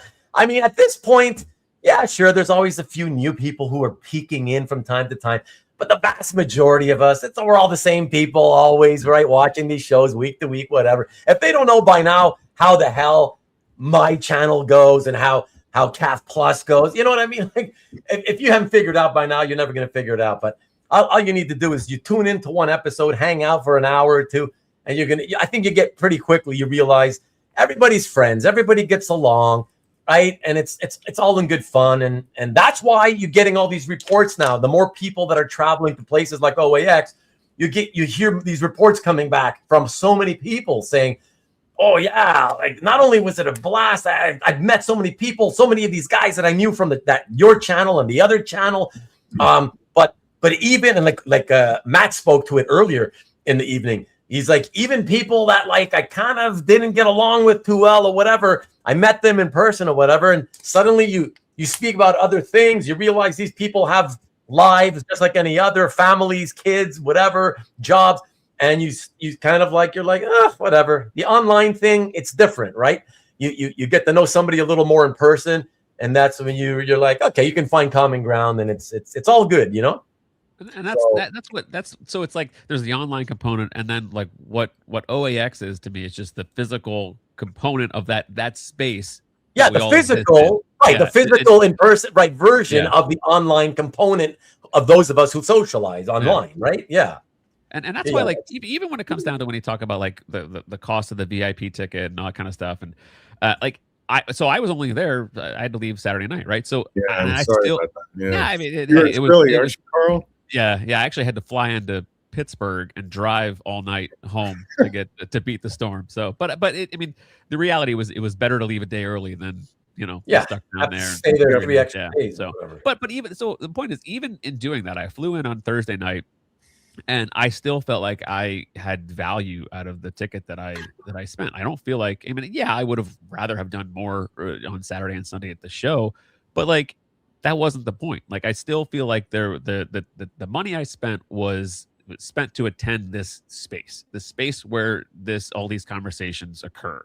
And that's what, I don't even care that I didn't eat any of the cheese. I don't care. It doesn't, ultimately, I really, it's not a deal breaker. It's just because and really it speaks to me not even paying attention to everything that was included. I'm just going to go and experience everything that is at the show. So it's not even that we necessarily that I need a roast beef dinner either. I don't know what if you ask me, I would not trade a meal for the 2 hours on Friday extra of the show. That was a far better value than any meal that would be provided at the VIP event. But the space was created to have those conversations, and so the VIP event was there. So I don't know. I don't envy you to try to figure out the people that really that it's really that important. The food is the main thing. I don't know how you that venue was a blessing for us, man. If the food was good, we'd probably never leave that place, and that's just impossible. Yeah, you can't when you're putting on events of any kind. I mean, it's impossible really to find a venue where it's got everything, everything is in place, and oh my God, we couldn't have truly found anything better. There's nothing that we need. You know what I mean? It's I think you have to thank your lucky stars if almost everything you need is there, it's available. You miss one or two things, well, whatever, big deal. The thing is, can't be perfect. No, and we left the VIP event early, but here's the thing: we're surrounded by people. We're having conversations like Compson. I was talking to Compson at the VIP event, and then Bill and Stingray, we were talking about, hey, let's go get some food. And I was like, Coms, I want you, we're going to go get some food. And so we just took a pocket of a group of people. It was like, I don't know, like 6 or 7 of us that went to dinner then. And then we took the conversations we were having at the VIP thing and just carried it on over to Miller's. So I mean, went over to Miller's and and it did not impact my weekend at all. So, yeah, everyone has a different experience. I can't, it's absolutely crazy. Everyone will have like little different touchstones, things that bother them, things that not.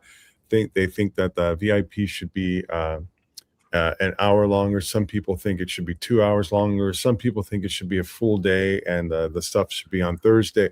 It is wild. It is absolutely wild. Some people thought the pizza was great. Some people thought it was terrible.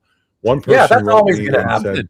That's always going to happen. One person wrote me that they ran out of pizza and they planned their entire evening around it, and it screwed up their whole evening. And they basically just they said that they basically started diving into our intentions of purposely getting people drunk without food because of the auction, and that's when they sort of crossed the line because they basically are speaking to us having some malintent. And of course, I hosted the Kirby Awards, and I was up there from 5:30 to 6:15, and I didn't get a slice of pizza till 6:30, 6:45, and my second slice until past 7. And if somehow 500 pizzas had been gone through in that amount of time, that would be pretty wild, plus 250 hamburgers and a lot of French fries. But I guess his experience in reality is different than mine because there was plenty of pizzas for many, many, many hours. Yeah. It's like, what were you doing while the pizza was out there? What am I going to do though? Am I going to write the guy back and say, you're lying, or don't ascribe some malicious intent to us? The guy wrote what he was feeling, and he was feeling pissed. Oh yeah, sure. Listen, I mean, chalk me up to somebody like if the day that I bitch or complain or whatever, I'm not saying that email, that's what that email was, but like if I were to focus on the food, I'm focusing on the wrong thing, because that's not what the weekend is about. I mean, I was actually thankful because I had to catch an Uber, so I was able to stay for all the Kirby's, which was awesome. And then so I ate food, and I was like, all right, grab some food, watch the awards, and then get out of here. But like I was like just happy that I had a burger and a slice of pizza. I was like, I'm fed, I got some food, I'm good to go. So I don't know. Like it was mostly, I call it carbohydrates. Basically, it was meant as a convenience, and then for people to be able to leave when they wanted.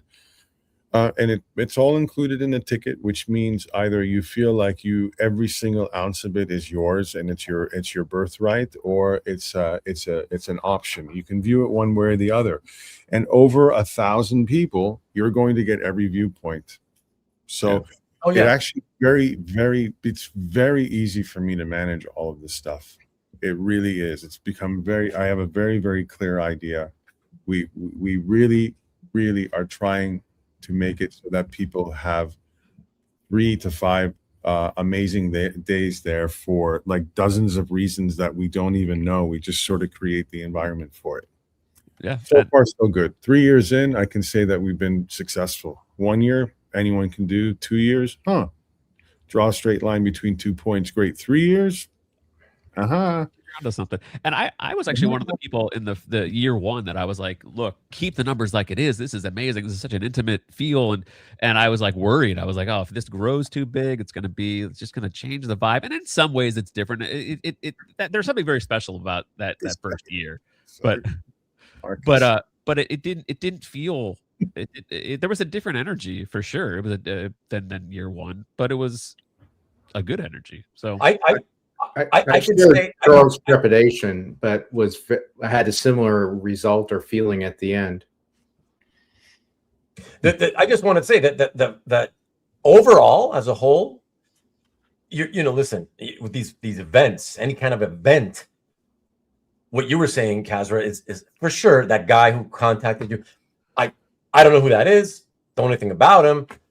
Like you said, if he said it the way he said it, I think he probably felt it, because I don't know how it came to be that it happened, that he missed out on the pizza, whatever, but it happened to him. And so he's pissed or whatever. And okay. But ultimately, what you got to remember is that type of experience is by and large the absolute infinitesimally small percentage outliers, the exceptions to the rule. And those exceptions to the rule will happen no matter how much planning you put into it, no matter if you put 100 extra volunteers, whatever. Somebody will always come out and say, hey, this thing happened, I'm pissed off, whatever.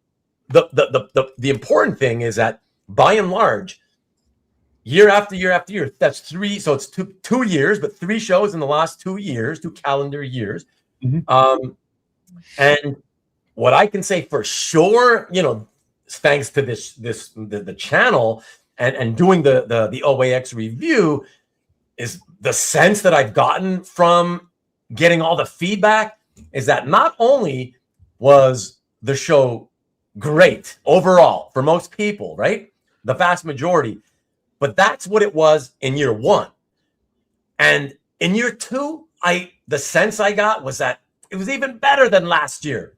And then this year, the feeling I'm getting, no joke, is that, oh my God, it's better than ever. Like, it's literally, you're on like a path like this, right? Oh, sorry, I guess that way, whatever. So clearly, you know what I mean? You guys are doing the right things for the most part, right? Some little things here and there will go wrong, or in other people's eyes will go wrong, whatever. Bottom line is, it's an upward trend, very smoothly, very nicely. It's exponentially seems to be growing. Certainly the feedback keeps getting better and better. People, and more, it is about what I've been preaching on this channel for years. It is more and more, I'm noticing that people's favorite thing, and that's why I like to ask people, what's your favorite thing if you had to pick one thing? More and more of the answers I keep getting are, I love the camaraderie. I love to hang out and meet everybody and just hang out and socialize or whatever. Which is really amazing when you think about it. Like, collecting is such a, it's a single sort of solitary pursuit because it's one of a kind, whatever, and it's each man for themselves. You got to go and try to find, you want to be that guy who gets that piece. You don't want anybody else to get it before you, whatever. And in the end, we're getting more and more to that place where more and more collectors are actually, I'm giving them the opening to say, well, my favorite thing I have to say is I got this piece, or I got these pieces. After that, it was pretty fun hanging out with people. But no, that's what I expected for the last 3 shows. But instead, I'm getting more and more where number 1, if I had to say absolute number 1 favorite thing, hanging out with all the guys. I think that's amazing. I mean, a room full of artists, dealers, collectors, people selling art.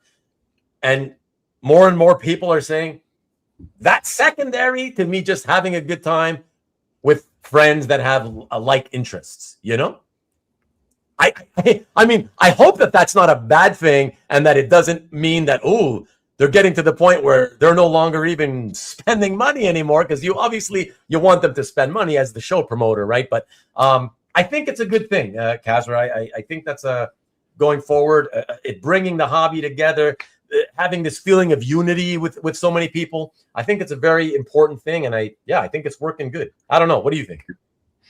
I do feel that way. I mean, I have to separate myself from it. I'm really proud of the fact that we folded in more illustration art. I'm happy that we folded in the card art, that the animation. Art. I like that too. That we have the special galleries, that we have these historical pieces, that we have these curators and historians, and these figures from these different worlds there, and that they're all intermingling, and that that there's like this boundless curiosity. So you can focus on what you're focusing on, but then there's like you kind of cover your ground in your obsession, and then you're looking around and you're like, oh wow, there's all this other stuff here. I'm actually personally most proud about that. And the second thing that I'll be most proud about is when we get to the point where people that have never collected art begin to collect art, and they come to places like Comic Art Fans, and they use things like our app, and they look online on YouTube at your shows and our shows and other people's shows that are like telling them, this is how you do things. This is how you don't make mistakes early on, so that you don't end up enjoying this lifetime of pursuing, understanding, buying, displaying, and enjoying and sharing art. It's a very, very big deal. It's a core. Sure. When we shifted to the public benefit corp, that was absolutely the core component of it. And OAX is part of our military armament for that. I have to say, are you talking about the announcement you made back in the fall, November-ish? Mm-hmm. Okay, let me get back to that in just a second. I want to ask you something about that, but I didn't want to forget to put this two-part comment from Mark Vega, who said, "I didn't go to Miller's." That's wild, because you're the first person I've heard who said they didn't go to Miller's at all, or the pub crawl. But I had a great time nevertheless, and met so many collectors and had substantive conversations with artists. OAX is what you make of it, which is a really great comment, I think. I loved when Matt's like, I had to look at every table, and you actually have to deprogram yourself sometimes when you're there. Like you'll go through it. I laugh when people tell me that it's a small show. I mean, I'll be able to go real quick. There's some executives that came that told me that I invited, and some other people, and they were like, they couldn't believe it when they were there. And again, how do you explain this stuff to people? I've given it up. I basically said other people can talk about it, other people can cover it. I told the team after the first year, and my tagline is, you go to shows, drop one, come to ours. That's my entire distillation now. I don't even know what to say anymore. You can prompt me, and I can talk forever about any stupid. I can talk about the pizza crust for a long time. You wouldn't believe the conversations about pizza crust. But really, if you go to 4 shows or 3 or 8 or 12 or whatever it is, drop one, come to ours. And if I'm wrong, I'll refund you. You want me to say that so you feel even more emboldened to do it? Just drop one and come to ours. Yeah. Well, you got John Higashi, which was a major coup. It was really cool to see John. I should have said hello to him. I hadn't seen John in a long time. John flew from Cali? I think, is he in Cali? I don't know where he lives now. I know at some point I thought he was even in Florida, but he moved out to Florida. On the West Coast. I think Marcus may know. Okay. He's in California, I think. Is he? That's what I think. Yeah. Yeah. But I mean, that was great to see him there. And I know that, if he's coming, there's a reason he's coming, right? He's making the trip. So. Yeah. I mean, but more and more people. So getting back for a second. So what we were saying, sorry, Kasra, what did you call, what's the official terminology of the thing you guys did that you announced in November? You became a public benefit corporation. Is that what it's called? That's right. PBC, okay. Public Benefit Corporation. It's a designation. Okay. Sorry, I was going to say, if you can want to talk a little bit in layman terms? What was that? I read it, and they may have that in Canada. I don't know, but if they do, they probably use different terminology. I was like, because somebody was telling me, they're going to be nonprofit. I'm like, nonprofit? No, I'm pretty sure Kasra wants to make a profit. Yeah, so, no, it's not a nonprofit. It's an intermediary sort of structure. So I think there's 30, maybe 35 states now where in the states where you can incorporate under a public benefit corporate heading, and you essentially change your corporate filings to state as such that you are a public benefit corporation, and you make a public benefit statement.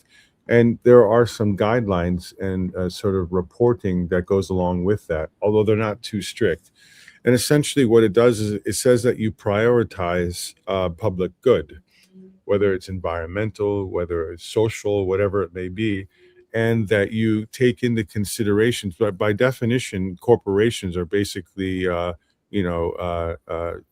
like entities or shells meant to benefit shareholders exclusively. In fact, if you get into the serious level of corporations, essentially shareholder value is literally the single driving force of a corporation, period.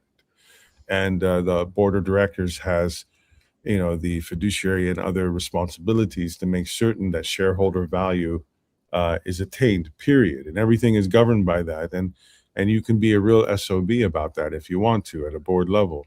The Public Benefit Corporation incorporates the public good and social good component of it under a statement and a guideline with some reporting requirements. So we have to take into consideration the various stakeholders, whether they be the shareholders, whether they be the employees, or prominent people in a community or in industry, artists, art reps, collectors, all of the people that are in play there.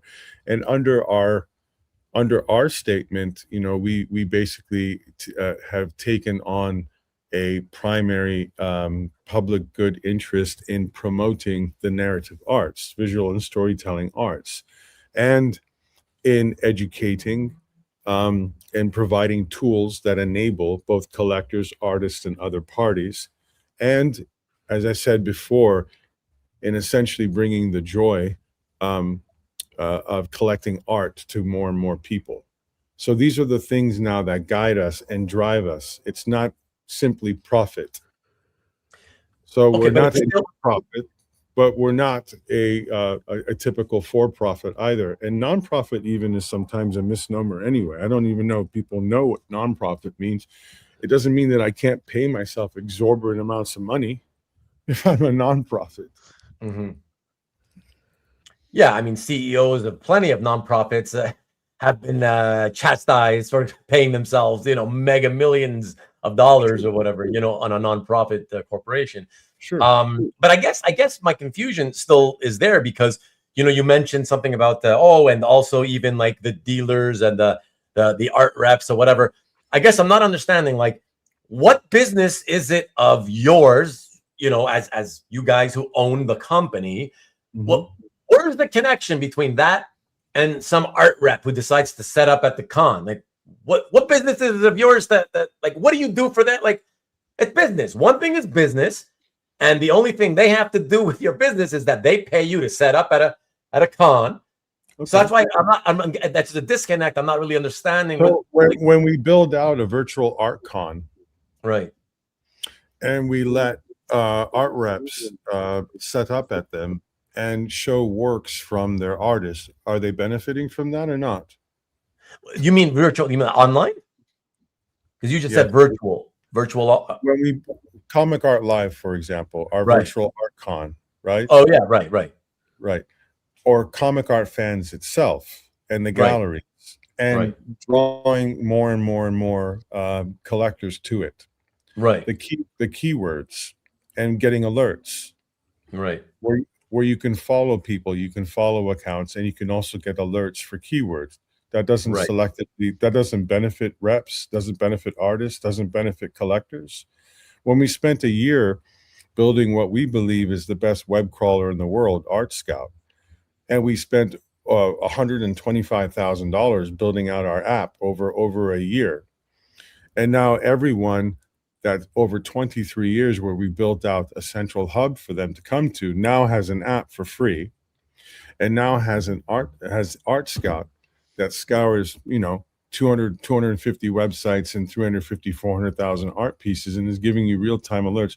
Those don't help every single member that I just listed to be able to show their art, and for people that are interested in their art to be notified of it, and for people to discover their art. Sure. It benefits, of course, right? But I guess that's what I'm trying to say is when you're building this type of a business, you're also going into it thinking, well, if we do this and we do that and the other, then these people will benefit and that'll drive more traffic to us, which, hopefully eventually leads to money, profit, whatever. So that's what I'm saying. Like you would do that regardless of the designation of that you guys changed to back in November or whatever. Like I would think that that's what you'd be doing. Like you're building out the business the way you build it out in such a way as you think will benefit you guys and everybody else as well. So that's why I guess I'm trying to say is I still don't see what changed? I think like that's what you'd be doing regardless. You're trying to make it good for you. Why would you think that would be what? Who else is doing it, and why would you think that we would be doing it regardless? Why would we build out an expensive app on top of a platform that took 2 decades to do and not charge people money for it? Well, I don't know about just because we're I don't know. No, I don't know about the not charging. But when we do that, you don't look at that as a benefit. Of course, you say you say that that's just a normal course of operation. You mean to give out the app? Why wouldn't we? No. Are you asking? Why wouldn't we charge for it? That I don't know. I thought you were going to. So that's you know. Well, now you're predicting the future, but no, we don't charge for it. No, and we've never charged. There's always been a free account on CAF at no point in its history. And what's the motivation for us to spend the amount of time and energy that we did to build Art Scout and then to maintain it and then to build it out across all of these different categories of art? So at some point that we need to make some money on these things, but even then, right? You know, the rates that we charge right now, we're talking about $75 a year, like $6 and some pennies a month for a premium sub on CAF. Right. You think that's what other people would have charged? Yeah, I don't know, because there was never been a competitor, right? But yeah. Well, there's certainly been time for them to do it, and there are competitors now. Yeah. Well, I don't really count them, but anyways, you know, but I know what you mean. Yeah. Well, they certainly count us, and they do whatever they can whenever possible to denigrate us as well. Project much? Sure. That's what happens when it's, you know, when you're dealing with low rent narcissists. Yes. Yeah, look, you're first to market. You've been there for the longest time, and so, you know, it's remember, it's a small enough hobby that there was never really ever room for a second person, anyways, to do the same thing. I think I've always said that was the main reason. I absolutely believe that's the main reason a competitive, you know, site never really came up. I really do believe that. It's just, again, the competitive site never came up because they couldn't make any money off of it. Well, people want it. Well, certainly, but people do want it. Why are there competitive sites coming up now? In fact, many of them. Lately, because in recent years, people are feeling like, oh yeah, well, I guess you could call it in the post-COVID era. Oh yeah, now, you know, things have like really exponentially grown a lot, right? Pretty amazing that they waited this long when they couldn't do it before, but now they're doing it because there's money to be made, yet they're denigrating us. It's quite funny. It sucks, but is it really surprising? That's what people do in business, right? When I look at the people behind it, it's not surprising whatsoever. What's surprising is that some people listen to it. There you go. But that isn't surprising either. Regardless, for example, we don't need to have 4 nonprofits that benefit from our auctions. We don't need to send $30,000, $35,000, $40,000 to different groups. Right. That's what we do. We work with nonprofits. We do plenty of art sales shows for, you know, it's none of anyone's business, but for people who need help. Right. We build tools so that people can make individual decisions about finding what they like, finding out more about the hobby or collecting and networking. These are the sorts of things that we do. And we don't discriminate between artists and collectors, certainly. We look at them as quite equal. And then surrounding them, there are reps and there are dealers and there are auction houses. They're just part of the ecosystem. But it's artists and collectors that matter most. And we're going to continue to build tools to help them, whether they need the help or not. We're dealing with large populations. Yeah. I guess ultimately, I wanted to understand what it was that you guys had done. Now that I have a better understanding of it, I'm just curious if you want to talk about it. You know, given that any business, again, you know, it's a lot of work building from a business, any business from scratch, a lot of work hard to for get. me to take Stanley seriously. Yeah. Should we bring up all of Stanley's comments? No, trust me. Take anything that he says seriously. Most of them you don't know Like literally, the use of monopoly there is hilarious. Most of his comments we don't take seriously.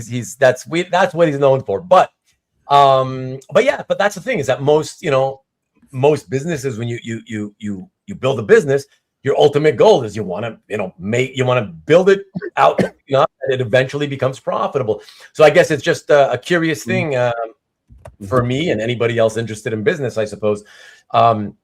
What was it that made you guys? Lots of people clamoring out there to make national indie conventions, don't you think? There's just so many people clamoring to put in the work to roll out a national indie convention like we're going to do, because it's just the most time efficient and profitable thing in the world to do.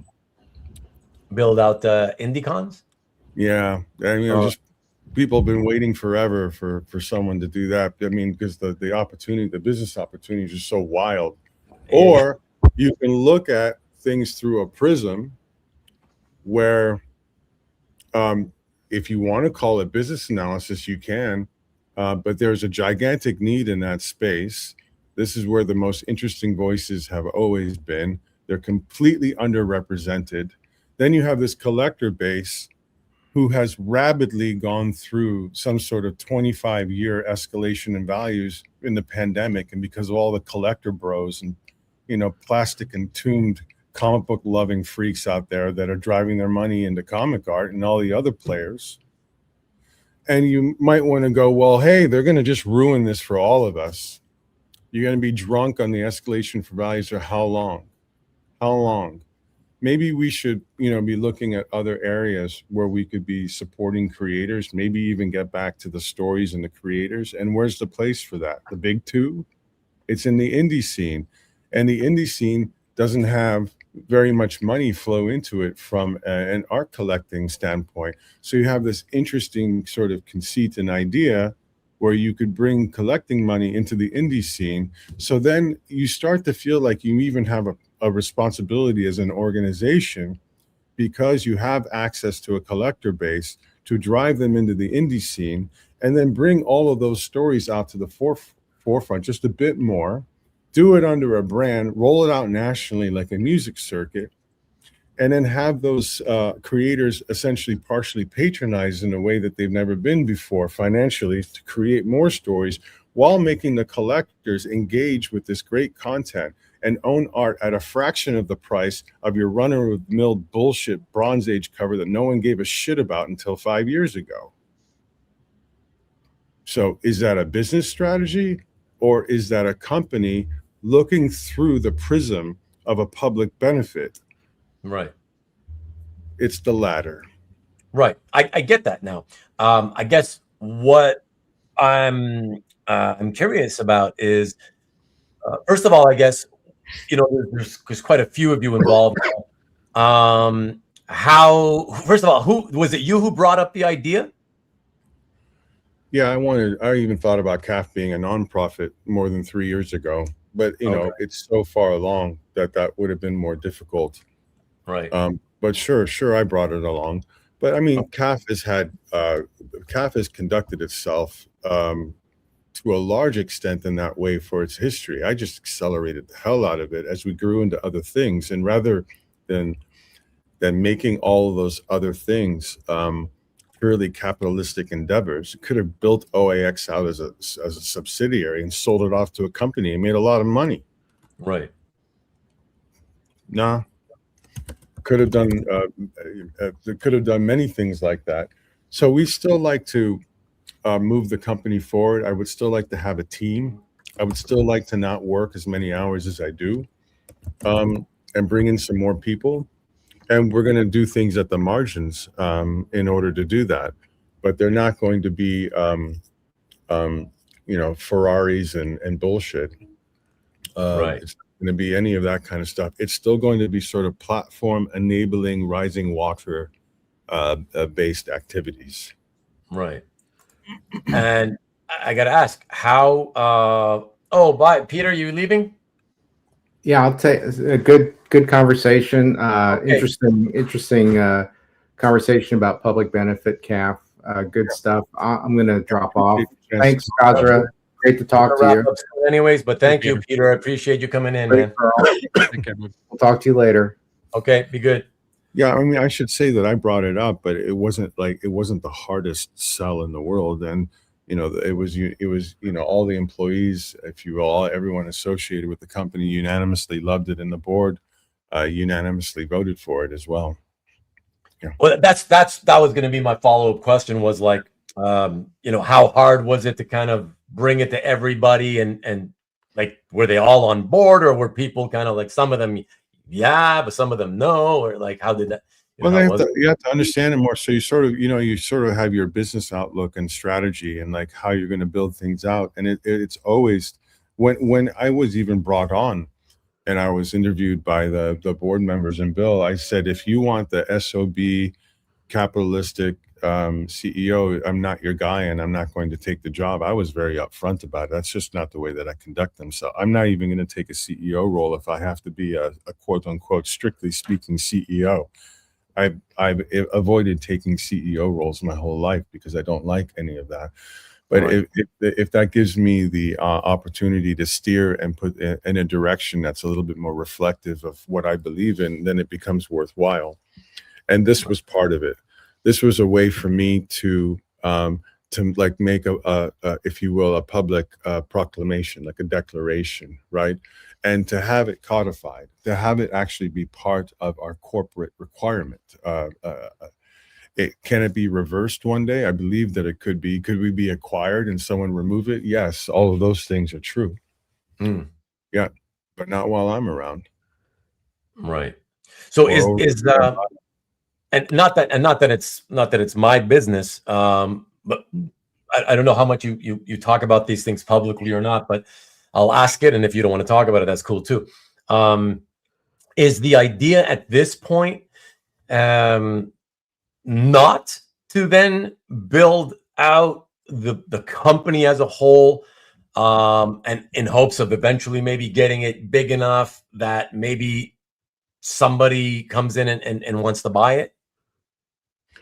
Well, we did raise some equity funding July of 24, July through August, September or so. And that's because you have to get past the catch-22 of working 80, 90-hour weeks, and you eventually have to bring people in. You have to make a little bit of a leap of faith that you can build things out and have it be sustainable. I would like, I'll give you an idea of how modest this is. I would love a full-time staff of 5 to 8 people, right, that are just killing it. I would love to build out a world-class site spread out across multiple categories of narrative art. I would like to have OAX have a much higher production value, and maybe bring in double in size to go to 2,000, 2,500 people eventually, slowly, right? But for it to be an absolute, year in, year out, diverse, dynamic, engaging show that surprises year in and year out, that takes an enormous amount of effort and expertise and people to be able to do, right? I'd like to build a tremendous amount of functionality out in the app, checkout systems, verifications, all sorts of escrow, whatever. It can't do any of that without a real amount of money. Where's the money coming from? Yeah, it's not coming from 1,100 people providing $6 a month for a premium sub. Yeah. So when you raise some equity funding, there's some return on investment with that, but you bring in the right sort of investors that understand the public benefit stance and the giving back, if you will, and that it's not optimized profits. It's about reaching a goal that everyone agrees is worthy and worth doing, which is really broad promotion of the visual and storytelling arts. It's very broadly speaking. But how do you get there in a slightly, quicker way, in a professional way, in a competitive way, and in a healthy way? So, and then in the course of doing that, I think OAX is already attractive for someone to buy. Whether it's for sale or not. Right? Would you? Yeah, but would you? I would assume that. I mean, it's only been, you know, three shows so far. I would think. Yeah. Do you think that the last thing you want to do is get rid of that? Say that it's only version 1.2, and you know, yeah, we should wait till we're worth $3 billion instead of the $800 million inflated value that we are today. It's still market factors. You have the Lucas Museum opening on September 22nd. Where are the other big narrative art shows in the world? You want to start from zero, or do you want to start ready to go? Yeah. If you're a group, if you're an art fair, if you're UBS Warburg, you think you give a fuck? You look at the opportunity. It's widgets, Ruben. It's not. It's widgets. It's not art.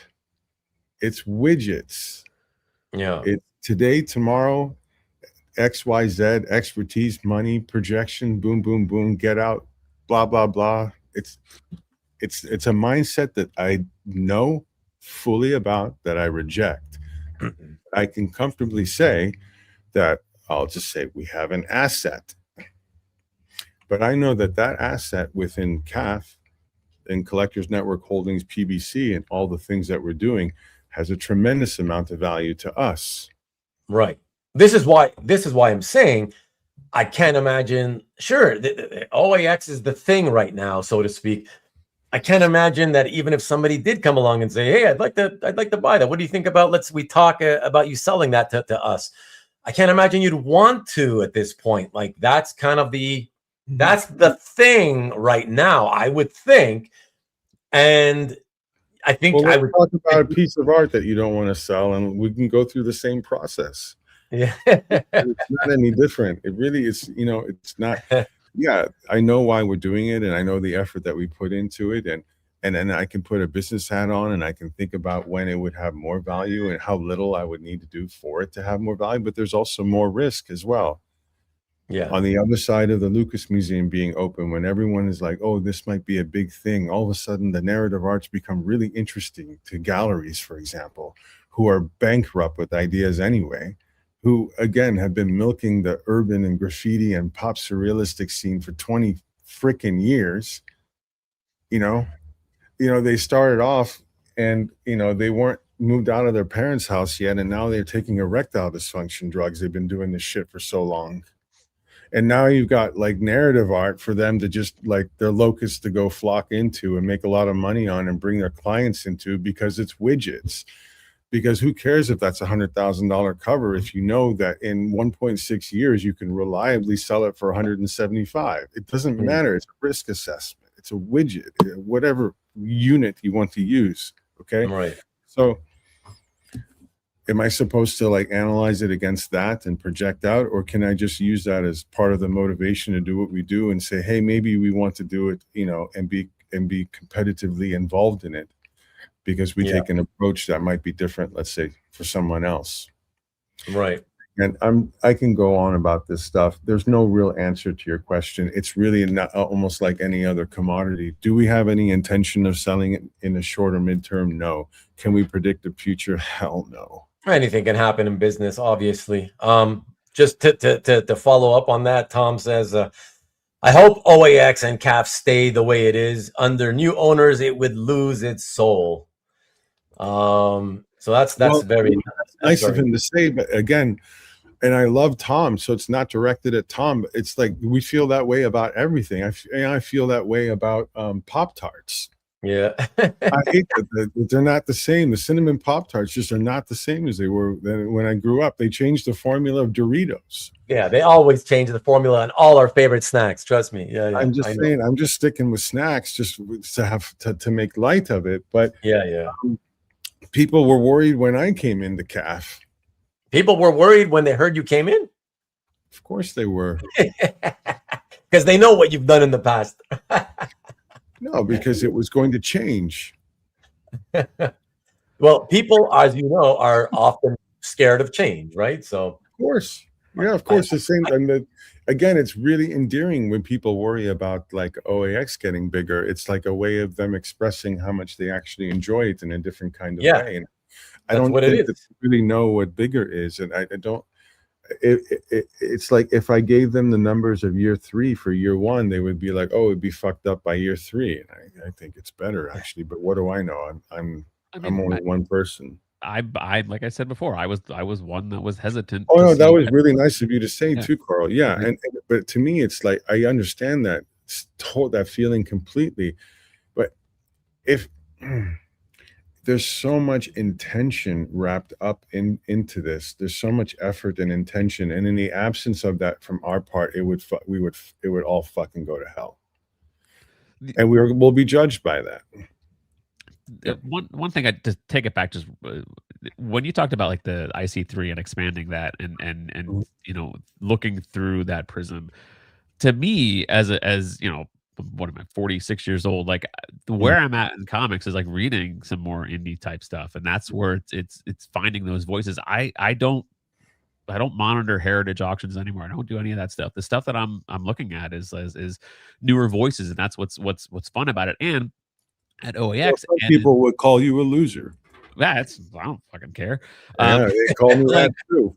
But like that's the fun of it. Like, you know, Jesse Lonergan, like Maxi Dallo, like these names that like they're and that's the opportunity that you have at OAX is kind of getting in on the ground floor in experiencing their journey as an artist as well. So there's a value in, because I spent a lot of time just at Maxi's table, just talking to him, talking about life, talking about his brand new baby, talking about, you know, just all that. And that, how do you put a value on that piece of art that's on my wall as opposed to a book that I read 30 years ago? Like I know the guy personally who drew that page, and I know him as a man, not just as like this artist that I really enjoy. And I that's the kind of stuff that I enjoy at this part in my, you know, comics journey. So that's my North Star. As well, of course, I have to incorporate all the speculators.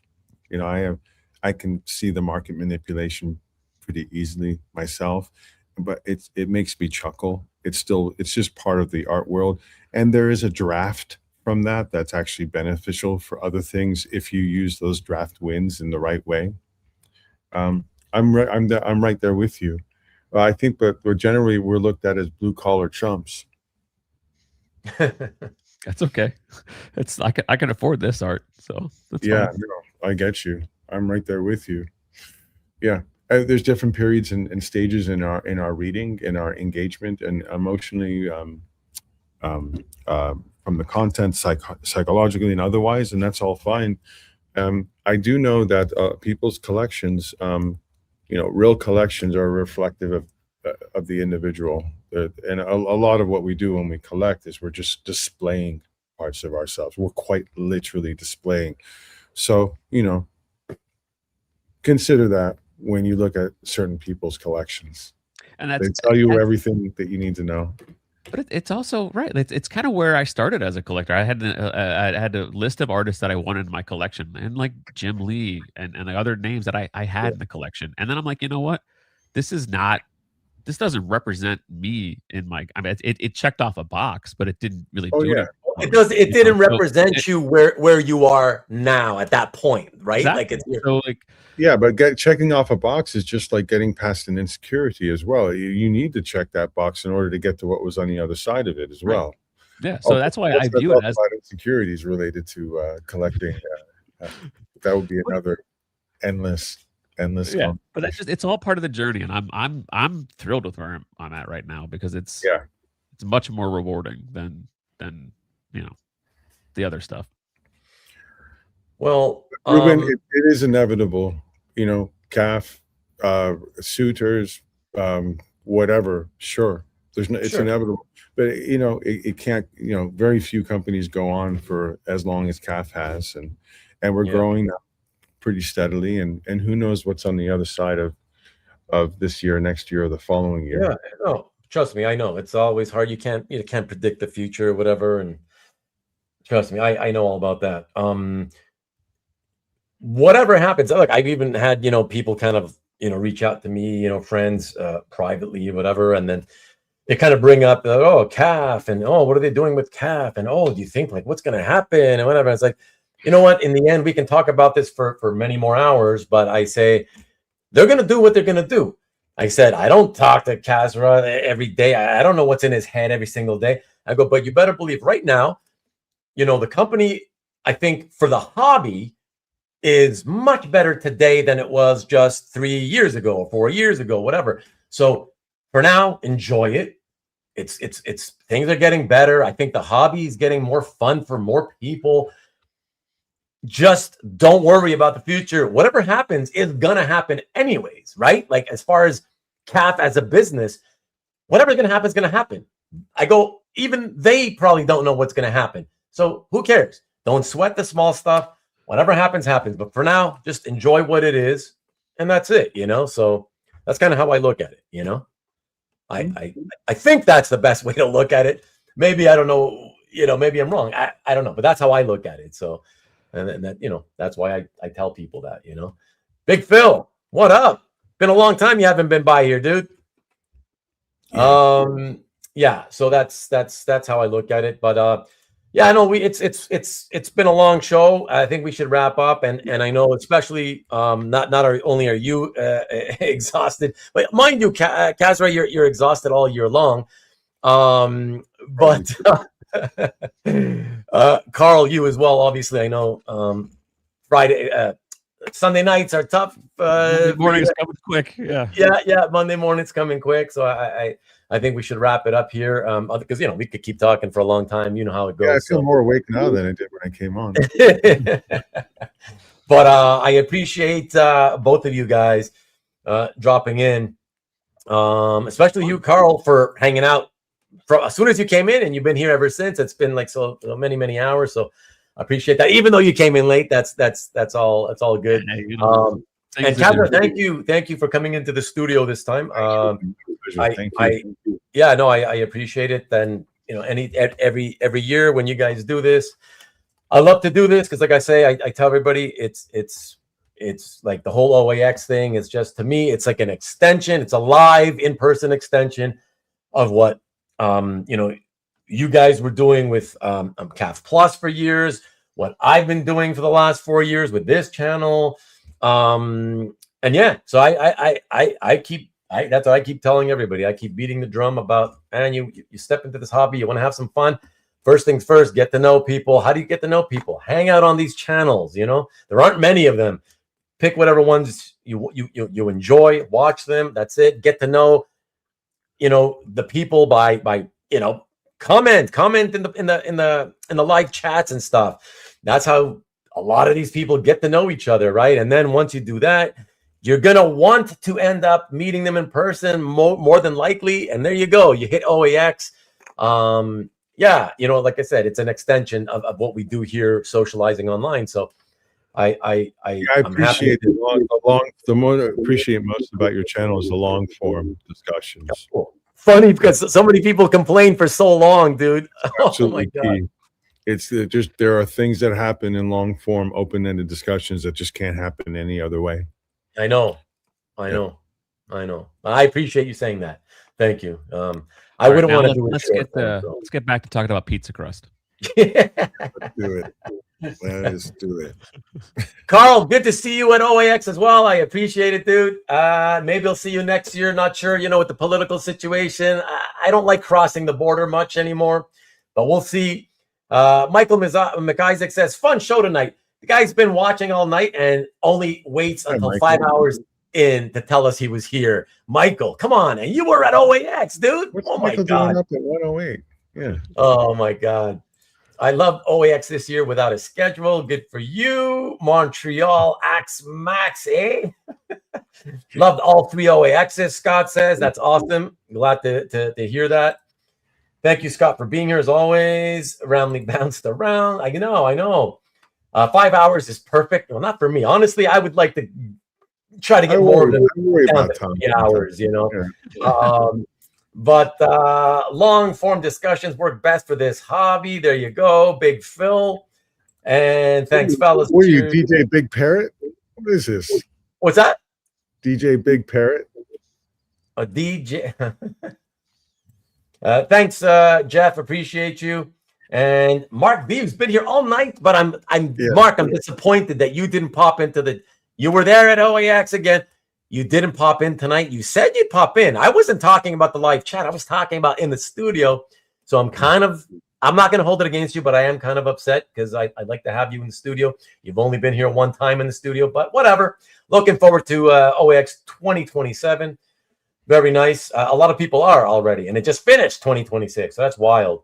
I was waiting for Trump to take over the country, Carl.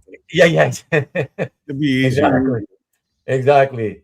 Michael McIsaac says he wants you to know he's always up. He's a lawyer. He's a lawyer. Lawyers are always up. Why sleep? It's too expensive to sleep. You could be billing. Peter Rose says, I appreciate Kasra sharing his thoughts on CAF and the future. Enjoyed sharing OAX experiences with my art compañeros. Thank you, Peter. Always appreciate you. Do you get contacted by MegaCon? There's Marcus doing the Stanley thing and trying to keep the show. They don't contact us anymore, Mike.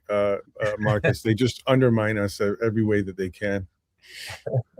Like zero. Right. I appreciate like small penis cowards. Thank you.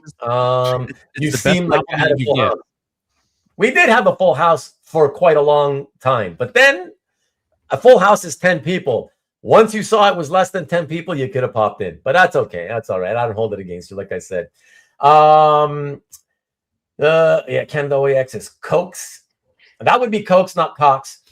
People bum cigarettes too, Carl. Wink, wink. Smoked at OAX and all Comic Cons all year. Really? There's that many smokers in the hobby? One of the best parts. Wow. Everyone smoked a pack at a night at Miller's. Well, yeah, at these bar type places. That's what happens when you're a smoker. I remember I was a smoker once. MegaCon sucks. I'll quote Marcus next time I talk to the intermediaries. And yeah, I know you did, and then you took off. Kasra, coat of the century, small penis, I guess. I don't know. Small p cowards. Mm-hmm. Is that it? Was he talking about penis? Kasra? Yeah. Don't forget low rent narcissists. Yeah. But all right, thank you guys, everybody. Appreciate it, and don't forget Nikki B on Friday. Yeah, I don't know. Probably just doing another hangout next week. I got no plans, so be back here for that. And until then, have a great week, everybody. Spring is almost here. These crazy snowfalls and freezing cold winters are almost gone. So thanks, everybody. Have a great one.